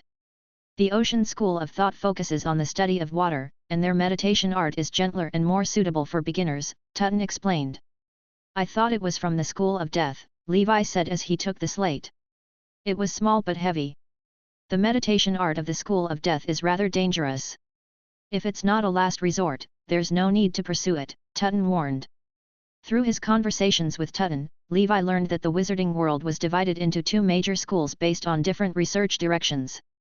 One was the Nature School or the Elementalist School, which studied the elements of earth, fire, wind, water, lightning, ice, and so on. This could be further divided into the Earth School of Thought, the Burning School of Thought, the Storm School of Thought, the Ocean School of Thought, the Lightning School of Thought, and the School of Ice. Because this was the oldest, most traditional, and most fundamental research direction, it was also known as the Traditional School, Old School, and Basic School. The other was the school that studied life, death, alchemy, dreams, and other unnatural elements, also known as the New School. Within these schools, the most prestigious wizards, such as the Grand Wizard or Legendary Wizard, usually formed factions, similar to the research scholars in major industries in his previous life. These were the major school categories, and there were even more detailed subcategories, but Levi was too preoccupied with other matters to delve into them at the moment. He had to find a way to step into the realm of the unbelievers first. He briefly glanced at the meditation art that Tutton had sent over. It was called the Deep Sea Meditation Art. Are there any other types of meditation art? Levi asked. Tutton shook his head. No, it's best not to try to do something that is beyond your ability. Although being a child of chaos allows you to learn any meditation art from the nature faction, I don't recommend doing so. It's better to specialize in one path. Our affinity is far inferior to the children of the elementals, so we shouldn't waste time trying to learn too many meditation arts with the mindset of acquiring more spells from the nature faction. This is my advice based on experience. Alright then. Levi just wanted to see if Tutton had any other meditation art so that he could cultivate a new one after reaching the maximum potential of his current technique. However, he was overthinking it. Meditation art and breathing techniques were two completely different paths of cultivation. One focused on enhancing physical abilities through various postures and breathing techniques. The other required emptying the mind and entering a state of meditation, detaching from the self, and continuously refining one's spiritual power. Meditation art made the intangible cultivation of spiritual power more structured. In the wilderness, Levi set aside all other matters. The ongoing war between the North and South no longer concerned him. His priority was to master the basics of meditation art. Afterward, he could slowly eliminate any remaining enemies. Although the Duke of Montenegro was dead, there were still some survivors that needed to be dealt with. For instance, the descendants of the Duke of Montenegro posed potential dangers. To ensure his safety, Levi also planned to eliminate them, the descendants of the Bloody family and the still-living Earl of Silver Silk. However, his immediate priority was to master the basics of meditation. Within this secluded forest, he had the protection of his 4 Grand Knights, making Levi feel secure as he lived a reclusive life, detached from worldly affairs. In the year 1013 of the Holy Brilliance calendar, during the month of flowers, 2 months had passed since the Duke of Montenegro went missing. The Northern Coalition army had all but confirmed the Duke of Montenegro's death, which came as a heavy blow. Who could be such a formidable enemy capable of defeating the Duke of Montenegro? Were there equally powerful adversaries among the southern nobles? These questions remained unanswered. Over the past 2 months, the Duke of Montenegro's eldest son, Earl Morden, had led the army in multiple battles against the Southern Coalition army, experiencing both victories and defeats. There were victories and losses. However, it was difficult to take down the capital in one go. They could only retreat to other regions and make a final struggle. The Duke of Montenegro was dead. However, the power he had built would not fall so quickly. For now, Levi chose not to carry out the final eradication of the Montenegro mountain family, considering the chaotic nature of the world, which made it more suitable for him to exploit the situation. This was the worst era, but also the best era. Levi, who was immersed in his meditation cultivation, no longer had a sense of time. He lived like a savage, living in a cave all day. In the morning, he meditated in the forest, in the afternoon, he practiced breathing techniques in the wilderness, and at night, he honed his sword skills. This disciplined routine allowed Levi to grow stronger with each passing day. The deep-sea meditation art served as the fundamental meditation art of the ocean school of thought. Practitioners had to constantly visualize themselves meditating in the depths of the ocean, delving deeper into their consciousness, diving into the most profound corners of their minds, and unlocking their hidden potential. Through this process of profound introspection, Levi refined his spiritual power. According to the deep-sea meditation art, the cultivation of spiritual power for wizard apprentices could be divided into 3 stages. Chapter 191, Deep-Sea Meditation Art, Son of Chaos. 3. Sunlit Sea, Lightless Sea, and Dark Sea. The sunlit sea represents the first stage of the deep-sea meditation art. At this stage, one's consciousness can only sink into the shallow depths, a realm that exists at the boundary between reality and illusion. Here, everything remains within the scope of cognition. This stage corresponds to low-level wizard apprentices. The lightless sea is the second stage of the deep-sea meditation art. When the sea of consciousness reaches this point, visibility diminishes to the point where one cannot even see their finger. They have drifted far away from reality and entered the realm of illusions. The spiritual power becomes even stronger. This stage corresponds to intermediate-level wizard apprentices. The final stage, the dark sea, is the ultimate level of this entry level. Meditation art. The consciousness delves into the deepest part of the sea, an unknown and eerie territory where everything appears bizarre and surreal. To maintain sanity in such a place, one needs significantly stronger mental strength and willpower. This stage corresponds to high-level wizard apprentices. Beyond this lies the domain of official wizards, a realm still distant from my current state. During this period of meditation and cultivation, Levi's became increasingly enigmatic. Although he had not yet fully mastered the meditation art, he could sense some changes taking place. As expected of a meditation art, even reaching the entry level is so difficult. I can only imagine how much more challenging the further cultivation will be, Levi sighed with a mix of admiration and frustration. Despite 2 months of practice, Levi had not yet achieved proficiency in the deep-sea meditation art. It remained unrecorded on the proficiency panel. Summoning Tutton, Levi inquired, under normal circumstances, how long does it take to master a meditation art? Tutton pondered for a moment and replied, let's take the deep-sea meditation art as an example. For those with the aptitude of a water element child, it could take as little as 1 month or even 3 to 5 days to get started. In general, within a month, most should have entered the basics. However, for children of chaos, it may take half a year at the fastest, but there's no upper limit. Damn! Levi couldn't help expressing his discontent inwardly. The slow progress in mastering the meditation art and its absence on the proficiency panel left him disheartened. Is there any shortcut to improve meditation? Like supportive potions? Levi inquired further. Yes, but don't even think about it. Each major faction possesses its supportive cultivation potions. Podiwonering is a profound field of knowledge, and these prescriptions are the most closely guarded secrets of the respective factions. Intellectual property protection is strictly enforced among wizards, making these prescriptions challenging to acquire. Additionally, the required ingredients for cultivating meditation arts are extremely rare, even in the realm of the unbelievers. Usually, only official wizards have access to them. Other than the regular potions that have been tested by countless wizards, all other so-called shortcuts for meditation arts are unreliable. Once you deviate from the right path, the consequences can be unimaginable, Tutton said. Sigh, the path of a wizard is so difficult from the very beginning. Levi sighed in his heart. Your top priority is to find the entrance to the realm of the unbelievers and your guide. Leave this world first. The invasion of the Blue Frost is not a good sign. It signals the return of the dark wave. The human world has distanced itself too far from the supernatural and the mysterious. Facing the impending torrential waves, I believe the secular church is powerless to resist. Once the dark wave returns, no existence in the mortal world can escape its impact. The only way to avoid it is to enter the realm of the unbelievers.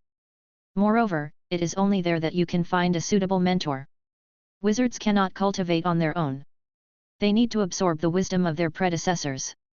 A good mentor will make your path as a wizard smoother. It was because I didn't have the fortune to meet a good teacher that I ended up meeting an unfortunate end. Haha, Tooten recalled the past with a self-deprecating chuckle. This is also why I don't recommend you join the School of Death. People from the School of Death deal with hell creatures and death all day long, and their minds can become twisted and overly selfish. If you're not careful, you could easily be misled. Levi also wanted to enter the realm of the unbelievers, but he could not find anyone from the 4 great families. He did not even know an official wizard, so how could he contact his guide? Only the descendants of the 4 great families might still have the means to enter the realm of the unbelievers. The progress of Levi's meditation art was slow, but he was not discouraged. As long as he could confirm his qualification to become a wizard, he would be at ease. It was just a matter of spending a little more time to get started. Whether it took half a year, 3 years, or 10 years, he was willing to wait. But, to be honest, the children of the elements' cultivation is incredibly fast. Levi sighed in his heart. Even though I, as a child of chaos, may be slow in my cultivation, I have many choices for the future. I can learn any meditation art or spell from nature faction, earth, fire, storm, ocean, thunder, ice, whatever I want. Levi comforted himself. On the other hand, the children of the elements could only cultivate the meditation arts and spells of the elementalist school they were affiliated with. This limitation existed because different elements have distinct characteristics, leading to varying focuses in different schools of thought. The Earth School of Thought and the Ocean School of Thought emphasized defense, the Burning School of Thought and the Lightning School of Thought emphasized offense, and the Storm School of Thought and the School of Ice emphasized control. I want to learn them all. This was Levi's future development plan. With the proficiency panel, everything was possible. I haven't been completely empty-handed during this period. I've gained quite a lot from the breathing technique. During his practice, Levi's various breathing techniques had shown significant improvement. However, Levi's current level of attainment was so high that the progress wasn't very noticeable to him. As for the Black Devil blade, its maximum distance from his body had now reached 50 meters. Within this 50-meter range, Levi's black gas-concealed weapons hit their mark with 100% accuracy. Forget it, let's go back home. The war won't end anytime soon. Levi stood up, deciding not to roam the wilderness anymore. Since it would take some time to master the meditation art, he could return home and cultivate slowly. Moreover, the secret medicine he brought with him had been completely used up. Chapter 192, Red Lotus Form. 1. With Levi's current speed, he could travel from the south to the north in just a few days. He returned to his territory and found that everything was in order during the time he was away.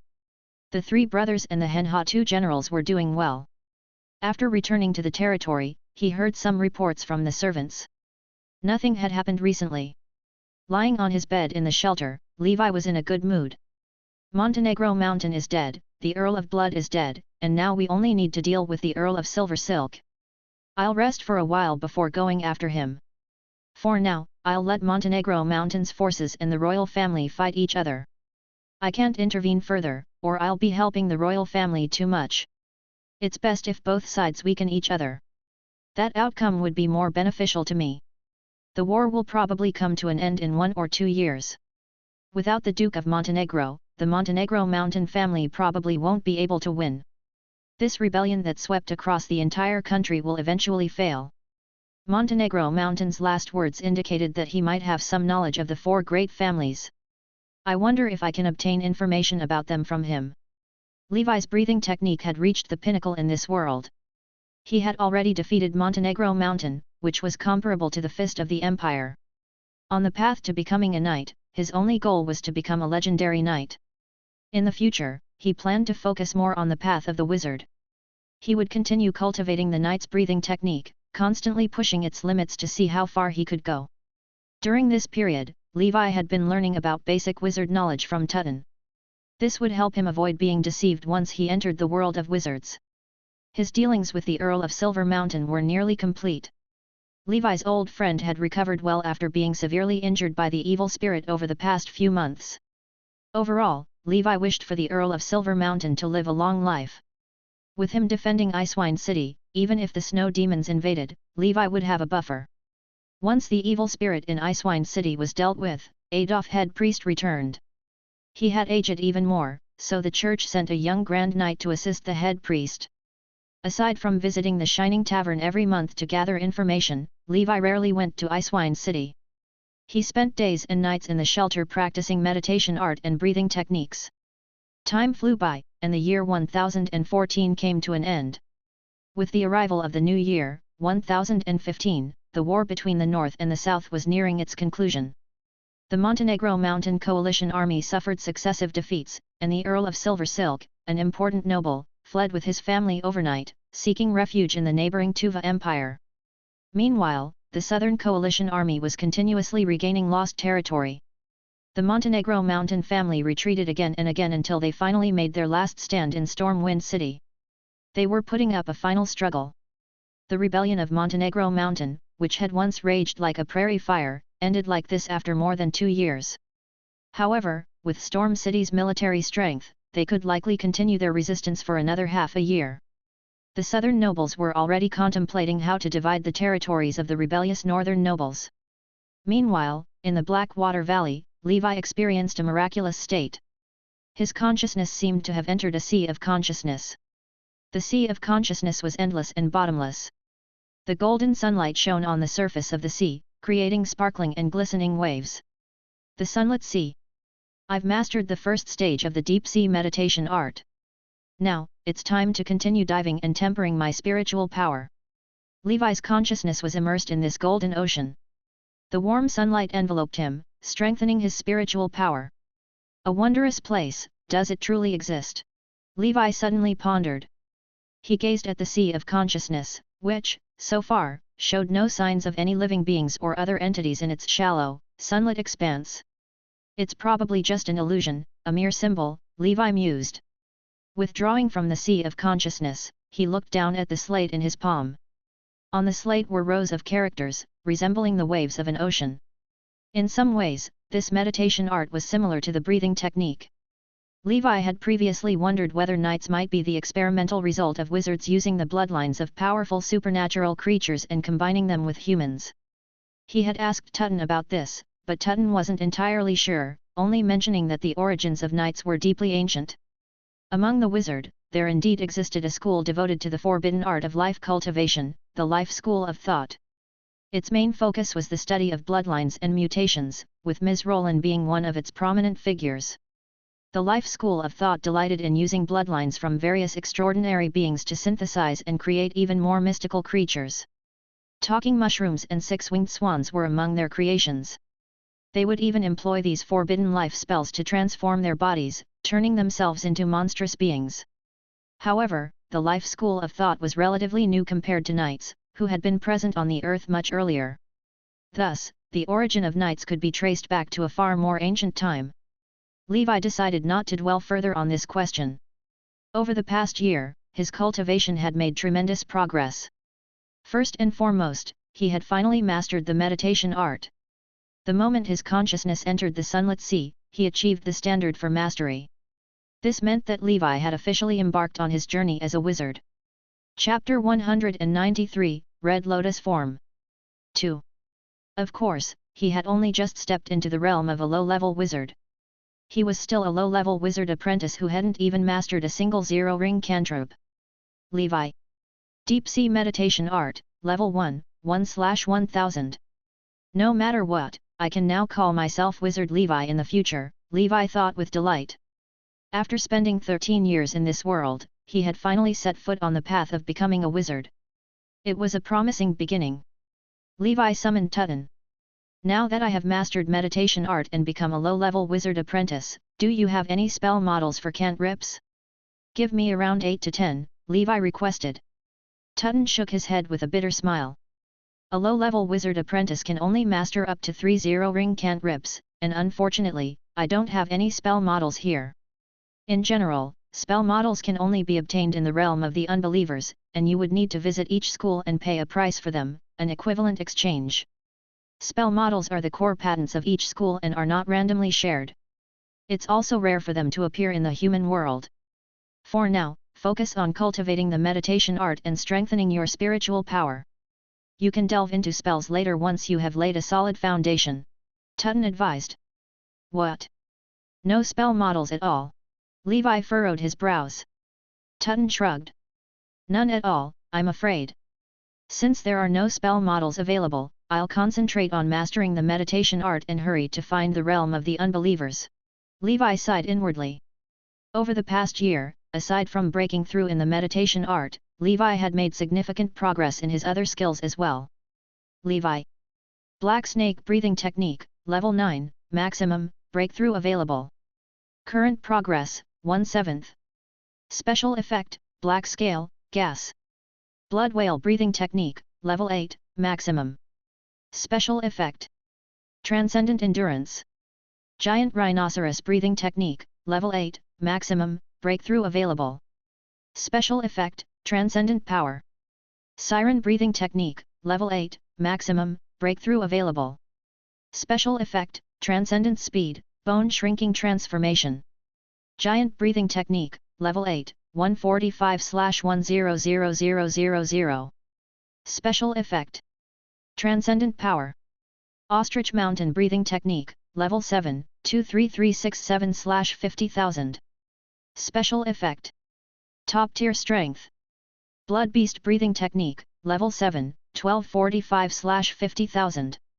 Special Effect, Top Tier Speed. Thunder Wolf Breathing Technique, Level 7, Maximum, Breakthrough available. Special Effect, Top Tier Speed. Red Lotus Breathing Technique, Level 7, 288/50,000. Special Effect, Top Tier Strength, Red Lotus Blood. Elephant Turtle Breathing Technique, Level 7, 467/50,000. Special Effect. Top Tier Defense. Vortex Beast Breathing Technique, Level 3, 3567/10,000.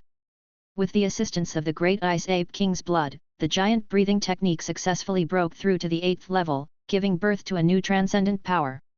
Given some time, this breathing technique would reach its maximum potential. Levi wanted to see what changes would occur once the giant breathing technique reached its maximum. As for the Thunder Wolf breathing technique, it was a level 7 speed-oriented breathing technique that Levi had already practiced to its limit. Cultivating this third-rate breathing technique of excellent quality posed no difficulty for him. Initially, Levi planned to use the Thunder Wolf breathing technique to surpass the limits of the Siren breathing technique. However, after obtaining the better Blood Beast breathing technique, which could be cultivated to the 9th level, he decided to hold onto it and use it to surpass the limits of the Blood Beast breathing technique. The speed of the Blood Beasts was much stronger than that of the Siren, similar to the Pale Shadows breathing technique. It's just that the Earl of Blood, as a practitioner, wasn't very skilled and didn't fully demonstrate the power of the Blood Beasts. However, this could be Levi's main speed-oriented breathing technique in the future. In addition, the Elephant Turtle, Ostrich Mountain, and Red Lotus breathing techniques had all been cultivated to level 7. Before the 7th level, the proficiency required for a breakthrough wasn't much, and for the current Levi, cultivation was progressing quickly. Once the Elephant Turtle breathing technique reached the limit of the 9th level, he could merge it with the Black Snake breathing technique and help the Black Snake break through its limit, charging toward the peak of the 10th level. Although the defense provided by the gaseous Black Scale was very strong, it was still far inferior to the liquid Black Scale. With the Black Snake breathing technique at the peak of the 10th level, Levi would be able to face powerful opponents like the Duke of Montenegro with greater confidence. And when the Black Snake breathing technique reached the peak of the 11th level, it would likely reach the legendary level. At that time, the black gas could transform into solid black scales, making Levi akin to a real invulnerable black snake, covered in impenetrable scales. Among these breathing techniques, the Red Lotus breathing technique was the only one that was more unique and special. This breathing technique had a new special effect after the 4th level, Red Lotus Blood.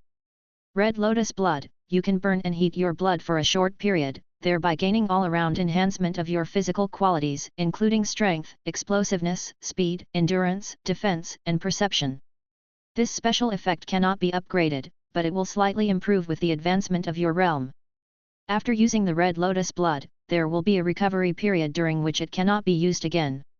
Otherwise, it may cause a decline in cultivation or even more severe life-threatening damage to the body's foundation.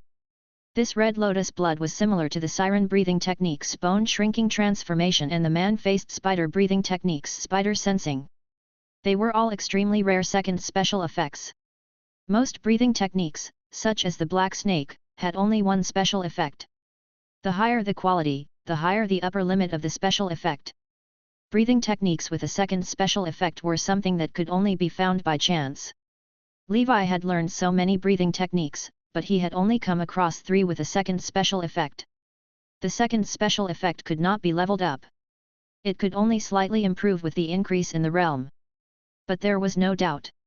Red Lotus Blood was an extremely powerful special effect. Chapter 194, Red Lotus Form. 3. This was a purely explosive special effect that could enhance Levi's attributes in all aspects. It was an incredibly powerful skill. Levi had tested it as soon as he obtained it. After using the Red Lotus Blood, all of his attributes had been significantly enhanced. The increase varied slightly depending on the attribute. For some stronger attributes, such as the main attribute of the Red Lotus breathing technique, strength, could be increased by 50%. As for some weaker attributes, such as speed, they only increased by about 10% of the original. Nevertheless, any increase, even if it was only 10%, was already terrifying.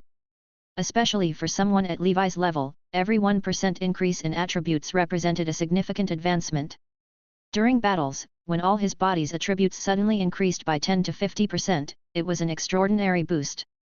However, the Red Lotus Blood had its drawbacks. The strain on the body was considerable. After Levi used it last time, he needed a recovery period of half a month. During this time, Levi's strength was not at its peak. Thus, the Red Lotus Blood was a skill that came with significant costs. It was a trade-off where Levi inflicted damage on the enemy while his own side suffered a smaller but comparable level of damage.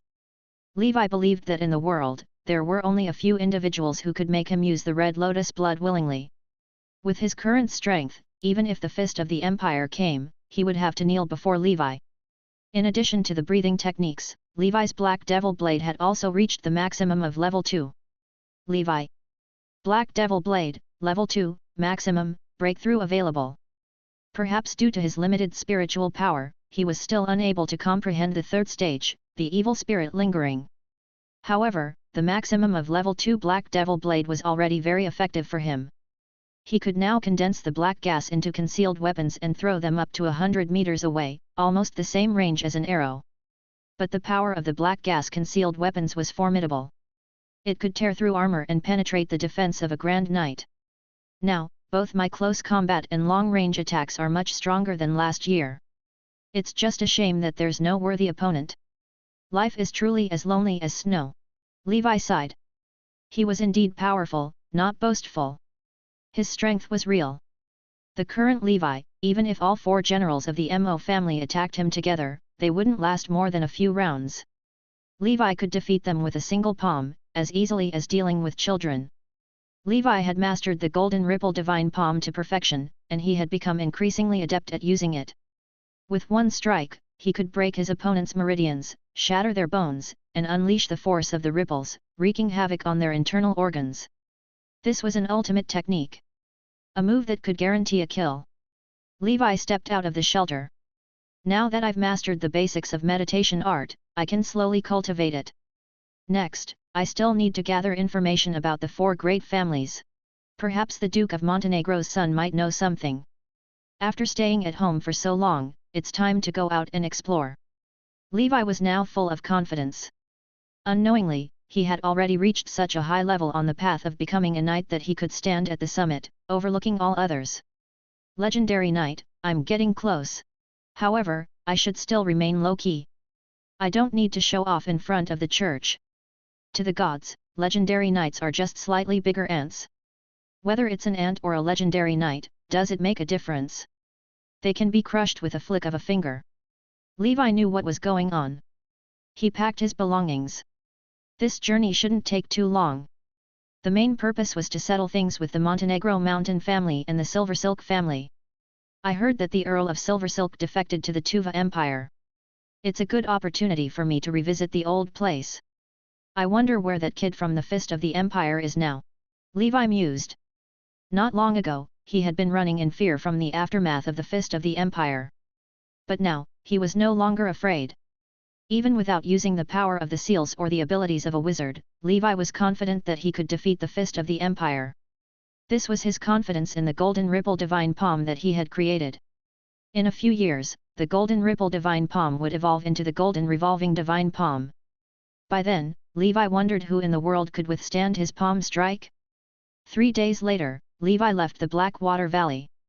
The battle-damaged versions of the 4 generals of the Mo family followed closely behind. This time, Levi had another goal for this trip, which was to eliminate Magic Shark and the others and replace them with a new batch of living dead. Other than Spectre, Bloody Earl, whether it was the Magic Shark, Demon Mountain, or Demon High, were all severely damaged, affecting their combat strength. Hence, Levi's immediate task was to recruit a fresh batch of living dead. Currently, Levi's level 7 seals had a total of 7 summoning slots. However, Levi's standards had risen. Ordinary Grand Knights were no longer appealing to him. After the 7 generals were fully formed, only top-notch Grand Imites would be qualified to join the demon army. This way, he would be able to display his true power in a battle against a top-notch expert. Otherwise, he would have been sent flying by the Duke of Montenegro's blade, just like that time. Levi first went to Icewind City. He met the Earl of Silver Mountain again, disguised as the Golden Warhammer. Lord Earl, this is the final transaction. Once this batch of goods is delivered, our deal will be completed, Levi said. The Earl of Silver Mountain's expression was complex as he gazed at the Golden Warhammer. Master, you should prepare to seek refuge in the south. I have just received accurate information that the Snow Demon has already appeared in Montenegro Mountain City. The kingdom and the southern nobles have abandoned the northern territory. What? It appeared in Montenegro Mountain City already? So fast? Levi couldn't help but feel surprised. During this period, everyone had been preoccupied with the civil war, and Levi was focused on cultivating and gaining experience, causing him to completely forget about the Snow Demon. He had not expected the Snow Demon to appear in Montenegro Mountain City so quickly. Yes, the sky in the center of Montenegro Mountain City. It split open, and people witnessed a burst of blue light. Then, blue snowflakes began to fall from the sky. Among the snowflakes, some people transformed into snow demons, biting their loved ones to death, consuming their own flesh and blood, and killing their comrades. Master, winter has arrived. The true disaster has arrived. Chapter 195, All Settled. 1. In Silver Mountain Castle. Levi looked at the Earl of Silver Mountain, who had a worried expression, and asked, I wonder, Lord Earl, what are your plans now? Will you continue to defend the Northern Territory or head south? You have earned quite a lot of military achievements during the Civil War, so acquiring territory in the south shouldn't be too difficult. The Earl of Silver Mountain shook his head. For the time being, I have no intention of going south. Montenegro Mountain City is still quite distant, and I cannot abandon the Icewind territory. Sigh, thank you for your reminder, Lord Earl. Take care. I might consider going south in the future, Levi said. Master, take care. The Earl of Silver Mountain watched his departing master and sighed continuously. Unlike Master Levi, he had his family to consider, as well as the many subjects who needed his protection. He couldn't simply leave Icewind City so easily. Levi wandered through the Icewind City, utilizing his advanced vibrosensory to sense everything around him. Many wealthy individuals had already begun packing their belongings and were leaving the city with their families. The roads outside were crowded with migrating people. The already harsh conditions in the north were further exacerbated by the impending snow demon calamity, causing many to lose faith in the region. Levi suddenly understood why the Duke of Montenegro had so quickly given up on Montenegro Mountain City and led his army south to settle in Storm City. The Duke of Montenegro must have sensed something unusual and foreseen the impending disaster, prompting him to evacuate in advance. When the southern conflict settles, I may also consider relocating the military and civilians of Blackwater Valley to the south. Likely, we won't be able to stay in Blackwater Valley anymore. If one day, the blue frost suddenly erupts in Blackwater Valley, I might also become a snow demon. In the face of the blue frost, everyone was equal. Whether one turned into a snow demon depended on probability, regardless of nobility or commoner, emite or common folk. However, in general, the closer one was to the epicenter of the blue frost eruption, the higher the probability of becoming a snow demon. For instance, the source of the Blue Feather Castle was almost entirely inhabited by snow demons. Levi then went to the Shining Tavern and looked around. At present, the only remaining missions were Pyroxene and Turbolarian Egg. All the other issues had been resolved by Levi. Among the 4 seals, the Seal of Flame had reached the 3rd level, the Seal of Dragon Might was at the 2nd level, the Seal of Protection was also at the 2nd level, and the Seal of Hell was at its maximum. However, Levi was not yet able to secure a steady supply of the casting materials required for the maximum level of Seal of Hell, unlike the Seal of Flame, which he could obtain in relatively small quantities. After the Duke of Montenegro had presented him with 2 evil spirits, his proficiency with the Seal of Dragon Might had once again increased, now halfway to reaching level 2. However, the proficiency of the Seal of Protection had almost come to a standstill, and replenishing the pyroxene was now his top priority. He wasn't sure if it was due to his cultivation of meditation art, but Levi felt that his perception had improved slightly compared to before. Eventually, after finding nothing in the Shining Tavern, Levi decided to leave the north and head southeast, making his way southward. During the journey, he continued to cultivate while on the move. A week later, they arrived at Flower City. From a distance, Levi could see troops of southern nobles escorting the captives of the Bloody family. It seems that the Bloody family has been rooted out. Levi pondered. This territory is rightfully mine. I want to see how the kingdom handles it next. Levi's heart skipped a beat. To be honest, with his current strength, he could boldly reclaim the Tulip Hill territory. However, he was accustomed to keeping a low profile, and the idea of suddenly becoming the lord of a large territory and living under the scrutiny of other nobles and the royal family made him feel uneasy. Thus, Levi refrained from taking immediate action.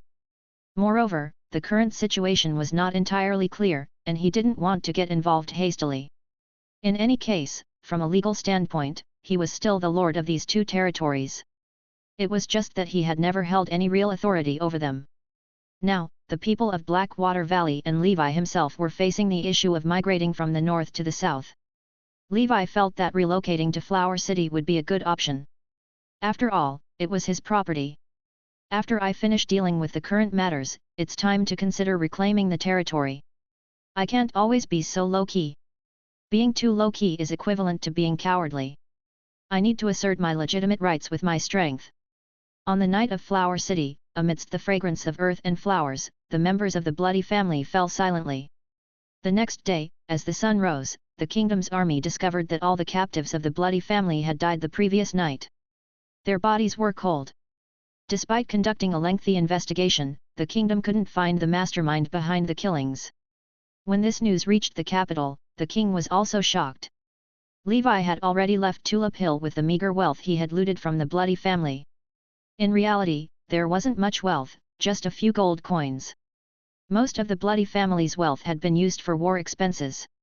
The wealth accumulated from managing Tulip Hill over the past few years wasn't substantial. After leaving Flower City, Levi continued heading east. Unlike the people in the north who were filled with anxiety, the southern nobles were basking in the anticipation of an impending victory. Around Storm City, the army had successfully surrounded the rebel forces. Under the cover of darkness, Levi sneaked into the city. Inside the castle, Earl Morton, the son of Duke Montenegro, couldn't sleep. His eyes were bloodshot, and his hair had turned prematurely white, making him look much older than he was. The situation seemed dire, and he couldn't accept it. "Father, when will you return?" Earl Morton felt a sense of grief. Without his father, the Northern Coalition army was falling apart. Many prominent Northern nobles had already surrendered. Chapter 196, All Settled. 2. A figure unknowingly appeared in front of Earl Morton. "Who are you?"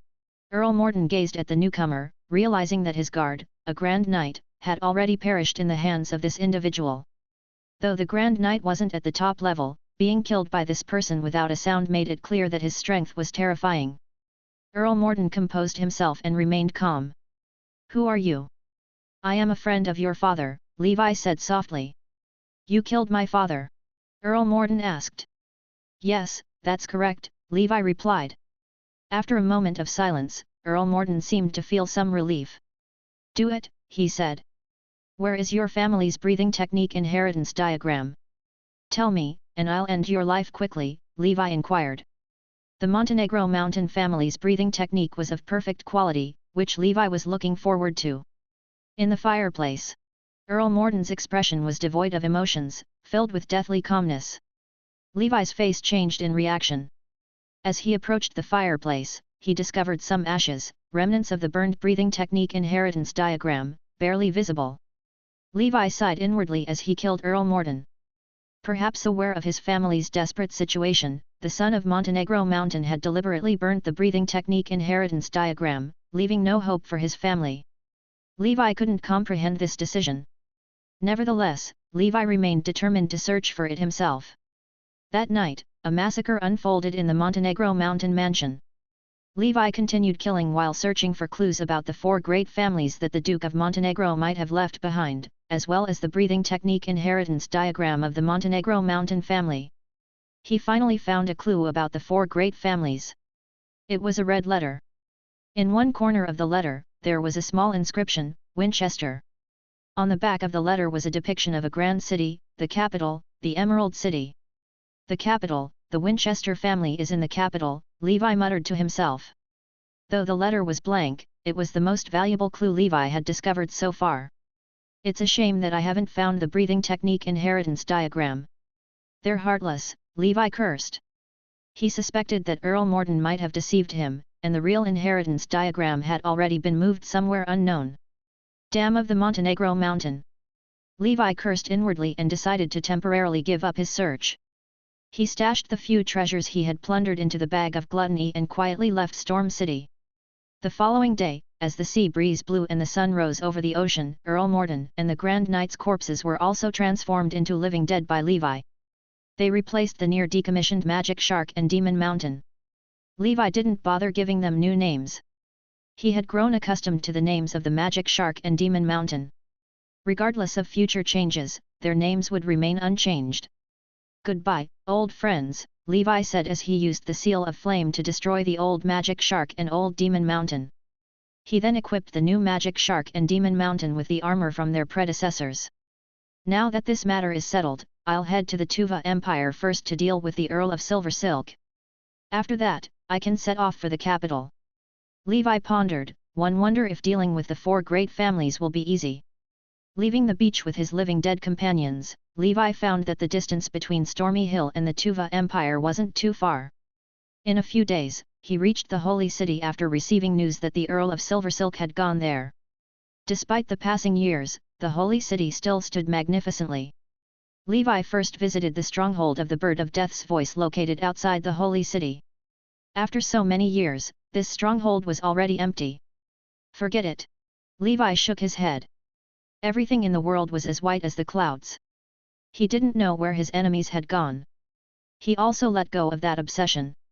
Inside the Holy City, Levi paid a visit to the Shining Tavern and was surprised to discover the whereabouts of his Turbolarian egg. The seller was a noble merchant from the Molten Kingdom. It was said that in the swamps of their country, there was a creature called the Turbolarian. Turbolarian egg was a delicious food. The seller had originally missed the delicacies of his hometown, so he had brought some with him. However, he did not expect that someone in the Tuva Empire would buy this at a high price. He had the intention to use the Turbolarian egg to open up the foreign market. Levi happily discussed the details of the trade with the noble. The Vortex Beast Breath technique has also been resolved. Levi sighed in his heart. He was about to become a legendary knight, and this problem was finally solved. The Turbolarian egg was a pleasant surprise. Levi's goal for this trip was still to deal with the Earl of Silver Silk. He asked around in the Shining Tavern. With the help of money, the current Earl of Silversilk had become a high-ranking official in the imperial government's finance department and lived in the high and mighty inner city area. In the Silversilk Manor, a beautiful and elegant lady was teaching her daughter to practice the aristocratic dance of the Tuva Empire. This was the Silversilk lady. She had a graceful figure. Although she was already in her 40s, she maintained herself well and had the demeanor of a mature woman. Her daughter was about the same age as Levi. She was dressed in noble clothes and was exquisitely dressed. There were small freckles on her face that did not affect her appearance. She was wild and young. Unit a doodle scene. A burly man descended from tne sky and crossed tne noble floor tiles. This burly man was 2 meters tall and muscular. He wore a black robe, and behind him were 4 brawny men covered in armor. Chapter 197, All Settled. 3. Who are you? The Silver Silk Lady's expression changed. She had roughly guessed that it must be the killers sent by the great southern nobles who had chased them to the Tuva Empire. I beg you, we are innocent. Please don't kill us. The Silver Silk Lady suddenly knelt on the ground. She even pulled her daughter, who had yet to figure out the situation, down and knelt on the ground with her. Madam, where's your husband? Levi asked. He went to report on his work. The Silver Silk Lady did not dare to raise her head. She lowered her head, her long eyelashes trembling as she spoke in a low voice. Then I'll wait for him to return. Levi found a place to sit down. You guys sit down too. I'm just a friend of the Earl of Silver Silk. I won't do anything to you. Levi said. To dispel the Silver Silk Lady's doubts, Levi kept chatting with the mother and daughter. They talked about some local customs and strange things. The innocent girl giggled at Levi's humor. In order not to embarrass Levi, the Silver Silk Lady smiled awkwardly but politely. The mother and daughter were busy preparing a sumptuous dinner for Levi. When the Earl of Silver Silk finished his report and returned to the mansion, he was dumbfounded. 5 brawny men were sitting at a long table in his house. The one in the lead was still enjoying the delicious food. His wife was scooping soup for him. There were tears on her face. In an instant, the Earl of Silver Silk realized what was going on. He thought he was cuckolded. Damn it, what did you do to them? Why did you hurt my family, you bastards? The Earl of Silver Silk cursed. Lord Earl, long time no see. Levi took off the white wolf mask. He saw that Silver Silk's expression had changed from astonishment to shock, and then disbelief. Black Snake Knight. Wait, you're Levi? Why are you here? Silver Silk instantly drew his sword and attacked Levi. The Silver Silk Knight was just an ordinary Grand Imite with average strength. In Levi's eyes, his movements were too slow. Levi gently dodged Silver Silk's attack, and then the Golden Wave Divine Palm smashed Silver Silk's sword. He grabbed the Earl of Silver Silk's arm and slapped him with his palm. The Earl of Silver Silk crashed into the wall of his mansion like a kite with a broken string and spat out a mouthful of blood. In front of Levi, an ordinary Grand Knight would not be able to withstand a single blow. Looking at Levi, who was like a demon king, the Silver Silk Lady and her daughter were terrified. The powerful husband in the lady's heart and the invincible god of war in her daughter's heart. In front of this person, they felt so fragile. You killed the Duke of Montenegro, and you killed the bloody Earl, right? I finally know why the Duke of Montenegro disappeared that day. It was you. I didn't expect you to have grown to such a terrifying level after not seeing you for more than 10 years. The Black Snake Knight has a good son. Kill me and let my family go. They don't know what happened back then. I swear in the name of the Silver Silk family that they will never appear in front of you again. The Earl of Silver Silk knew that he was no match for Levi, and he only hoped that his family could continue to exist. Hand over the breathing technique inheritance diagram and your wealth, Levi said. I can take it out, but can you let my family live? We didn't kill you back then, the Earl of Silver Silk said. It's precisely because you didn't kill me that you have today. Levi sneered. Hand over the items, and I will let your wife and daughter die quickly. Otherwise, you don't want to see your beautiful wife and kind-hearted daughter being tortured by me in front of you, Levi said. You, the Earl of Silver Silk almost fainted. However, he still did as Levi said. Levi had obtained the Silver Silk family's remaining wealth and the breathing technique inheritance diagram. The Silver Silk family did not have much wealth left, and most of it had been used by the Earl of Silver Silk to buy official positions. To Levi, this bit of money was better than nothing. The breathing technique inheritance diagram was a strength-type breathing technique at the maximum of the 8th level. Levi had already learned too many strength-type breathing techniques and could not learn them all at once, so he had no intention of learning this one for the time being. After killing the Silver Silk Knight, he ended the lives of the other members of the Silver Silk family. Any potential enemy had to be eradicated, cutting off all possible threats. Levi piled their corpses together and set the Silver Silk mansion ablaze. Let's go, Demon High. Levi patted the Earl of Silversilk's shoulder and left. That's right, he had turned the Earl of Silversilk into a living dead. He replaced the severely damaged old Demon High, whose combat strength had greatly decreased. During the battle with the Duke of Montenegro, Levi's army of the living dead suffered heavy losses. The Spectre had been cut in half on the spot, and Magic Shark, Demon High and Demon Mountain had also suffered heavy injuries. Now that he had finally replaced them with new ones, they did not lose an arm or a leg. If there was a chance in the future, Levi would replace all the living dead with the top-tier Grand Knight. For now, he could only make do with them. Black smoke rose as the inner city of the Holy City burst into flames. When the guards arrived, all that was left was scorched earth. It's the mansion of the Earl of Silver Silk. Most likely, it's the enemies of the Emerald Kingdom who are here to seek revenge. After investigating for a while, the Empire stopped further investigation. Since they had already received a huge sum of money from the Earl of Silver Silk, the rest did not matter. This position could be sold to others who needed it. Levi, who had already avenged himself, felt empty. He didn't feel very refreshed. To him, he didn't take these people to heart from the beginning. These people were nothing more than unremarkable waves on the path of a wizard. Levi did not return to the Blackwater Valley but headed towards the capital. He wanted to find the Winchester family in the capital and establish contact with them first. Emerald Capital City. The once thriving land now appeared somewhat desolate. The many years of civil war had drained the country's vitality. When Levi arrived at the capital, he saw the soldiers and civilians celebrating the fall of Storm City. Without realizing it, I've done a good deed for the kingdom. Sigh, I'm always like this, doing good deeds without leaving my name. Levi sighed. If he had not killed the Duke of Montenegro, the war might not have ended like this. However, in general, such an outcome was better than the Duke of Montenegro becoming a king and ruling the empire. He would wait for the Duke of Montenegro to establish a unified Montenegro Mountain Empire and become the Emperor of Black Mountain. Under the circumstances where he had the power of the whole country, it was difficult for Levi to deal with the Duke of Montenegro. In the distance, the majestic and tall cathedral came into view. The headquarters of the Church of Holy Light. There might be even more secrets of the wizard and gods hidden in here. Levi sighed in his heart. The 2 years of war did not affect the church at all.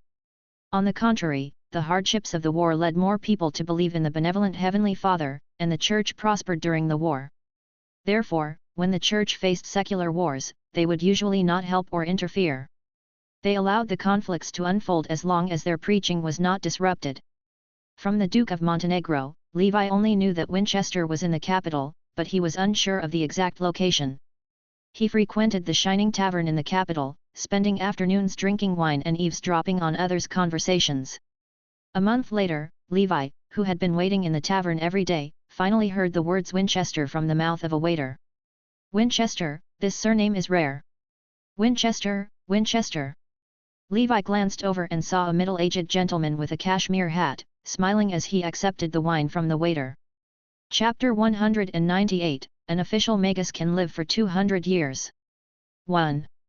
Mr. Winchester was a very elegant gentleman. He wore a wool coat and a gold-inlaid monocle on his left eye. The lens was polished from some kind of gem and shone beautifully under the sun. He ordered a glass of wine and leisurely read a book in the afternoon sun. In this noisy tavern, he seemed out of place. Levi ordered 2 cups of nameless wine. He arrived in front of Mr. Winchester. Winchester looked at the brawny man who had suddenly appeared and frowned. Levi tried his best to put on a friendly smile. "Sir, do you mind if I sit here?" Levi said politely. "As you wish, sir." Winchester shook his head. He continued to drink and focused on his affairs.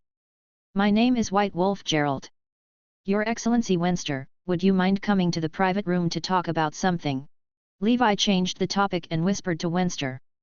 Winchester's expression changed slightly. He didn't know how this White Wolf Gerald knew his name, but from the looks of it, he was here for him. "Don't worry, I have no ill intentions." Levi shrugged and said. Winchester nodded and followed Levi to the private room. "Gerald is a fake name, right?" Winchester suddenly said after entering the private room. "Winchester isn't real either, right? Mr. Winchester?" Levi said with a faint smile. The corner of Winchester's eyes slightly changed. He took a sip of wine and said lightly, "Let's go, let's talk somewhere else. This isn't the place to talk." "Sure." Levi wrapped his robe tightly and followed Wenster out of the shining tavern. As for the 4 generals of the Mo family, they had already been hidden by Levi in the wilderness. After all, they were going to meet the real 4 great families. Levi, being an impostor, naturally did not dare to bring them along. Following a winding path, Levi accompanied Wenster to a secluded mansion. After ensuring that there were no followers, Wenster poured some of his homemade grape wine for Levi and said, "You must have come here for wizard matters." Levi nodded in agreement. "It seems I'm not the first one to come looking for you." Wenster nodded back, saying, "Of course, you are not the first one to come seeking wizard. Although our family usually takes the initiative to search for potential wizards, there are times when powerful individuals, like yourself, come knocking on our doors." Levi inquired, "So, how can I become a wizard?" "Don't worry, I need to conduct some necessary tests on you," Wenster replied. He retrieved a diamond-shaped stone from his home, similar to the one owned by Tutton, the Heart of Ether, used to test a person's wizard talent. Under Wenster's guidance, Levi underwent the test again, and the results were the same as before: affinity with earth, fire, wind, and water, all 4 elements. Children of chaos, Wenster's eyes showed a tinge of disappointment. Sigh, what was I expecting? Children of the elements are already extremely rare existences. However, there is still a chance for a child of chaos to become an official wizard. It's just that the hope is a bit slim, Wenster sighed internally. As the successor of the Winchester family, his responsibility was to seek out potential wizard talents in the capital. Over the decades he had been doing this work, he had encountered only 1 child of the elements. Each time he discovered a child of the elements, he would receive rewards from the official wizards. Unfortunately, finding a child of the elements was more a matter of luck than anything else. "Do I have very poor talent?" Levi looked at Wenster's expression and asked the obvious. "It's already good enough to possess talent. After all, I don't even have the talent to become a wizard, so I can only pass my days in this mortal world," Wenster replied with a bitter smile. "Then when can I enter the wizard world?" Levi asked. He had been waiting for this moment for too long. "There's no problem with the test. However, the official wizard responsible for guiding you is currently occupied. Let's wait a little longer. During this time, we have already gathered a group of potential wizards, and when the official wizard is available, they will take you into the world of wizards," Wenster said. He continued, "By the way, I can sense that your spiritual power is different from ordinary people. You must have practiced meditation art, right?" "Yes, that's correct." "Is there a problem?" Levi inquired, surprised that this person could discern such details. But then he realized that being perceptive was a natural trait for someone in Wenster's line of work. "It's nothing significant. It's just that some wizards prefer individuals who have not learned other meditation arts. They favor a blank slate, so to speak. Of course, some don't mind this at all," Wenster explained. Levi had not expected these intricacies, and Tutton hadn't mentioned them either. "Don't worry, it's not a big deal. In any case, being a wizard apprentice with the skill level of a Grand Knight is highly sought after in the wizarding world. Having a solid foundation is much better than being a complete novice," Wensight reassured. "As for the official wizard's arrival, let me show you something." Wenster smiled and took out a blood-red paper with some runes inscribed on it. In the corner, there was a tiny Winchester family emblem. Seeing the blood-red paper, Levi realized that the Duke of Montenegro also desired to become a wizard. But given his age, Levi wondered if any wizards would even be interested in him. Chapter 199, An official magus can live for 200 years. 2. This is fire paper. When you are about to set off, this paper will burn, and then you can come to find me within 7 days. I usually reside here. Wenster handed the red fire paper to Levi. After inspecting it and finding nothing wrong, Levi kept it. "Remember, 7 days, don't be late," Wenster emphasized. "Thank you. I won't disturb you any longer." Levi thought for a moment and handed a booklet to Wenster. Wenster looked puzzled, but when he took the booklet and glanced at it, he couldn't help but be shocked. "Is this a letter from our ancestors?" After excitedly finishing reading the words, Wenster said, "According to the instructions of our ancestors, I will reward you. Please wait a moment." Wenster went back into the house and rummaged through his belongings. He came back with a small box and opened it, revealing it to be filled with gold coins. I know you probably don't need money, but besides money, we don't have much else to offer. I hope you understand, Wenster said apologetically. Levi glanced at the box, which held a little over 1,000 gold coins. It was a small amount, but it was better than nothing to him. He accepted the money and quietly left the mansion. Wenster stared at the spirit exorcism manual in a daze. He had some knowledge about the seals on it and had studied them before. However, due to the lack of systematic guidance, his understanding of them was quite shallow. Whether it was the seal of dragon might or the seal of protection, he had only scratched the surface. Honestly, as the bloodline of the first ancestor became thinner and thinner, Wenster didn't know how many more years the Winchester family could continue. He could never have imagined that the outsider he had just met had already mastered their family's seals to such a high level. Leaving the capital, Levi didn't have any strong attachment to the place. To be honest, after meeting the members of the four great families, he realized that they were just like anyone else. Families tied by bloodlines will eventually decline, even extraordinary ones. There are no invincible families. It's most important to strengthen oneself. Levi remained calm. Next, it's just a waiting game. That's not a bad thing. Before becoming a wizard, I'll strive to further develop my skills as a knight. This way, when I enter the world of wizards, I'll have some self-protection. Although Levi had never been to the wizarding world, he understood that the law of survival of the fittest would remain unchanged. Wizards were not a group of virtuous individuals, as seen in Tutton's tragic fate. Carelessness could lead to being killed by one's mentor and turned into an artifact spirit. Though not all wizards were like this, it was enough to demonstrate the cruelty of the wizarding world. Essentially, wizards were humans, but ones who wielded transcendent powers without necessarily being bound by corresponding laws. Without the restraints of morality and law, the dark side of human nature could magnify. With the four generals of the Mo family, Levi returned to Blackwater Valley. For now, everything seemed normal there, but Levi couldn't predict when the Blue Frost would arrive. Upon learning that Blue Frost had already invaded Montenegro Mountain City, Levi no longer felt safe in his shelter. I need to move, relocating to Tulip Hill. Even if Blue Frost appears in the south, it will probably take a long time. Based on the current trends, it's unlikely that Blue Frost will reach the south within the next 10 years. Levi contemplated his options. He was a person of action and after careful consideration, he promptly decided to lead his people southwards. Blackwater Valley was no longer a viable option, and its potential was nearly depleted. The harsh and cold conditions in the northern region limited agricultural growth. For so many years, the reason why Blackwater Valley had developed and expanded was mainly because they had purchased food from the south. Now that the war has been decided, it's time for me to take back my territory.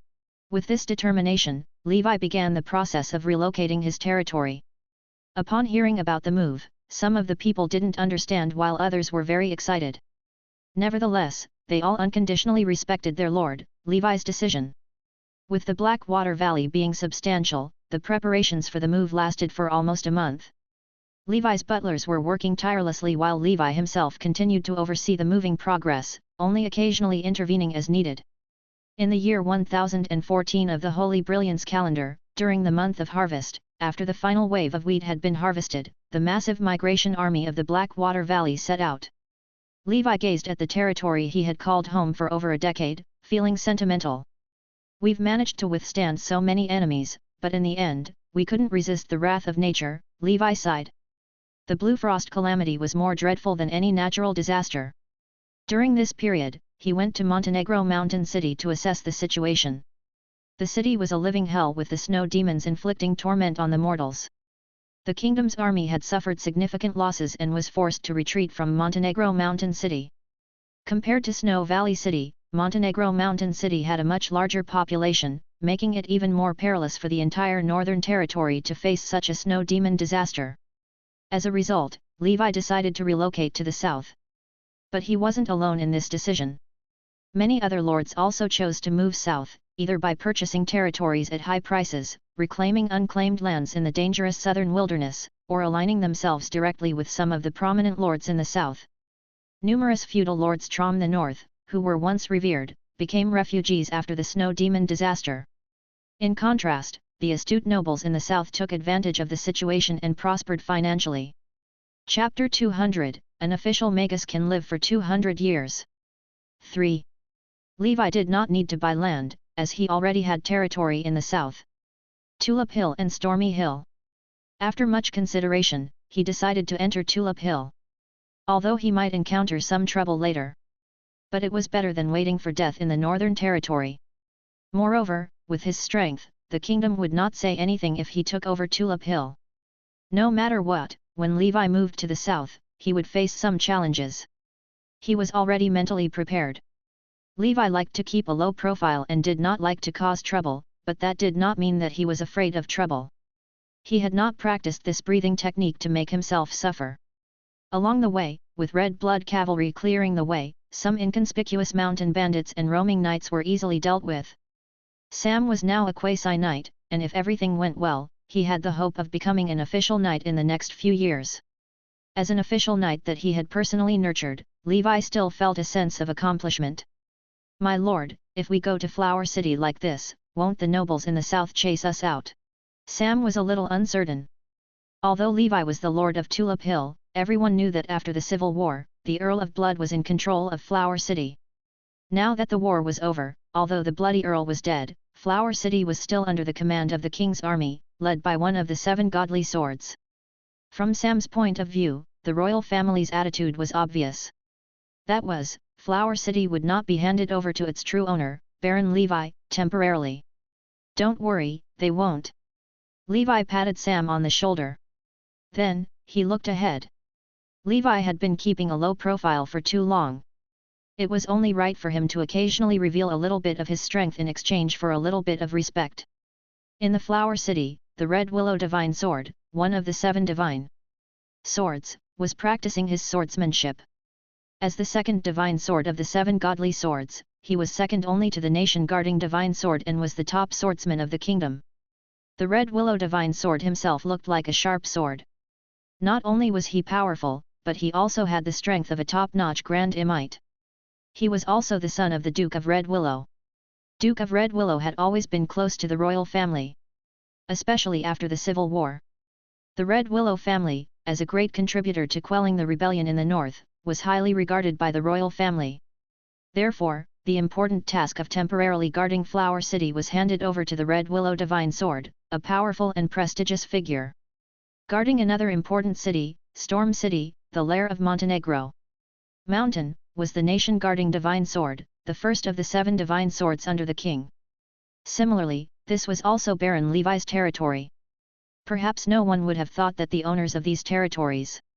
They were already on their way south. Now, Levi had arrived in the warm south. To avoid being too conspicuous, he only brought the 3 giant bears of the Northern Territory from the north and did not bring Henha-2 generals. The Henha-2 generals were too huge, and Levi planned to secretly bring them here after the troubles in the south were completely resolved. Otherwise, it would be hard to explain why Levi was able to tame so many giant beasts. Levi was not afraid of the kingdom, but he was worried about the church. Levi sat on the bear's back. With the 4 generals of the Mo family protecting him, he felt very safe. His consciousness swam in the shallow sea. He tried to dive deeper but failed. The golden sunlight warmed Levi's spirit. Finally, Levi's head emerged from the golden ocean. At the same time, he felt that his mental strength had increased by a trace. Deep Sea Meditation Art Proficiency +1. With the system announcement completed, Levi, who was on the bear's back, also finished his meditation. "I can only increase my proficiency by 1 point per day. That's too slow." Levi worried. He opened the proficiency panel. Levi. Deep Sea Meditation Art, Level 1, 257/1000. It's been almost a year since I mastered it, and I'm still at level 1. It'll take ages to reach level 3, Levi grumbled in his heart. No matter how hard he practiced the Deep Sea Meditation Art, he could only gain 1 point of proficiency every day. This was because after completing a full round of meditation, his mental strength would enter a temporary state of fatigue, and needed to cool down until the next day to continue cultivation. This was entirely different from the breathing technique.